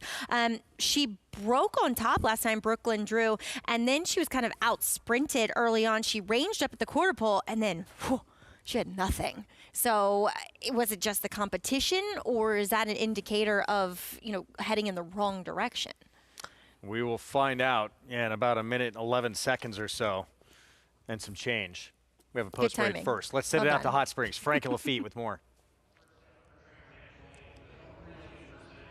With these $30,000 claimers coming up next in the late pick 4, race number 7, Oaklawn Park. The feature we saw at a break, though, those are not the names of claimers that have raced here at Oaklawn. It's some of these stars and legends that have competed, and a reminder of some of the very best over the years that have raced and won here in Hot Springs. Those were some great names, and anytime I could hear some of those great Terry Wallace calls, you talk about a man who put every fiber of his soul into every race call that he made. That was Terry Wallace. I'll tell you one that caught me off guard when General Manager Wayne Smith took us on a little bit of a tour back there.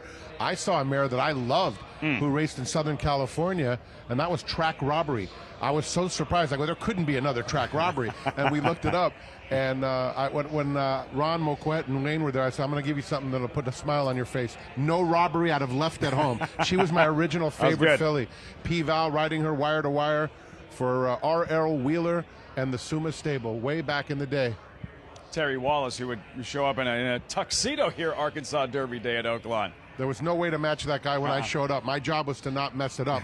I was here from 2012 to 2015, and the transition went a lot smoother than I anticipated. Terry was a total gentleman. The fans embraced me, thank goodness, because the microscope was on. But the fans here are so nice. And I'm going to take a moment as we look at the horse in the paddock, Lafitte, to just say this. This is my last race for the weekend.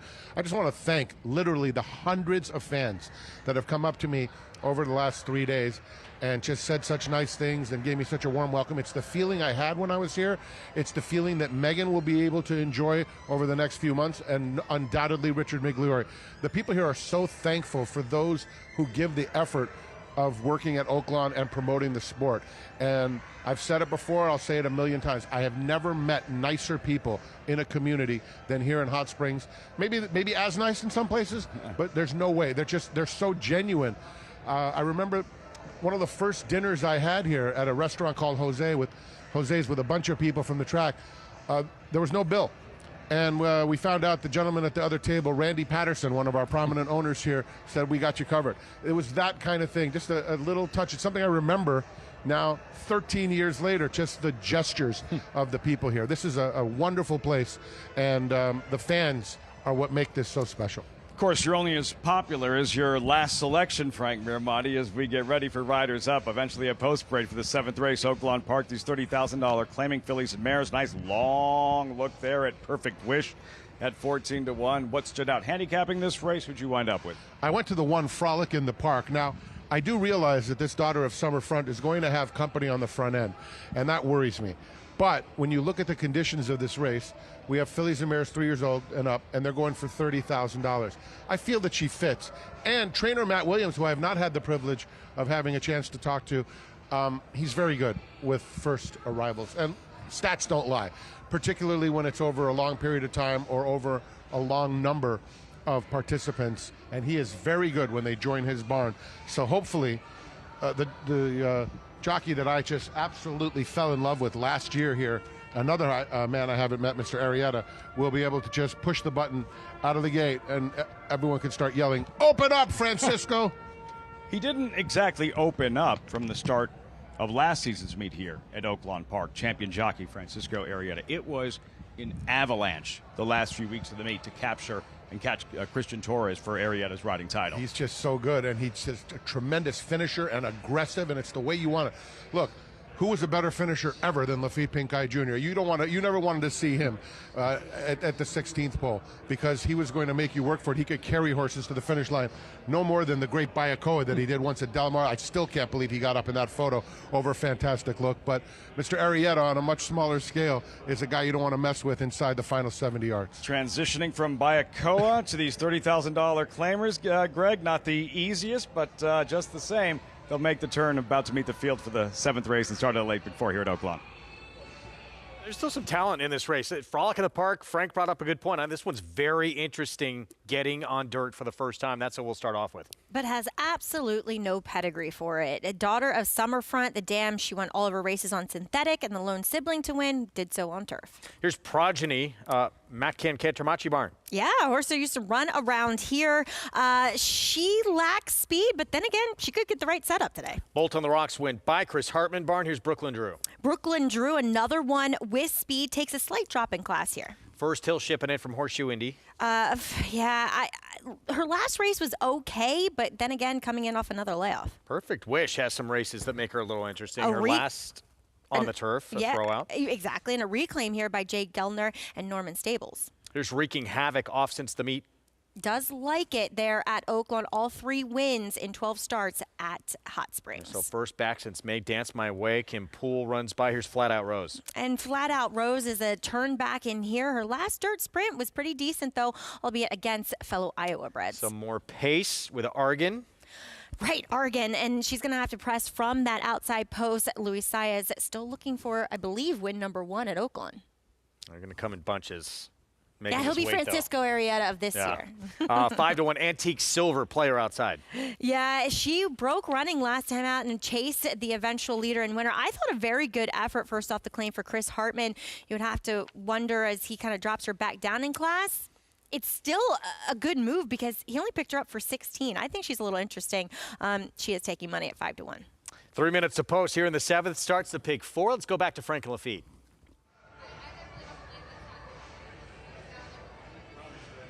Three minutes out here and a gorgeous look there. Beautiful day, chilly day. Hot Springs, Arkansas, 7th race, 3 minutes out. We just met the field. Frolic in the Park. You're going with her, Frank, and her first career try on dirt. Exactly, but bullet in the holster. First of 41, meaning the best workout from 41 in a spin of 4 furlongs in the mud. And before that, crisp 48-1 Breeze, 3rd best of 106. A horse that wants to lead and is going to have company. So to me, I've always said this. If I'm going for a speed horse and there's other speed, I don't care. I just don't want you to try to rate your horse. Hit the gas right out of the gate and try to just be the speed of the speed.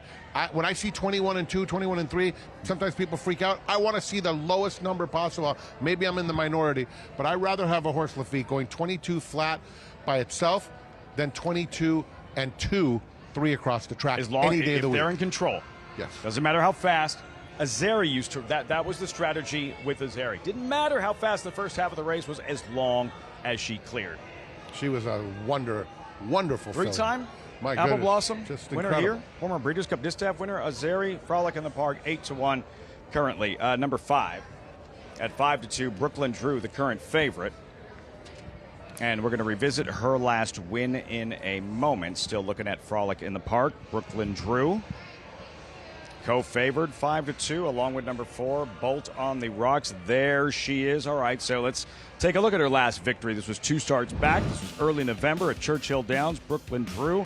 And for her, it might not be so easy this time, because on this day, she was in control from Jump Street. She was, but when she came out on the track, she had the eye of the tigress. She had that look. She had the look in her eye, tippy-toeing, and she's very fresh. I believe she's going to want to go right after him, and they're aggressive here.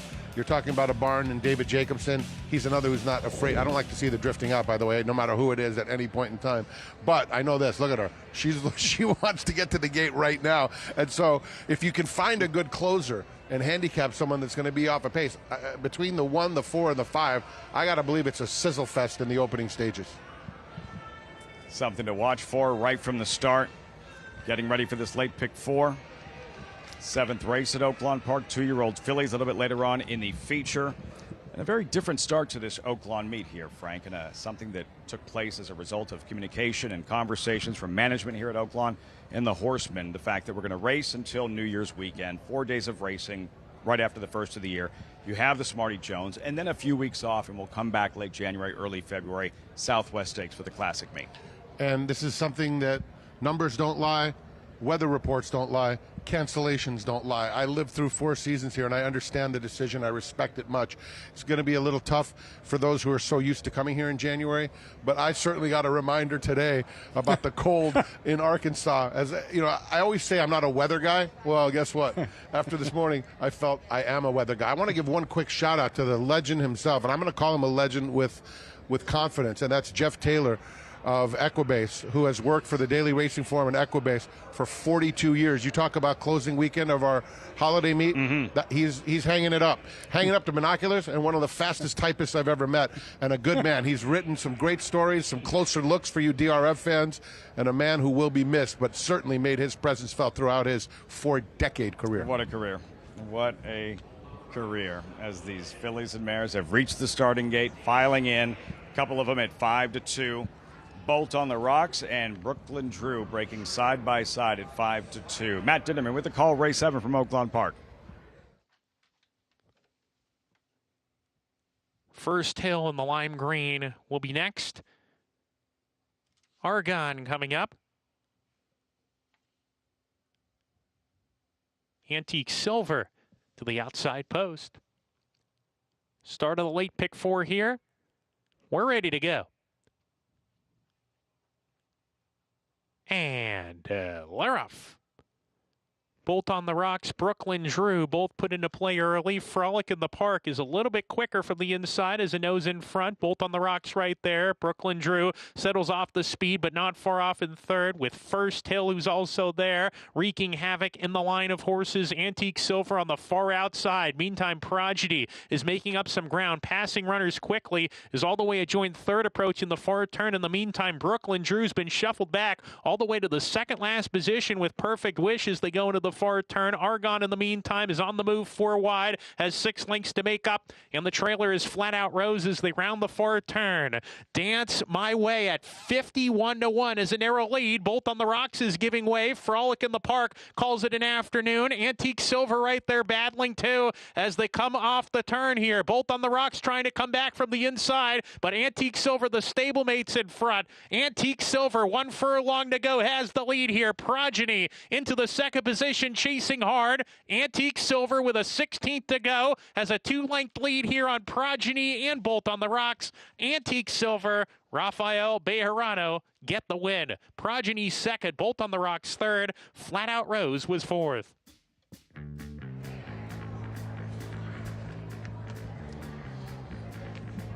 Chris Hartman had Antique Silver ready to rock and roll. Rafael Bejarano, 4-1 at post time. Antique Silver in the 7th of 10 at Oaklawn Park. Took some action down to 4-1, the third choice in a wide open wagering affair, and it was tough for her late, because I'll tell you, that runner-up, Progeny, was coming.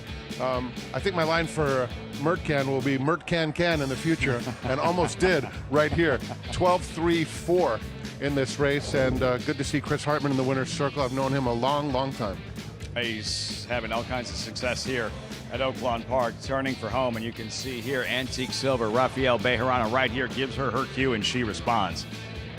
JD Thoroughbreds and Gary Haynes, the winning owners here, and unfortunately, Frolic in the Park was done, as am I, on this broadcast. I'm not calling you cheap speed. You got it, I've been called she much broke worse. Shoes right there early Much on. worse. Folded tent, and backed it up. Antique Silver, though, in the end, the winner of the 7th race here at Oaklawn Park, a 4th overall and first here in Hot Springs. Chris Hartman, just continues to impress in the statistics, the numbers he's piled up over the last few seasons here at Oaklawn. He loves this place, and his runners are ready to rock and roll. And sometimes they're a price, sometimes they're 4 to 5, but Chris just runs a solid outfit, and he loves the game, and he knows how to get to that winner's circle and ring the bell. And for you, a different role this weekend on set with us here for opening weekend at Oaklawn Park. It was great having you on. How'd you enjoy it? I mean, Lafitte, working with you and this team, and let me say this to our entire broadcast team from New York and America's Day at the Races, my respect for you. I've done a lot of TV. I worked 9 years at some other network that we all know about. He's done it all. I've done it here for us, but I'll tell you what, coming off of about a 3 or 4 year layoff, my respect level for those that do this day in and day out cannot possibly be measured. We have a great team, and you guys work hard, and people don't understand. This is not easy. There's a lot going on in your earpiece, a lot going on with live action, audibles to call, and so I leave here with deep appreciation for everyone who does this, and I look forward to being lonely in my booth on 2 weeks from last Friday on December 26th. At the Great Race Place, solitary, and maybe that's not a bad place to be. I won't be complaining about any track announcing duties or anything that comes with it for a long time based on the last 3 days. Probably Hard work. won't be 30 degrees either. No. In Arcadia. No, it won't. Look at the mountains. It'll be a good thing. Great having you on set. Thanks, my brother. Blast. You are the best. You got it. Frank Ramadi, everyone stepping aside. Megan Burgess will join us on set. Still 3 races left as we wind down opening weekend here at Oaklawn Park on Fox Sports 2. You're watching America's Day at the Races, where Antique Silver just won the 7th race. And Coach Dwayne Lucas, it goes without saying, but so very missed here. The coach, a legend, remembered and honored by his racing family at Oaklawn. That's next.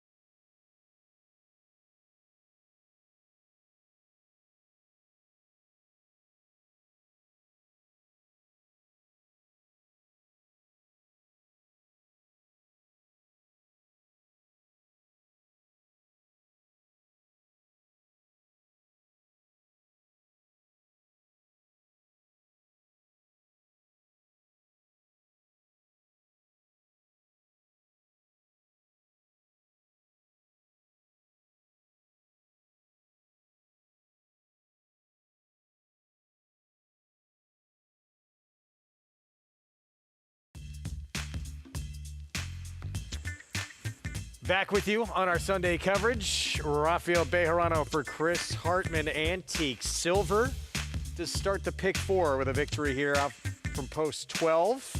4-time winner now from 19 starts. Yes, and you could sense that even though he picked her up for the 16, the fact that he protected her first off the claim, he doubled her in claiming price nearly here today.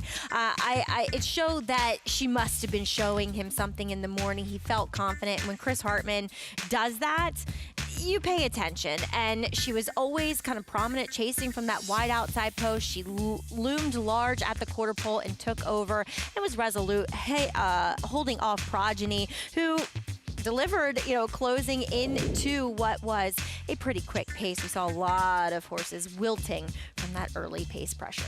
A pick 5 that ends there returns over $5,125. Well done if you put that together. 12-3-4 finish in the 7th. Antique Silver with the win. Race 8. 2-turn mile. And a $25,000 starter allowance. 3-year-olds and up. And Dr. Storm. This is a wide open board, on the rail. Greg. Big effort, but this horse needs some pace up front. Yeah, I thought He's going to get it, though, I think. You do? Because it's an odd race where the 3 outside horses all have the most speed. And so now they're going to have to clear from the outside post position. Going the mile, it's a quirky race. I find the mile, you have to be forward, it feels like. But it also, in this particular occasion, it feels like things are really going to heat up. We do see Gewürztraminer. Whew, I get anxiety about that name. Do you? Trying to say it. Well, I was going to say it totally differently, so no. He returns to Oaklawn. He is a 4-year-old 9-time winner. He's taking a lot of money as of now. Has shown that he does like it on the dirt track as he returns there from a steady diet of turf races over the summer. Yeah, buried form. I thought he was interesting, but everyone Yeah. seems to have caught on to that fact now. That one's the actual 7-2 favorite as we send it back out to Lafitte in Hot Springs. Very competitive. What else is new? Upcoming 8th race here at Oaklawn Park with this brand new meet underway. And for our fans of Oaklawn that know what to expect year after year here in Hot Springs. It's the big fields, it's the big purses, and one of the most productive routes en route to the Kentucky Derby and eventually the Triple Crown. Some of the key dates and dates you'll want to circle on your calendar here at Oaklawn Park. Opening day now behind us. We look ahead to the Smarty Jones first of 4 Kentucky Derby prep races on the 3rd of January, all leading up to the Arkansas Derby March 28th, the richest of all Derby prep races, Megan, with a $1.5 million purse. I'm incredibly excited for our Derby Trail that begins on January the 3rd there with the Smarty Jones. And Oaklawn has just given us so many memories. We can think of Triple Crown winner American Pharoah over this strip. We saw Mystic Dan, preparations for him at Oaklawn prior to his win in the Kentucky Derby. So good horse flesh, quality connections, big hitters, lucrative purse prizes. These fields are going to be competitive. And how do you not get excited looking at that stake schedule? And how special that January 2nd, the coach will be for Dwayne Lucas, who won 2 editions of the Arkansas Derby, going back-to-back in 84 and 85 with Althea and Tanks a Prospect. The man who revolutionized what it meant to be a trainer in North America. Dwayne Lucas, who we lost in June. And the fact is, the sport will never be the same without him.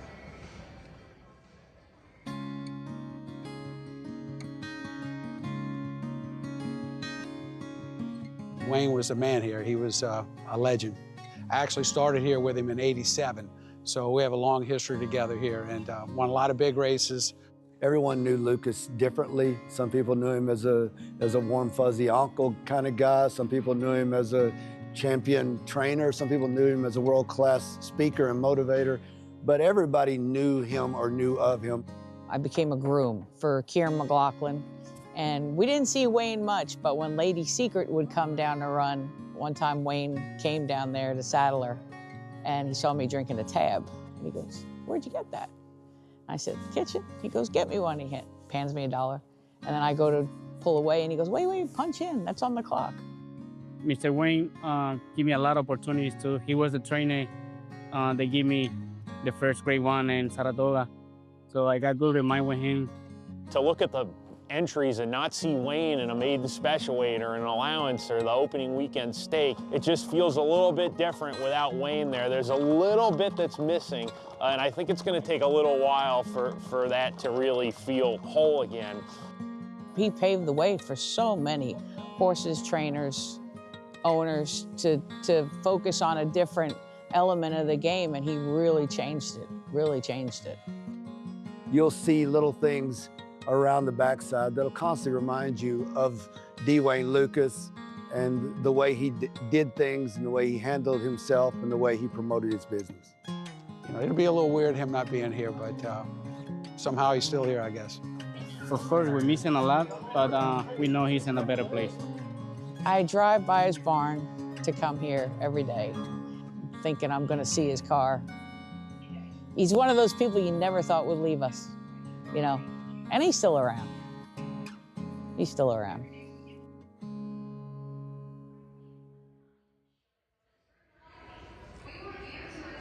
And you heard it several times in the feature. I thought about it when I saw those Horton colors opening day, Megan. Just how different things feel and how much his presence is missed, how much you feel Dwayne Lucas's absence here at Oaklawn Park. His presence on every single person involved in this game, from the horsemen to the training tree, I mean, it's the impact that he has had. It just goes beyond the game itself. And as we've mentioned throughout the weekend, I don't find that we've lost someone of this magnitude. We miss him. It was a great joy to meet him for the first time as somebody young and in this game. It was like wide-eyed meeting Dwayne for the first time in that whoa moment, you know? And it was just pure joy, and he is very much missed around Oaklawn Park. Not just how many lives he touched and impacted within the industry over the years, but spanning over so many generations. Greg, and something we discussed yesterday, the simple fact that as hard as we try, how difficult it is to put his legacy into proper context. Huge part of this game. As long as there's horse racing, there's no question. He set the career for so many people. Gary Stevens, who was on our show for so many years, he's one of those. Jamie Torres, he put up on a Preakness winning ride as a very young rider. He touched a lot of lives, and he completely, as you talked about yesterday, your story about how he opened up things for trainers and gave them a new perspective on how to be successful in the sport. How to delegate to lead to success, having, you know, those really astute and talented assistant trainers beneath you. Obviously, his son Jeff being one of the first and the foremost in that pipeline, but he changed the game, you know, making it bigger, making it more global, if you will. And furthermore, I actually love Kathy Riccio in that piece. She's kind of a staple there at Oaklawn. I love what she said. She gave that anecdote, and it's true. It really felt like he was one of those people that was never going to leave, because he was such a prominent figure in horse racing through so many generations, Greg. So I'll miss him. I know for sure when I go out there, I'm forever grateful. He lent me the pony last year, and it was a true honor riding a Wayne Lucas pony, because, I mean, not only was he known for his thoroughbreds, he may have been more known for his quarter horse ponies. Of course, that's where he got his start. And till the very end, he was getting up on horses in the morning. And that's what kept him going. Yeah. That I guarantee you, it gave him purpose. It gave him a reason to get up every morning to get on those ponies. I know they had a special designed mounting block for him to get on. Usually they're only like 2 or 3. I think his was like 4. It was like 4 feet high, so he just had to step on. So yeah, it was just amazing seeing him every morning on his pony. Absolute legend. And if you came across him, you are luckier for it, no question. We're going to look back to really late developing and rising star. That this was an important race for Way the Riss, because if she didn't run big in this performance, that might have been it for her. They're going to continue on now with her in a 5-year-old campaign, because she has taken that next step. She has won now 3 in a row, and this is the biggest figure she's ever earned. She's a major player in this distaff division now. Absolutely, Greg. She really solidified herself as a major player, and like we talked about yesterday, as she earned a 103 buyer for this cruising, easy as can be victory, that she could stretch back out in distance. I know they've kind of kept her shorter once returning to the dirt. She showed a ability to be effective going a bit longer on the turf, but she's just a different animal. She's a different horse now as she approaches the tail end of this 4-year-old season and looking to launch a productive 5-year-old campaign, because it looked as though watching that victory, she could go back around 2 turns and be, a pace presence, really find her rhythm. She looked so comfortable yesterday. You knew when she broke and her ears started going back and forth, they were going back and forth at the line. That's how easy she was doing it. Yeah, it was just consummate ease, never asked for anything. 7th stakes win at Aqueduct since the fall meet began for Chad Brown. His Crazy. 10th stakes win overall just in the last 5.5 weeks. He's second only this year to Brad Cox. 44 stakes wins for that barn. I almost would have thought it was the other way around. Yeah. I would have thought Chad had more. That's surprising. Still been an incredible year yet again for a 5-time Eclipse Award winning trainer. We're going to take a timeout. Race 8, approaching the 8-minute mark to post from Hot Springs. While the post parade when we come back.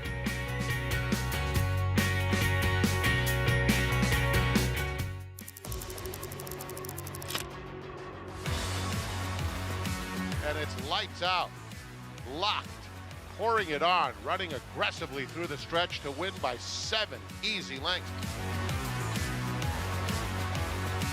Here is Locked. Locked racing by on the outside for the lead. Locked, the wine steward, it is Locked.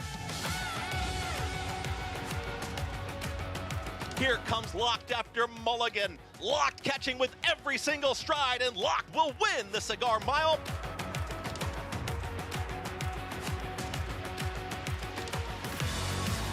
It's all about Locked, dominating the big cap, cruising home to an effortless 8-length romp.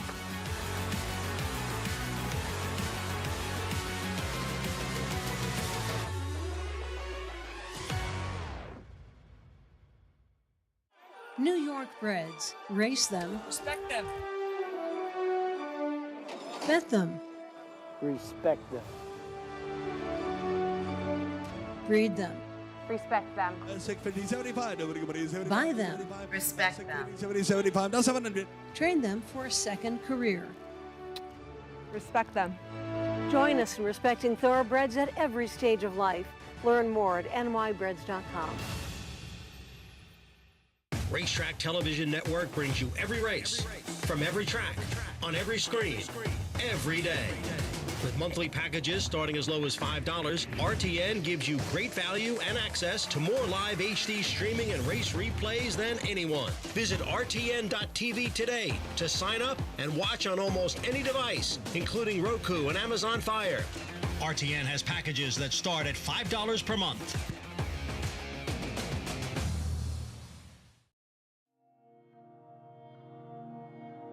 Alapa means everything to me and my family.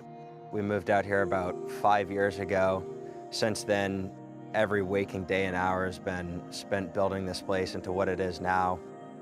It's really a spiritual, amazing place where we try to raise the best horses in the world. My brothers, me, my mom, my dad have such a passion for this place, and we're continuing to try to better it every day. Selling's a huge part of our business. This September, we have a really big, great consignment of horses.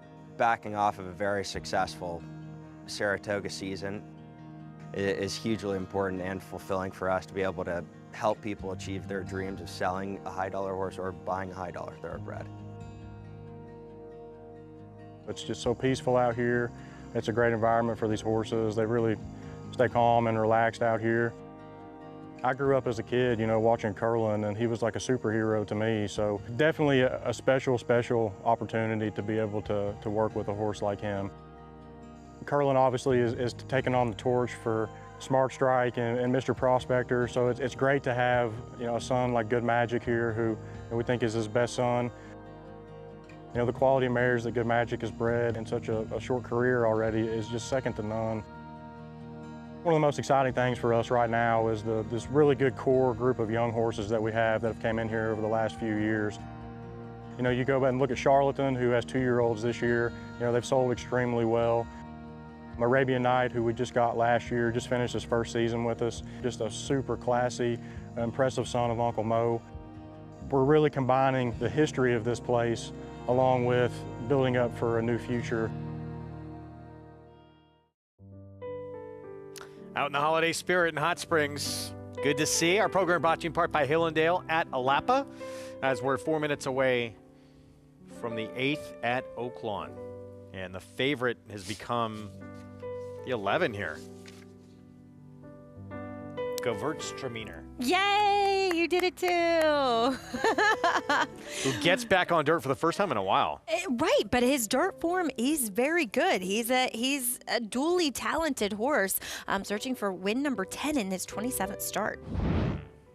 All right, let's take a look at the field. We'll start with Dr. Storm, who definitely is going to make his presence felt late, you would think, as he turns back in distance. And he comes out of a common race. It was that, claiming crown day at Churchill. I thought he ran very, very well. He dropped back early. He circled the field 6 wide and really kept trying. This one was a player, too. Happy Strike, who comes in from Churchill. He was pumped up in that same race. He's going to be forward again. Here is Hess, long shot. Yeah, returns to the dirt. He has one race that makes him competitive last spring at Oaklawn on the muddy surface. I thought this was one of the horses to beat, Papio. He's 10-1. Oh, really? His last 2 races weren't as good, but before that, they match up well. Wayne Potts with Alternate Reality went by. Here's American Law. American Law is one for Sarah Schaefer that had a horrible trip coming out of that claiming crowd race. Just got shuffled back on the far turn. Strike Ridge, Ingrid Mason Barn. Big effort last start at Prairie Meadows. Looking for his 4th win in a row. He is a win machine. Gewürztraminer. Another speed horse returns to the dirt. He likes it, though. Yes, he does. 5-time winner on a fast track. And then Empire Builder, speed outside. I wonder if he is the fastest of the fast, Greg. He did fight hard in defeat last time out behind a fellow foe here, Happy Strike. Let's go to Megan. We're here with trainer Wayne Potts, who I am surely familiar with as far as the New York circuit is concerned, but sends out the number 8 Alternate Reality. How do you feel about cutting back to this mile distance here at Oaklawn Park? I'm hoping we're going to be okay. I think the 10, 11, and 12 are going to come out running. I hope we get a good enough pace to run into. I did tell Raphael to ride him out of there and get a good position. Hopefully we're laying 4th or 5th early, and we don't have too much work to do. Right, shorter run to the first turn, but just speaking, you had a winner yesterday as far as, you've cemented yourself as kind of a claiming trainer in New York. Can you talk about the opportunities now here as you cement yourself at Oaklawn Park? I was actually here 3 years ago. I did fantastic, and I went back and I just never came back. I stationed myself at Monmouth in New York. So the opportunity arose for me to come back, and I had some clients that were behind me to come back, and I took the opportunity to do it. The claiming race is good here. The purses are great. Management, they were glad to have us back, and I'm happy to be here. Well, it's nice to see a familiar face, that's for sure, Wade. Best of luck here. Thank you so much. Appreciate it. Greg.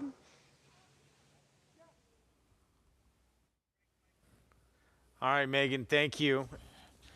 So we'll see if that barn can strike here with one who is 5 to wow. Alternate Reality, the 8 for that barn, 5-1 here on a 6-time winner, but we'll cut back in distance this afternoon. He did have a little bit of a trouble start last time. He kind of got bounced around in between. He was a bit with the flow of the race and just kind of stayed on evenly. Now, Wayne is going to take this horse back into his barn from Joe Sharp, who seemed to get him running well there in Kentucky. We'll see how he reacts to returning to Current Connections. But a horse that, I remember when he started his career here in New York. He's always jumped up at times and gotten the job done at some decent prices, as well as he's, like you said, 5-1.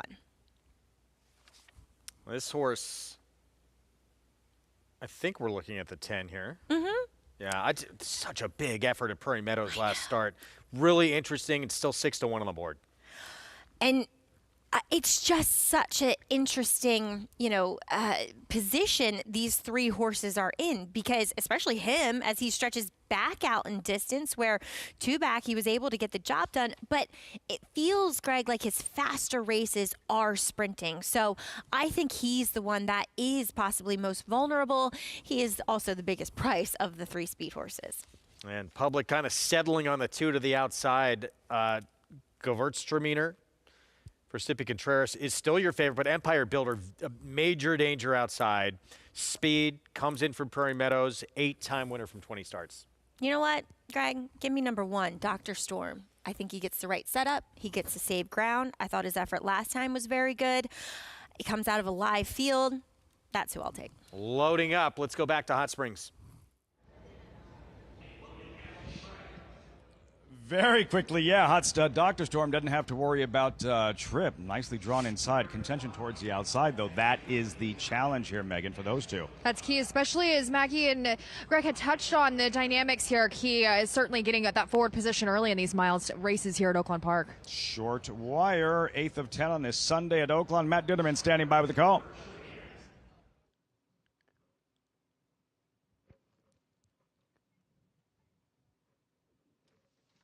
And to the outside, Empire Builder rounding out the field. Empire Builder goes zip. We're ready to go. And Laroff.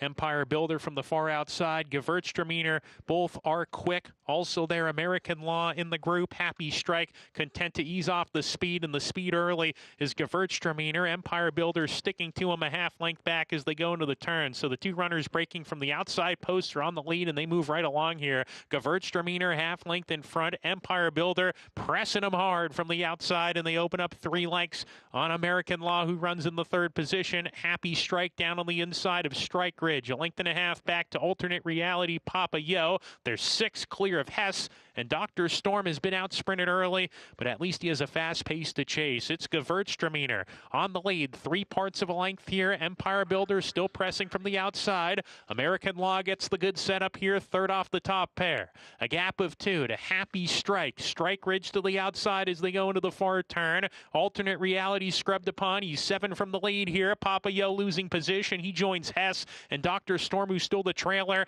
as they round the far turn. There goes Empire Builder to the lead. Gewürztraminer has lost that lead to Empire Builder. American Law picking up the running in the 2nd spot. Empire Builder in front. American Law trying to catch him in 2nd. Gewürztraminer's had enough. Happy Strike into the 3rd position, and here comes Dr. Storm from a mile behind. They're off the turn. American Law challenging Empire Builder. Dr. Storm coming on strongly down the outside, and Dr. Storm and American Law are side by side. American Law, Dr. Storm. American Law hanging tough. American Law held off Dr. Storm.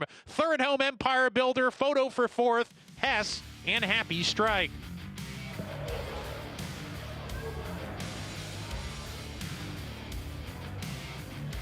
Thrilling finish in this 8th race, Oaklawn Park, and American Law digs deep, somehow turns back the challenge of Dr. Storm, who came at him with giant strides. Well, you have to give credit to the winner. The number 1, Dr. Storm, ran way too well to lose this race. At the, Maggie selection, good job there. But as far as the position that she initially thought is what she was going to get inside at this getting forward position, that's not what happened. This horse is way back off of things. I mean, in a different area code, towards the fence line, closer to the fence line, as far as coming and making that run wide into the lane. Wow, this was an incredible performance. I couldn't take my eyes off of the 1 because he was just so impressive. But American Law digging in, getting the win there for a barn that... small barn there for Sarah Schaefer, getting a win here, especially I believe she has a few horses, 4 or 5 horses. She's new to Oaklawn. It's exciting to see her be able to get the win here at 11-1. 9-1, 12-3. Greg and Maggie, as American Law was engaged by Dr. Storm, came at him with all that momentum, but the competitiveness, American Law digging deep and finding just enough. Yeah, usually you see one, especially at Oaklawn, roll up on the outside out there, and those horses continue on, not in this case. Exactly. And Greg, full steam ahead with Dr. Storm, who I did anticipate being well back. I just thought he would get the right setup and save ground, but he did circle the field. American Law, though, coming out of that same race, I did have the worst trip of all, and I got to give a major shout out to Sarah Schaefer, who does pick up her first win as a trainer. She's worked hard in this industry, a fellow Maryland girl, worked for Mike Trombetta, then Mike Maker. So having horses on her own, and Jay Provenzano of Flying P giving her an opportunity and getting to the winner's circle at Oaklawn. At 11-1, well done, congrats, a moment she will never forget. with that performance. American Law Flying P, Sarah Schaefer, Christian Torres with the upset win in the 8th. The feature is next.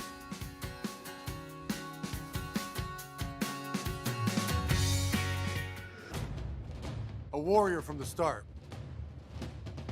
He's got grit, the kind champions are made of. In his biggest battles, he showed his mettle. Sierra Leone is plugging in. Dornock is coming back. Dornock in the Remsen. What separates the best isn't just talent, it's meeting the moment. A will to win, to scrap and fight like your life depends on it. Dornock in an absolute thriller. Dornock and Mind Frame. It will be Dornock to win the Belmont Stakes. Look your rival in the eye and say, not today. And Dornock stubborn. Dornock wins the Haskell. A world-class athlete made for the fight. That's Dornock.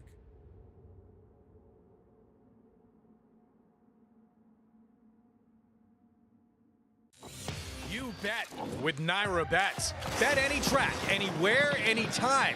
Download the Naira Bets app to play today and get a $200 deposit bonus. Watch live horse racing. Get expert picks. Boost your bankroll with weekly promotions and hone your handicapping skills with exclusive tips and tutorials. Download the Naira Bets app now. Sign up now to claim your $200 deposit match bonus. You bet with Naira Bets.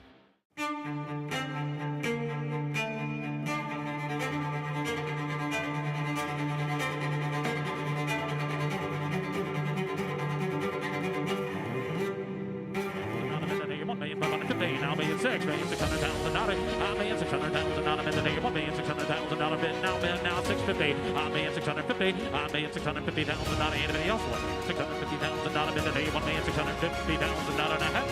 $1,600,000, thank you. Back with you on our Sunday coverage. It's American Law upset score and the first in the career. Sarah Schaefer, well done. Yeah, congratulations. In American Law, a horse that I'm pretty sure started his career around here. Gosh, he's 7 already. You know, the years are starting to add up when horses that you remember as 2-year-olds are now 7, 8, 9. But picking up win number 7 in his 45th career start, tenacious to the wire, holding off the big late charge of number 1, Dr. Storm. And like you said, Sarah Schaefer getting her first win of her training career with Christian Torres aboard too for Jay Provenzano, Flying P Stable. 9-1-12. American Law with the big upset to shake things up in this pick 5 as well. The feature's next. It's our Spendthrift Farm 2-year-old race of the day. With, of course, Spendthrift champion General Sire Into Mischief Sire, this year's Derby. Belmont Travers winner Sovereignty. 2-year-old fillies, 6 furlongs. Counting Stars taking support here. A big debut and then went a little backwards in Stakes Company at Keeneland for Marcassi. Right. I did not like that effort whatsoever. We'll see if she can rebound here. The horse coming in off the good effort, I thought, despite being a runner-up one, is your current 9-5 favorite in number 5, Caroline for Lindsay Schultz. And it was her first try on the dirt, Greg. I thought it was a pretty good one. We'll see how she takes the Oaklawn strip. We're going to hear a lot of this voice at this meet. Rising star in the business. So happy for Matt Dinnerman. Had a chance to meet his father when I was out at Monmouth. Incredibly proud of his son, who is making waves as one of the top young race callers in the sport.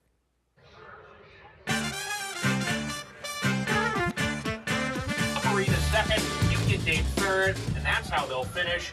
I was about 11 when my dad took me to the races at Del Mar, my home track, and I basically fell in love with the races right away. I mean, I was just enamored with the pageantry and everybody dressing nice. In the turf club, the Railbirds, they've got their racing forms, and the jockeys and the trainers, and just the noise and the excitement of the horses coming down the stretch. Right away, the racing bug bit me, and I wanted to learn more about this great game. Track announcer Matt Dinnerman here high atop the grandstand, folks. A picture-perfect day for live racing. Looks great from high up here. I would say the light bulb really came on at about 16 years old for me to be a track announcer. When I was younger than that, I would always ask my dad about the announcer. How does he know the lengths? How does he know the horses' names? Absolutely no excuses for going the distance who sails into the forward turn a length and a half clear.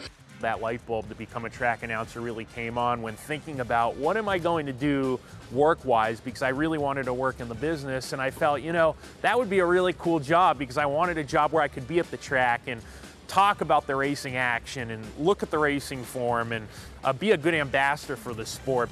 My Uncle Joe and my Aunt Juliet, for Christmas, they knew I wanted to call races, and I asked for binoculars, and it was under the tree one Christmas, and I still use the binoculars my uncle and aunt gave me to call the races here at Oaklawn, at Emerald, at Golden Gate. Those are the only binoculars I've ever used to call a race. My favorite race call ever was Morning Addiction's race call, which was a typical race, just an average race at Golden Gate Field.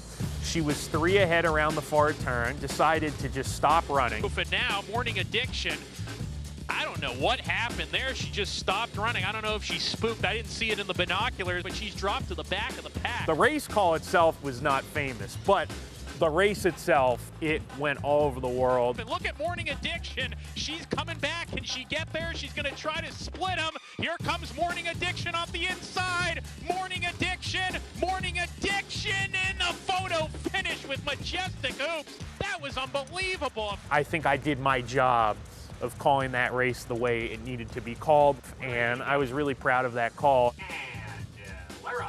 I pinch myself every day. In a way, it is hard to believe, but I've had a lot of help along the way. I've had a lot of people that have supported me, and I just feel very, very lucky. When you wake up every day and you're excited to go to work and it doesn't feel like work, it's very, very satisfying. Comes across in that piece, and there he is up in the booth, how much he loves what he is doing each and every day. I could not agree with you more, Greg. And I like the fact that he's so well-rounded when it comes to knowing all the aspects of being, you know, a full-fledged racetrack participant. I didn't know he walked tots for John Sadler. That's very cool. So he has that intimate knowledge of being close to horses, and he's a true blue handicapper as well. So I think that always plays out well in his calls, being able to recognize how horses are moving, you know, horses that are favorites or long shots. So he definitely shares his enthusiasm for the sport. Well, we're going to get to hear a lot of his calls over the next few months. We're going to have the entire meet for you from Oaklawn as they're just getting going. Our opening weekend coverage continues when we come back with our Sunday feature, the Astral Spa Overnight, 2-year-old filly, 6 furlong sprints. We'll get to it when we come back.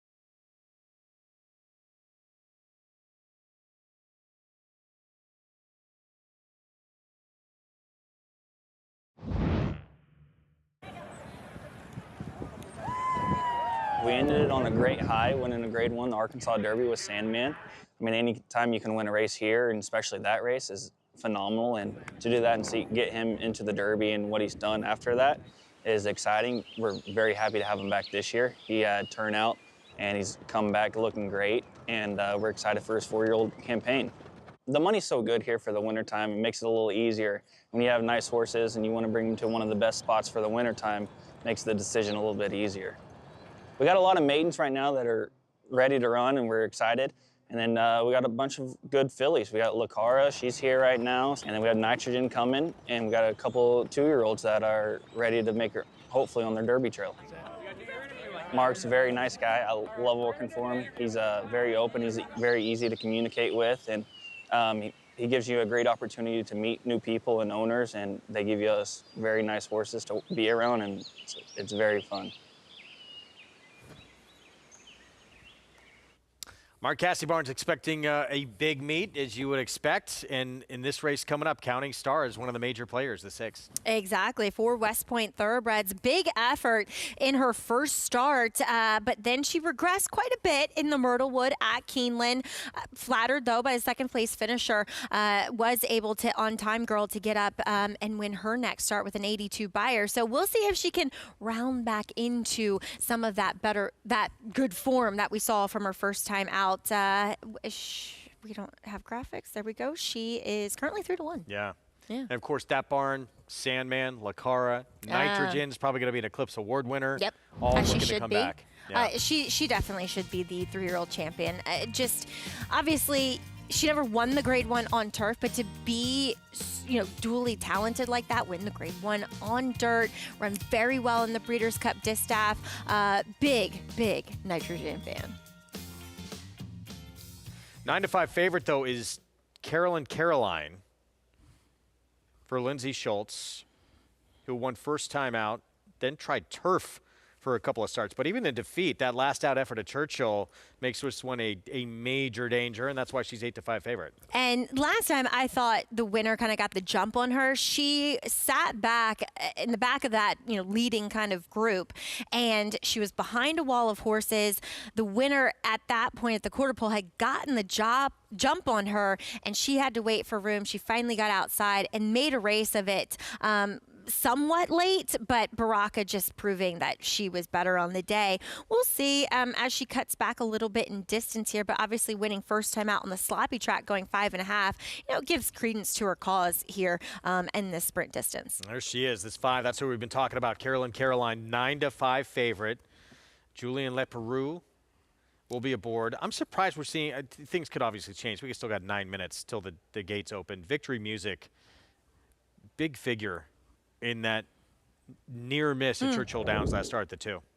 And I mean, yeah, like you said, she's nearly a 2-time winner. As we are taking a look back at Caroline here, there she is beneath Julian Leperoux in those neon green silks, where we just see Baraka in here. She got to the front before her, and she had to wait for room. And at the end of the day, these are still young, lightly raced horses that are still figuring out how to do things. So to be able to accelerate on the drop of a dime like she was being expected to do just wasn't there quite yet.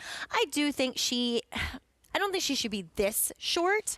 I feel like, things should even out a little bit more with the 6, as well as Victory Music, who you were just mentioning, is a massive price on there because she's really done nothing wrong in her career. And took a big jump forward in the 3rd start of her career last time out at Churchill Downs. You just saw the 6 go by in the background. That's the Marcassi filly. There's the one we were just talking about, though. That's the 2 Victory Music. Mike Maker Barn, 3 Diamonds Farm. Ramon Vasquez will ride. And I like the fact that she took that big jump forward coming in off a little bit of a break, because at the end of the day, the 2-year-old fillies early on in the summer or even late into the summer, they're pretty slow. Most of them. The the broad population is on the slower side. But the fact that she came back, got that freshening for Mike Maker here, and improved so much, and was so game and tenacious to the wire, just getting run down by the narrowest of margins by the favorite in Camilla Catalina, who came from well back, and she was battling on the front end. Victory Music, I think she should have a big say in here, and if she stays at that 6-1, I mean, that is a gift. She's a distant third choice in the doubles. And, you know, 2 back when she was, granted, 4th and beaten 5 lengths. Willow Case would come back and win the Hallandale Beach Stakes at Gulfstream Park in her next start. So it's not like she's been facing bums either. Really chill in the paddock, isn't she? Yes, she is. Keep scratching my neck. Let's go back to the Marcassi Philly Counting Stars. And, you know, sometimes these 2-year-old first-time starters, they're revved up, they're ready for that debut. She was. And then you don't see that big move forward next time out. I think you said it. You hit the nail on the head. That's what you hope has happened here with her, that she was so cranked up to get the job done at first asking. Though, then again, Mark, by his own admission, says that he's not a trainer that necessarily does that. He looks to develop them. So if that's the mindset, then maybe that last race isn't a good sign, as we'll take a look back at her winning effort, where she was able to rate comfortably. She got a good 4th position. She rated behind horses, and once she was produced and tipped out by Arad Ortiz Jr., she did kick on. Now, I do like the fact that she picks up Francisco Arrieta, who I think is a bit more aggressive than the rider that was on her back in her last start, so maybe putting her in a more forward position just to get her involved. She just ran away from the competition in that debut with a little bit of trouble, too. So she's 3-1 on the board, clear-cut second choice in this Astral Spa overnight. 2-year-old fillies, 6 furlongs as they make their way out onto the track. There she is on cue with Arrieta. She's like, oh, you called me. Okay, making my appearance. I thought the 8 was a little bit interesting, too. She's probably going to be your, 4th choice in the wagering. Debbie Dahl, she could be the speed of the speed. Granted, she goes from Larry Ravelli, who I don't think I've ever seen a really Larry Ravelli horse not be on the front end. Granted, she wasn't first time out. To the Robbie Medina barn, and Robbie's not one of those trainers that, really has them cranked up and firing on all cylinders out of the gate. Here's Candy Talkin, won that first start, but at Hawthorne, so jumping into some bigger waters here. And with a very slow figure in winning. Victory Music, the aforementioned, for Mike Maker. I think she's very live here, Greg. And, to that 4th place effort, was on a sloppy track, too. She likes it fast. This one's very quick. She's got turf sprint speed, too. Glazing Fury. Yes, she has yet to be on a fast main track, though. We'll see if it translates. Big number on a Steve Asmussen runner, gun runner filly, who just broke her maiden at Keeneland. If things heat up on the front end, I think she's the one that's going to do her best running late. She was relentless in Victory last time out. There's Caroline, Lindsay Schultz barn. And Lindsay kicking off the meet very well. So we'll see. It looks as though she has live horses here at Oaklawn. West Point Silks, Counting Stars, Marcassi. And we'll see if she can get back to that first race, which was very, very impressive with the 74 buyer. Walkaway K won the debut, Remington. She broke well, and then she settled at the back and kind of circled up around the field. Yeah, there was 2 next time out winners, but they buyered in the 40s. There's Debbie Dahl, who you mentioned, showed that gate-to-wire win last out. I thought she was impressive in doing so. No time left, finishing 2nd, would return to win as well.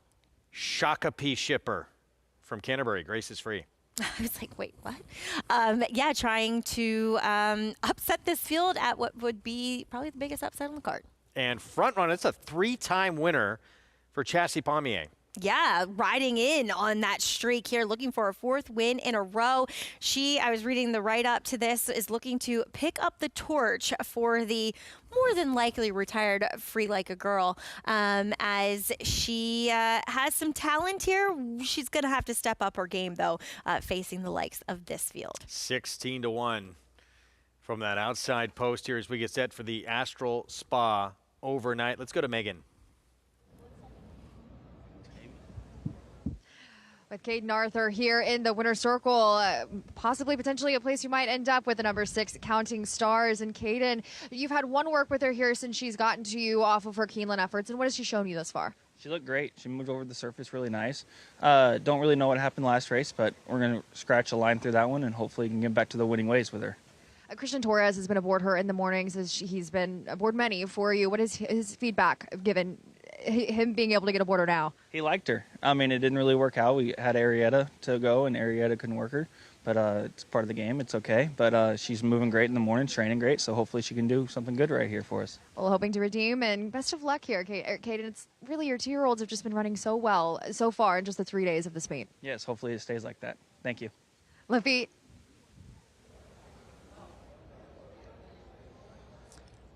Trainer Mark Cassie making his presence felt here at Oaklawn Park last season. The first season he was stationed here, had a string here at Oaklawn Park, and in the end capturing Oaklawn's signature race, the Arkansas Derby, with Sandman. What will this 2-year-old filly Counting Stars do for trainer Mark Cassie in this upcoming Astral Spa? Another look at her there in the familiar West Point Thoroughbred colors. She's has the ability, but difficult to trust, given what she did in her debut, as good as her debut win was at Churchill Downs, and giving all indications of her ability and her upside, and that she had the potential to compete and potentially win a stakes race. Well backed in a stakes race at Keeneland, and without excuse, just kind of a no-show. She was flat right when you're expecting her to be right there when the real running starts. She backed out of it, so trying to gauge what she's going to do in her third career start. You know that she has a good, she knows that when she brings it, she's good enough and she has that ability, but what will she do today with one really good effort and one very disappointing effort? Counting Stars, who is 7-2, and the favorite in Caroline, number 5 at 3-2 for Lindsay Schultz. Julien Leperoux looking for stakes wins on back-to-back afternoons, winning yesterday's Ring the Bell. There he is aboard Caroline, now rejoined by Megan Burgess, who is teleported back up from the winner's circle to the set here at Oaklawn Park. Megan, Caroline, why so heavily favored in your opinion? I think Maggie suggested earlier, this is the last out race that I find you want, as some of these fillies have maybe come out of maybe questionable, but I like this horse. I thought she made a good impression of herself in the paddock. She's very much of an out-and-out sprinter. That's strong, compact, short body type as far as assessing her physically, and she maintained herself pretty well on her toes, not necessarily over the top or anything, but I liked what I saw from her for the Lindsay Schultz barn, and Julien Leperoux getting a stakes win yesterday looks to do the same aboard. Certainly a live shot here. When they spring the latch, early stages, race shape, what are you looking for? Just the speed in this race, trying to decipher who's going to go, who's going to show the speed that they might have. The 8W doll I found was interesting for the Robbie Medina barn, coming in showing that speed off of that 75 Beyer speed figure last time out. But I do want to give a shout out to the Chassis Pommier barn, and Chassis has spoken about this filly in the number 10 front running that it kind of reminds her of Free Like a Girl. Sure. And a bay filly with attitude. And who knows if this could be one that could maybe take over in the barn, but she's liked how she's been training at Delta and has found they've been able to come and fit off of the Delta Oaklawn transition. Mother and daughter associated with Free Like a Girl, and blue-collar background, competed at the highest level, hitting the board in Grade 1 races, and Apple Blossom that comes to mind in recent memory. Now time for these 2-year-old fillies and the Sunday feature, Astral Spa. Final check of the toe board reading 7-5. Caroline. Matt Dinnerman with the call of the Astral Spa live from Oaklawn Park. Runadara goes in. Grace is free. 2 back. Caroline. Into the outside. Front running. Here's front running coming up. Go again. We're ready to go in the Astral Spa Overnight Stakes.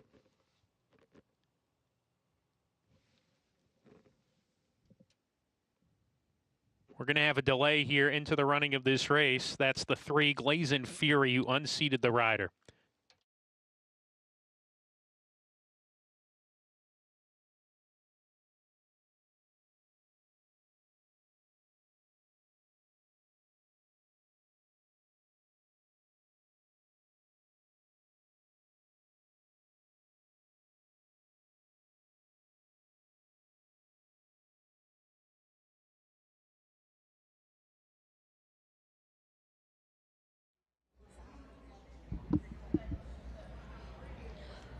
Just as they're filing into the gate for this Astral Spa, we'll have a delay. It looked like Victory Music number 2, the 3, make it the 3, Glazin' Fury, who flipped in the starting gate, and a delay before the start of this Astral Spa at Oaklawn Park. And won the number 3, Glazin' Fury. We hope is okay after that unfortunate incident, and she's a speed star. She showed speed last time out, and sometimes when these fillies are really sharp on their toes, ready to inflict that speed, they can often be on their toes, as she was. So hoping to, as they have come out of the gates, reload here momentarily in this delay. And she's out. A late scratch now announced by Matt Dinnerman moments ago. Glazin' Fury is out. Late scratch. Glazin' Fury out of this Astral Spa overnight stakes. You touched on her style, her speed. How does her absence impact race shape now, Megan? Well, as far as the pace was concerned, she certainly was going to be with it. I think the number 2, Victory Music, now has less to deal with directly to her inside as far as that speed is concerned. Debbie Dahl wired the field when she breaking her maiden and front run and has a bit of speed to the outside. So we'll see if Victory Music has a little bit less pressure to deal with. I liked the filly physically in the paddock, but obviously we're dealing with the delay, and the first and foremost wanting to make sure the horse is okay after an unfortunate incident in the gate. Frustrating for Connections. First and foremost, as you mentioned, most important that Glazin' Fury, that she is going to be okay moving forward. For Connections, eagerly anticipating the opportunity to see a horse they're associated with competing with a stakes race here at Oaklawn Park. You get to that moment, it's post time, they're loading, something like that happens, and they'll have to wait for another day. It's tough, but this is Oaklawn Park. Their opportunities await her as the season progresses as far as opportunities for her. So hope to see her bounce back in future endeavors. But taking a look here at as we are able to feel a little bit more in this race, the number 4, Manahara for the Steve Asmussen barn, is an improving type. His son Eric climbs aboard. I liked the way she won her maiden at Keeneland, stalked in pounds, and has the speed in here to potentially get the same type of trip Lafitte. At 11-1, as you mentioned, Ranahara, late scratch, Glazin' Fury before this Astral Spa. And for these young, inexperienced 2-year-old fillies, more of a challenge here as they have to take a little bit more time here and kind of circle about, go behind, and reload. But for the most part, what we can see, acting up a professional group here is it's take 2 for the load once again for this Astral Spa. Kudos to them, right? Especially, I will say this, the number 2, Victory Music, who I'm surprised is still 7-1 up there. I like for Mike Maker, a small athletic filly, but I think she's got a shot here, and she's also been one that's been consummate professional from the beginning. She's just been so settled in the paddock, and many of these fillies having to take 2, reload after having to come out of the gate is certainly a good experience for them as far as maturing them moving forward. Ramon Vasquez aboard, won the male equivalent of this race, the Advent Stakes opening day with Dirty Rich. And he strike here with Victory Music at 7-1. The favorite, Caroline 6-5. We'll try it again. Matt Dinnerman with the load and call, the Astral Spa live from Oaklawn. And to the outside post, front running to round out the field. We're ready to go in the Astral Spa overnight. And we're off. Victory Music bobbled at the break. Caroline prominent early. Looks like she's going to take back here. Front running up on the pace. Here comes Grace is Free. Debbie Dahl in the mix as well. Debbie Dahl emerges, grabs a short lead here from Grace is Free and front running to the outside. Gap of 3 to another trio who line up. Caroline, Counting Stars, and Walk Away K, who's 3 wide. Another 2 lengths back to Victory Music. Candy Talkin' shuffled to the back of the field, hard ridden with Run at Hara at the rear as they round the far turn. Debbie Dahl neck in front. Grace is Free, turning up the pressure. Front running 3 wide on the course, approaching the top of the lane here. They're 2 lengths clear of Walk Away K, who's creeping in from 4th. Counting Stars behind the leaders, tipping into the 2 path. Victory Music is trying to come on, is going to get to the outside, is 5 or 6 wide off the turn as they come down the lane. Debbie Dahl calls it a day. Here comes Walk Away K, the Arkansas bred, and Counting Stars finds room and punches to the lead. Victory Music into 3rd, but is tiring a bit, and it's Counting Stars in front. Counting Stars kicking away from the competition. Counting Stars, Francisco Arrieta to win the inaugural Astral Spa overnight. Walk Away K was 2nd. Victory Music 3rd. Grace is Free was 4th.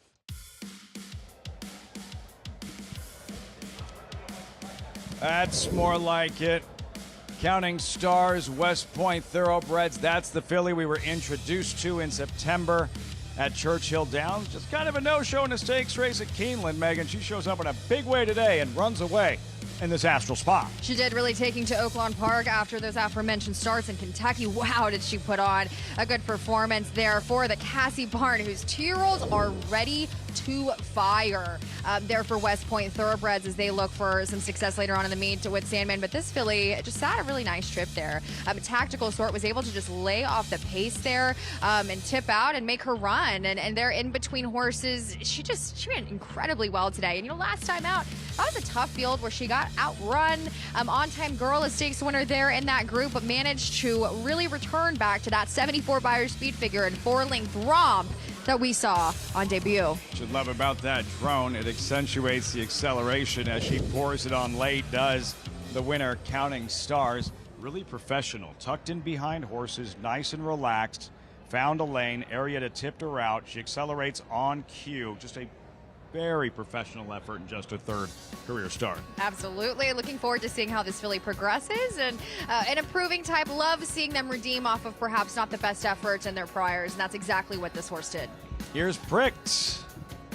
Tremendous effort. Counting Stars, West Point Thoroughbreds, trainer Mark Cassie, Francisco Arrieta, last year's champion Jockey, strikes with Counting Stars in the Astral Spa.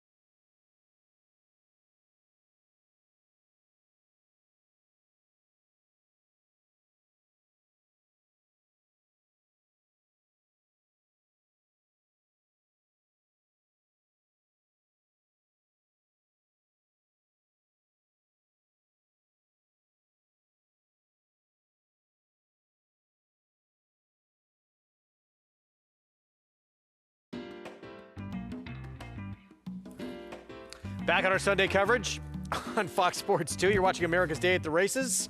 Counting Stars with the win. Our winner circle lead-in brought to you by the Fasig-Tipton Kentucky Winter Mix Sale, scheduled for February 9th in Lexington, Kentucky. Main catalog entries close December 15th. Enter now at digital.fasigtipton.com. Counting Stars, so impressive in the debut. Went a little backwards in stakes company start number 2, but this was ultra impressive. It really was. She got back to that first effort there at Churchill as she gets a stakes victory. The Astral Spa Stakes to her name. Walkaway K got hammered late and actually delivered on that money. And victory music rounding out the trifecta. No-show effort from Caroline Caroline, your favorite. Let's go to Megan. Well, here with Francisco Arrieta in the winner's circle after a win, a stakes win, kicking off opening weekend. Has to feel good, particularly in the way you did it. That's amazing. That's amazing. I got to thank Mark, the owners, and agent, and all people involved in this horse for giving me the opportunity. I just followed instructions. She was in a great shape and talked me to the wire. Perfect trip, too. You really executed there, being able to really tuck in behind the speed and make her run late, pulling away. She actually jumped in the lead, and I track her back, put in behind horses, and then I tried to follow the horses in front of me, and they all open, and she get through. Well, congratulations here. Well done. Thank you very much. Greg? All right, Megan, thank you. What a flurry that man finished with. Last meet, he was actually going to take some time away and just stop down on his career, decided to keep going and wound up winning the meet. Yeah, I mean, I'm glad he didn't do that. For his sake, a guy who actually started here in New York when he first came to this country, and obviously it's a tough place to start your career, but he applied his trade at some, smaller circuits, and boy, has he worked up with success, and he really executed a brilliant plan there with Counting Stars. He did take her back, take her in hand, taught her a lesson, and she was there. She exploded when she saw that scene. Yeah, impressive from Counting Stars. Now 2 for 3 in her career. Marcassi Barn, West Point Thoroughbreds, and last year's meets leading rider Francisco Arrieta aboard for the victory. Final race on the card to close things out in this opening weekend in Hot Springs, 6 furlongs. First level allowance race. And our colleague Tom Amos, you'll be back. She is back. First time since a runner-up finish in the Grade 3 Miss Preakness at Pimlico. I thought a sensational ride, to be fair, by Jamie Rodriguez that day. He was wide, he was posted wide, he was able to get over by the turn, cut the corner, ran up behind Echo Sound, who of course would complement this victory with a 101 in the victory ride for Rusty Arnold. A lot of synergy there in winning that race, but you'll be back. We're excited to see her back. Absolutely. I'm sure Tom is as well. We'll see what we get. When I say 165, what does that mean to you? That is a lot of wins in a year. New record on the NYRA circuit. We'll go behind the scenes with Linda Rice when we come back.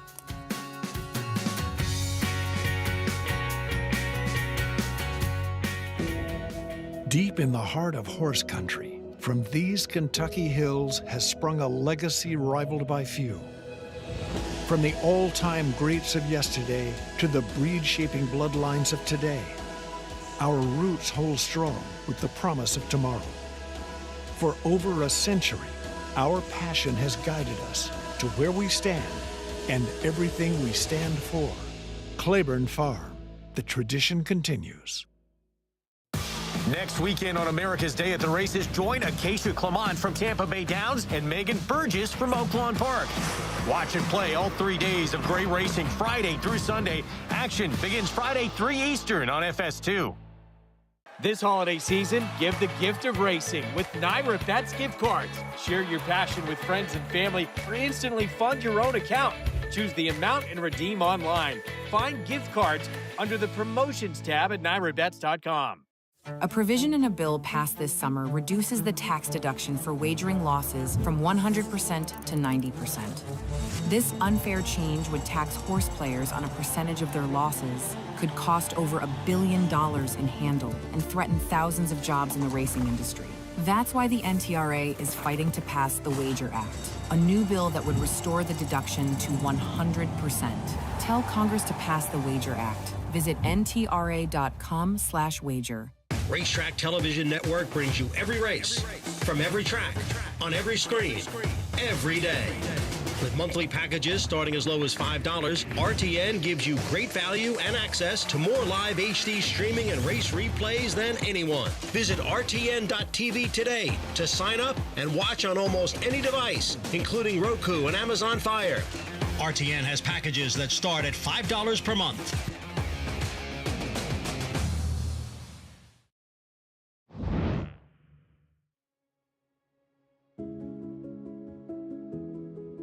When I go to the barn in the morning and train horses that I'm excited about running, that's what drives me.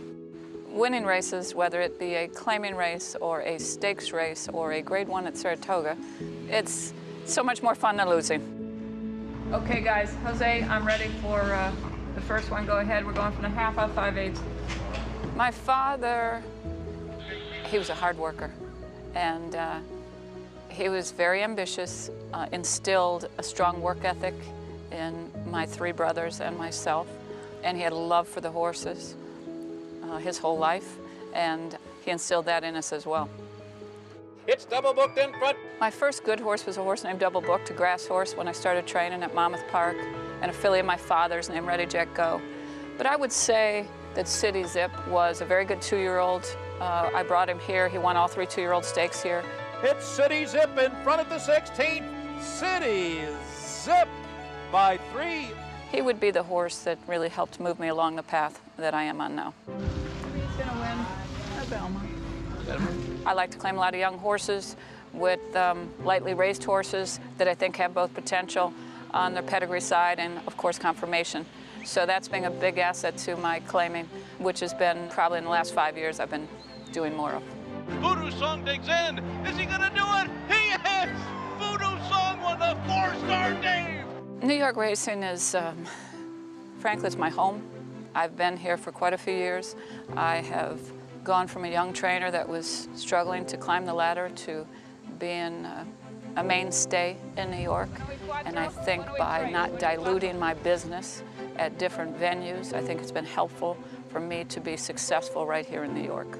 I'm all about New York racing. My father always said, well, he didn't want to die in a harness.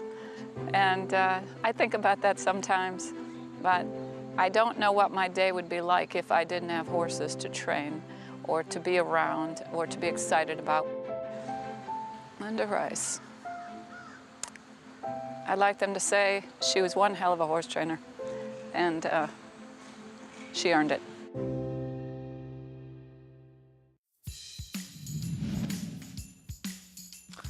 And of course, just making history, surpassing the record she had set and tied with David Jacobson a couple years ago. 165 wins in a calendar year on the NYRA circuit stands alone. What an accomplishment.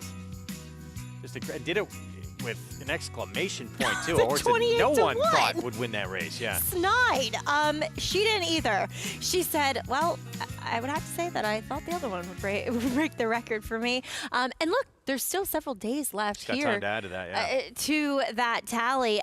Linda, as I was telling you in the break, she was actually the first trainer I worked for in the mornings when I came to New York at Saratoga, and being able to know kind of how that barn works.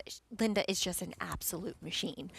She is so astute. She knows every horse. She's bing, bang, boom. She's studying form. She's shrewd with her claims, as we well know. And she was, I think she has 2 or 3 older brothers, so she was the youngest of her family, and she has gone on and eclipsed everyone as being just so successful in this industry. And a huge part of her success, as we all know, that success she's had in the claiming game, particularly in Kentucky, but she has as much of an eye out there on that circuit with all the claiming she does as she does here. So it's almost like double duty. Yeah, no, I don't know when she sleeps, I'll be honest.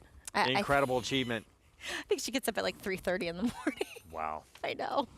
Congratulations. What a moment seen on our program. 165 wins, as Maggie said, yet plenty of time to add to that tally as well. Most wins ever on the NYRA circuit in a calendar year. Still got the nightcap to come at Oaklawn. We are about 11 minutes away. Let's send it out to Hot Springs with Lafitte and Megan. This opening weekend, Greg, of the holiday meet, and part of the holiday meet, the fact that there is a stakes race every day here at Oaklawn Park. We just had a chance to see 2-year-old fillies, and then coming up on Friday, the Silks Overnight Stakes. We'll take a look at the field here. Of course, we'll have live coverage on FS2, America's Day at the Races. Silks Overnight Stakes, 6 furlong sprint, 9 strong, and we're going to start with Sharp Swinger, number 5, Ricardo Santana to ride, 8-time Oaklawn champion Jockey, and revisiting his latest in this win, going away impressively at Churchill Downs. Sharp Swinger, Megan. This was so impressive, being able to draw off there in that claiming event, but this is certainly a bigger test. Ricardo getting back to familiar with this horse as they got teamed up for a win back in February here at Oaklawn Park. And the number 5 Sharp Swinger, second off the layoff angle, I like, but this is certainly going to be a tougher group of foes that this horse is facing. That win clear, not the case for Divine Justice, who had to show all kinds of poise and moxie in a graduation effort here, eking this one out by a nose at Keeneland. The Greg Compton barn, I think, is not as familiar to people, and he's an incredible horseman here at Oaklawn Park, has a presence, and again, Colt by Justify, one that that 88 Buyers speed figure at Keeneland just pops off the page. Ramon Vasquez on fire here so far in the early stages of this meet. I think this horse has a big chance at what could be a valuable price, but it's always tough facing winners for the first time. The best of the Bob in a thriller in that maiden win, and then Kalahari Dreams entering the stakes race off this second place finish facing Allowance Company at Churchill. He's cemented himself here as the horse to beat, the morning line favorite here at 5-2, and he's kind of just missed and as the favorite in his last 2. But a horse that I followed since the fairgrounds last year, it's nice to see him come up. He's always been talented. We know that from that 3-back effort at Saratoga, earning that 94 Buyers speed figure. Hopefully he can continue to pull it all together today, but certainly looks like he's got the experience in the class to move forward again in here. Kalahari Dreams to be ridden by Luis Saez, not off to the fastest start this weekend, this meet at Oaklawn Park, but wintering for the first time at Oaklawn. Luis Saez, and that's the question we asked him, what went into the decision and why he's decided to spend this winter riding at Oaklawn.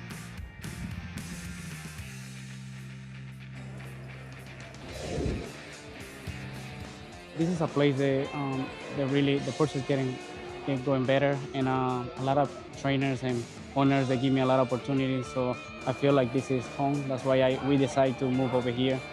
And the weather is pretty well. I really like the cold weather, not bother me. So I'm pretty happy and grateful to be here. I got good remind over here, good horses that are row and win big races over here, like Mr. Guy. This was the play we picked them out, and then we went to the Dubai World Cup, and we win the Dubai World Cup. So this is a very special place, and we're looking for a 2-year-old. Hopefully we win the Kentucky Derby and the Kentucky O. I'm so grateful to be here. A lot of people, they really love the sport, so I feel like this is home.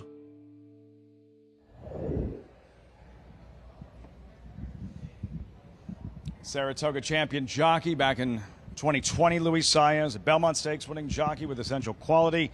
Luis Saez, and that is the Philly Hill Ride. Louisa coming up in this 10th race at Oaklawn Park, Megan. I have a fondness for Louisa. She used to be in the barn of the family of Brett Calhoun, and she's kind of a versatile sort. 2 wins on the turf, 2 wins on the dirt. Who is she? What does she need, right? She's unreliable a bit. Was with our colleague Tom Amos before being claimed for $40,000 by Matt Shire barn. We'll see if she can build off of this effort at Churchill Downs, where she absolutely dominated this $40,000 claiming field by 6.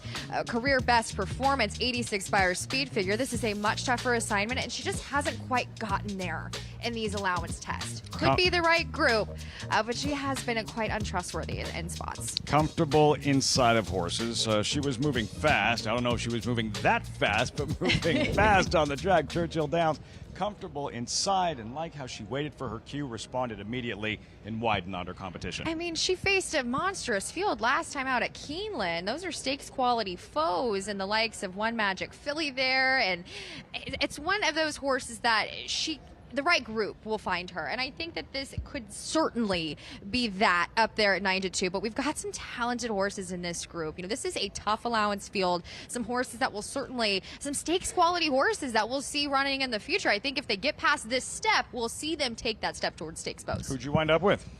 I liked the number 6, Gins Beach Road. It's been a very hot start to the meet for the Cassie barn. The number Gins Beach Road, that is, and she's one that I just really thought was interesting here. But I kind of went between 3.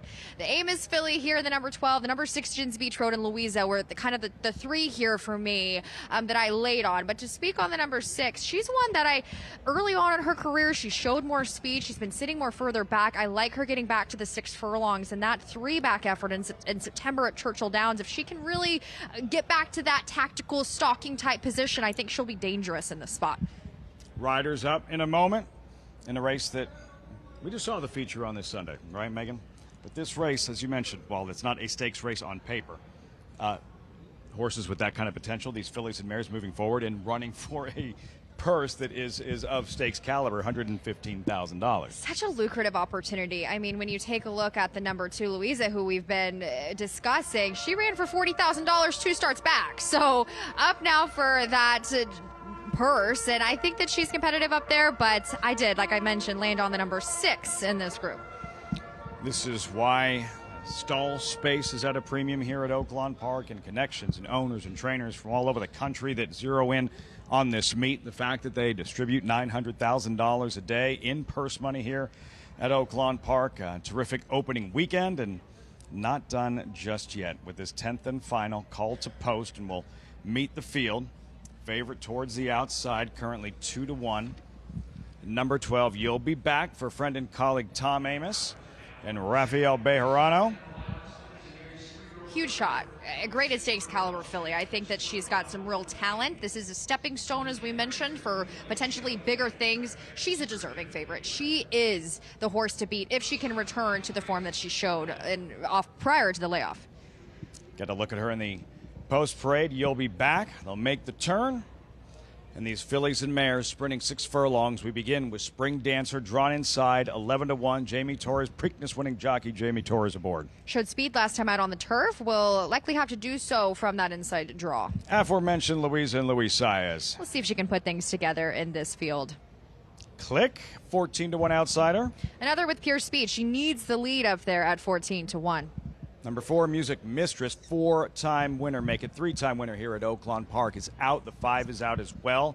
Then Gins Beach Road, Christian Torres contender at 7-2. Live Oak Plantation, the owners here, also the owners of Our Magical Moon, who we saw capture his maiden earlier this weekend. Della Sena would be a shock. Absolutely, hasn't done any running of late against weaker foes. That convinces me here. Up on the edge, first after the claim, David Jacobson. David Jacobson also owns this daughter of Upstart. We'll see if she can face the class test. Kentucky Smoke Show, she's quick. She is quick. She's another involvement up on that pace, which I think could be quite quick in here. Managing Mischief, blinkers off. Another that hasn't really convinced me late against a weaker comes off the layoff. Total outsider Tyler Bacon. Tyler Bacon with a win on the card. So the win this weekend, as he had an incredible meet last year. We'll see if he can move this filly forward. The favorite, You'll Be Back. A deserving one at that. Exits a game second to Echo Sound. A stakes quality filly. We'll see if she can get back on the right path. Sweet Music draws in. Therefore, Abel Cedillo, one that tried turf, but another with speed. She draws in and makes it even more contentious from the outside in terms of her speed early. Right way to close out opening weekend. This quality group of female sprinters, 3/4 of a mile dash, $115,000 purse, the 10th and final in 2 minutes here. Oaklawn Park as the sun sets on opening weekend of this holiday meet. It's been a lot of fun.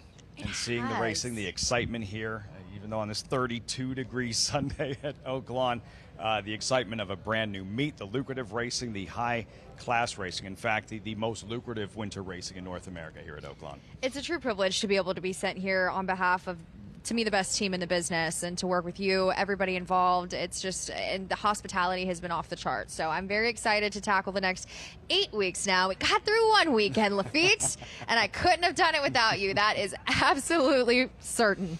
It's been a pleasure to have you on set all weekend. Frank Miramati as well.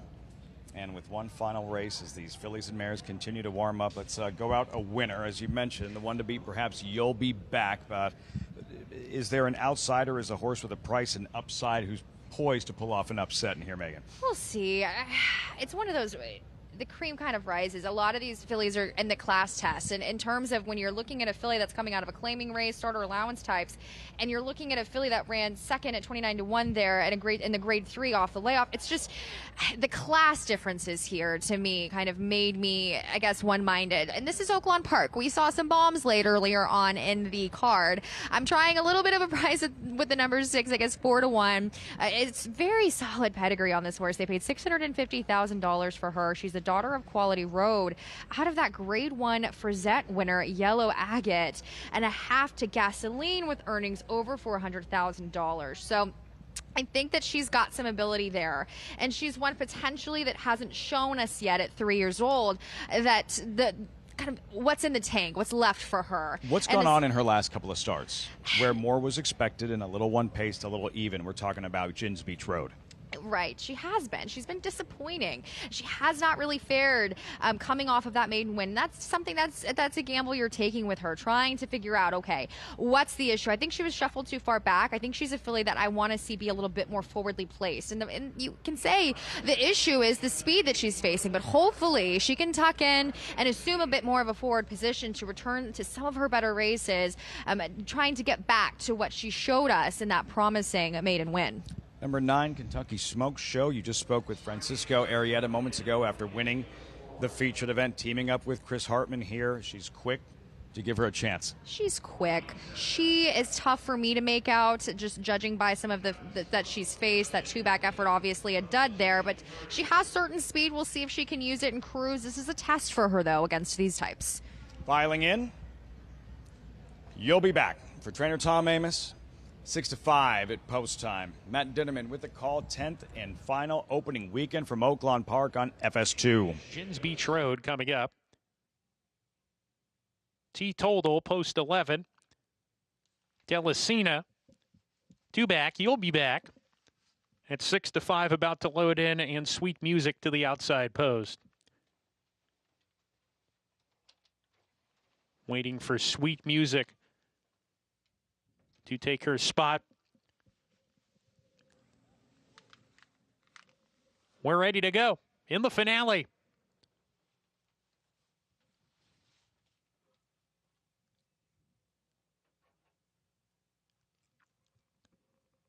And we're off. An eventful break. Spring Dancer on the lead today as a narrow edge, but here comes a wall of horses to challenge. Delicina's in that group. Up on the edges there. Outside Managing Mischief as they head down the back stretch. Kentucky Smoke Show in the line as well. Delicina emerges from the crowd to take a head lead on Kentucky Smoke Show. Managing Mischief, who's 3 wide. Sweet Music 4th or out 4 deep. Spring Dancer off the pace is in 5th now with Cleek, and You'll Be Back is outside of them as they go into the turn. Managing Mischief has to steady off of leaders into the far turn. We come back to Gins Beach Road. She's with Up on the Edge. They're 3 clear of Liuza. Sent along from there is gaining a little bit of ground now, and the trailer is T Total as they round the far turn. Kentucky Smoke Show on the lead ahead here. Leading the way narrowly from Sweet Music, who's in second. You'll Be Back trying to get going. On the outside as they come off the turn, she's gathering momentum. You'll Be Back. Gins Beach Road is coming on strongly, and Liuza as well. They come down the stretch. Liuza gaining good ground on You'll Be Back. You'll Be Back in front. Liuza wearing her down from the outside, and Liuza, Luis Saez has gone to the front. Liuza from the back of the field to win the nightcap at 5-1. Good battle for second. You'll Be Back got it over Gins Beach Road, and then Cleek, who was 4th.